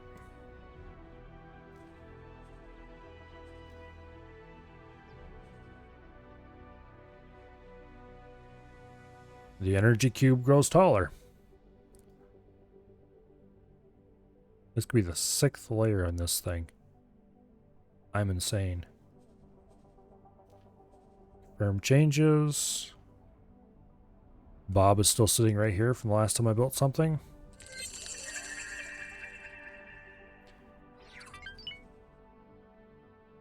Yeah, that won't even cost that much. All right.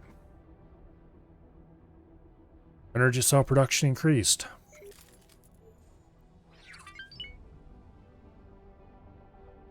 We are running low on hull parts, though. And we will continue to be low on hull parts for a little while into the future as this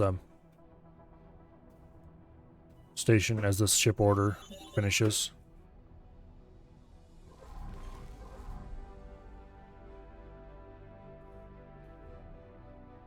Okay, I need to check. How many build drones does Bob here have? 53. Okay, that's still not too few. How about Af's Folly? 38. And the crafting menu has 44. Okay, we need to... Who is? The Viper. Viper, when are you ever going to learn to not just waltz right into a station and let it shoot you? Oh. I should go ahead and order these guys to no longer worry about the danger. Here we go. Group Alpha.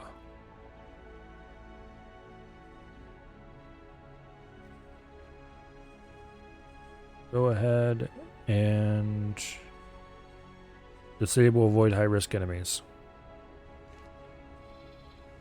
Things are about to get very painful indeed for this wharf.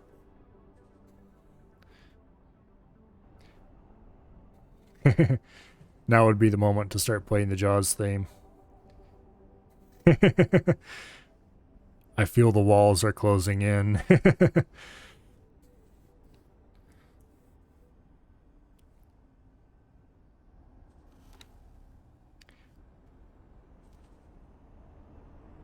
35%.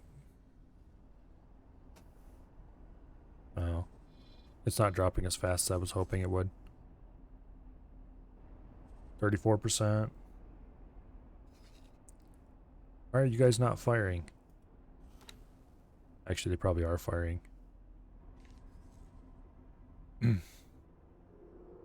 Wasted's not going to be on tonight because he was on for 18 hours. That dude's crazy sometimes. I know Avi was saying that before he went live today that he was still hosting Wasted because he had rated Wasted last night and then hosted him. And then today when he went to start stream, he was still... Wasted was still live. It's like, that guy ain't right.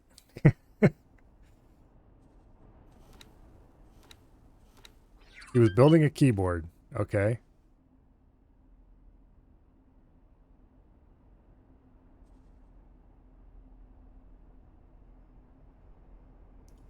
What kind of keyboard was it? Just like a really good mechanical keyboard, or was it something else special about it?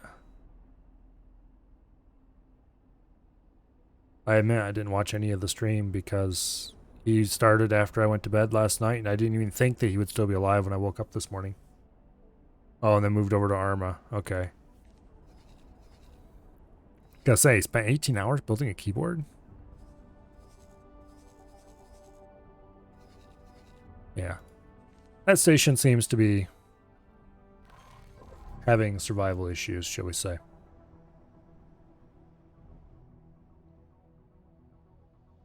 We're gonna make so much money off those fighters.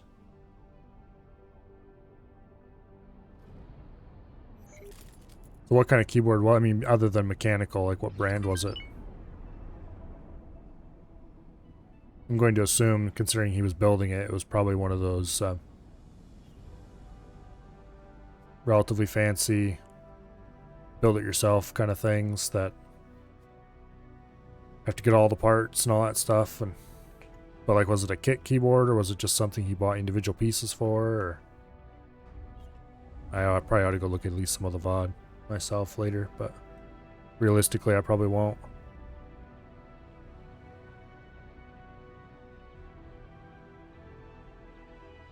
Docking granted.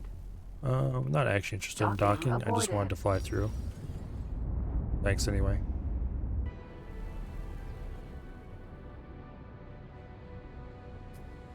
Talking to someone in the company too. Yeah, I probably ought to go check out that VOD. But later, because it is 11:57. And as soon as that station in Matrix number 9 goes boom, I'm probably going to leave. Because, yeah, it's getting late. How far is this from going boom? 17% left.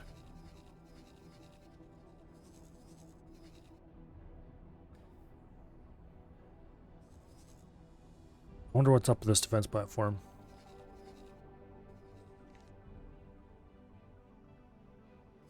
I wonder what these gas pockets are here too. Well, I guess there's a combination gas and Matrix 451 is fairly solidly Teladi at this point.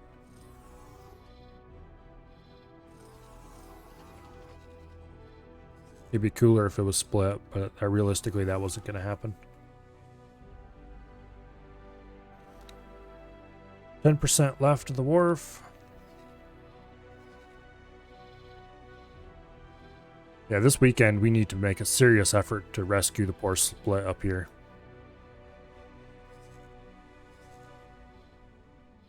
We should probably start over on this side. Clear out these stations. And then go from here. Clear out Matrix 598. Clear out Rise Defense. Was there another? Okay, Rise Defense only had these 2 gates. Clear out Rise Defense. Clear out Family Crit. Clear out Family Zen. Plunk a station here, just a small one. And then just work our way around. Clear out to Heretic's End. Plunk a station here by this accelerator. And that should have them pretty protected. Just one defense station here. One defense station here. Whole place clear. Let run wild.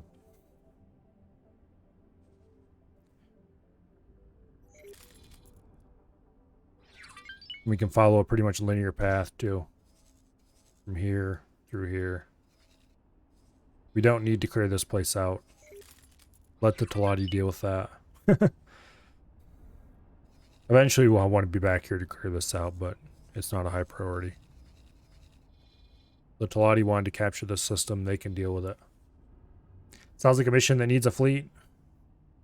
Yeah, hopefully.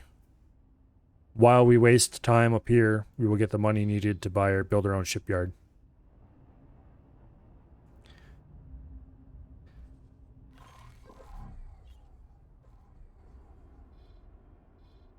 Meanwhile, in Matrix number 9,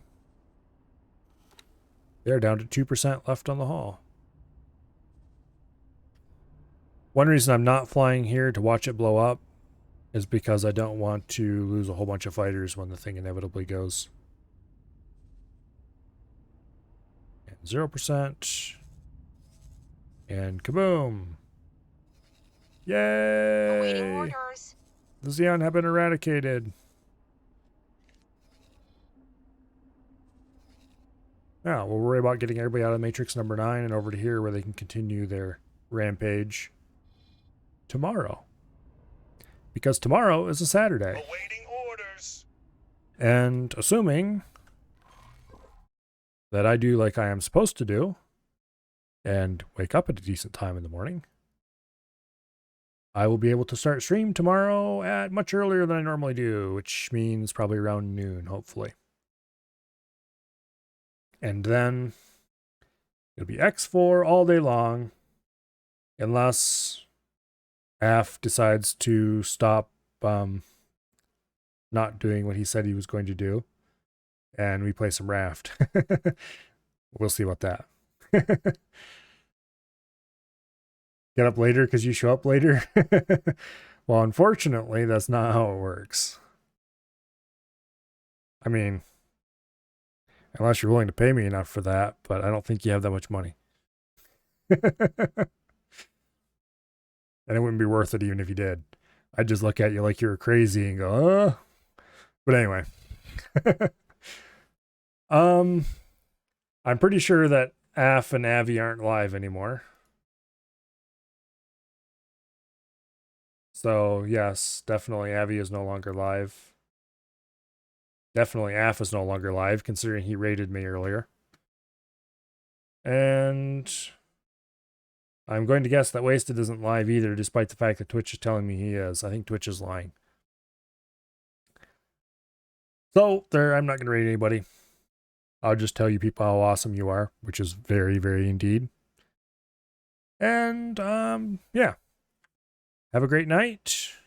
And as soon as I get the OBS window up here, I'm going to end stream. Yeah. See y'all later. Tomorrow, to be exact.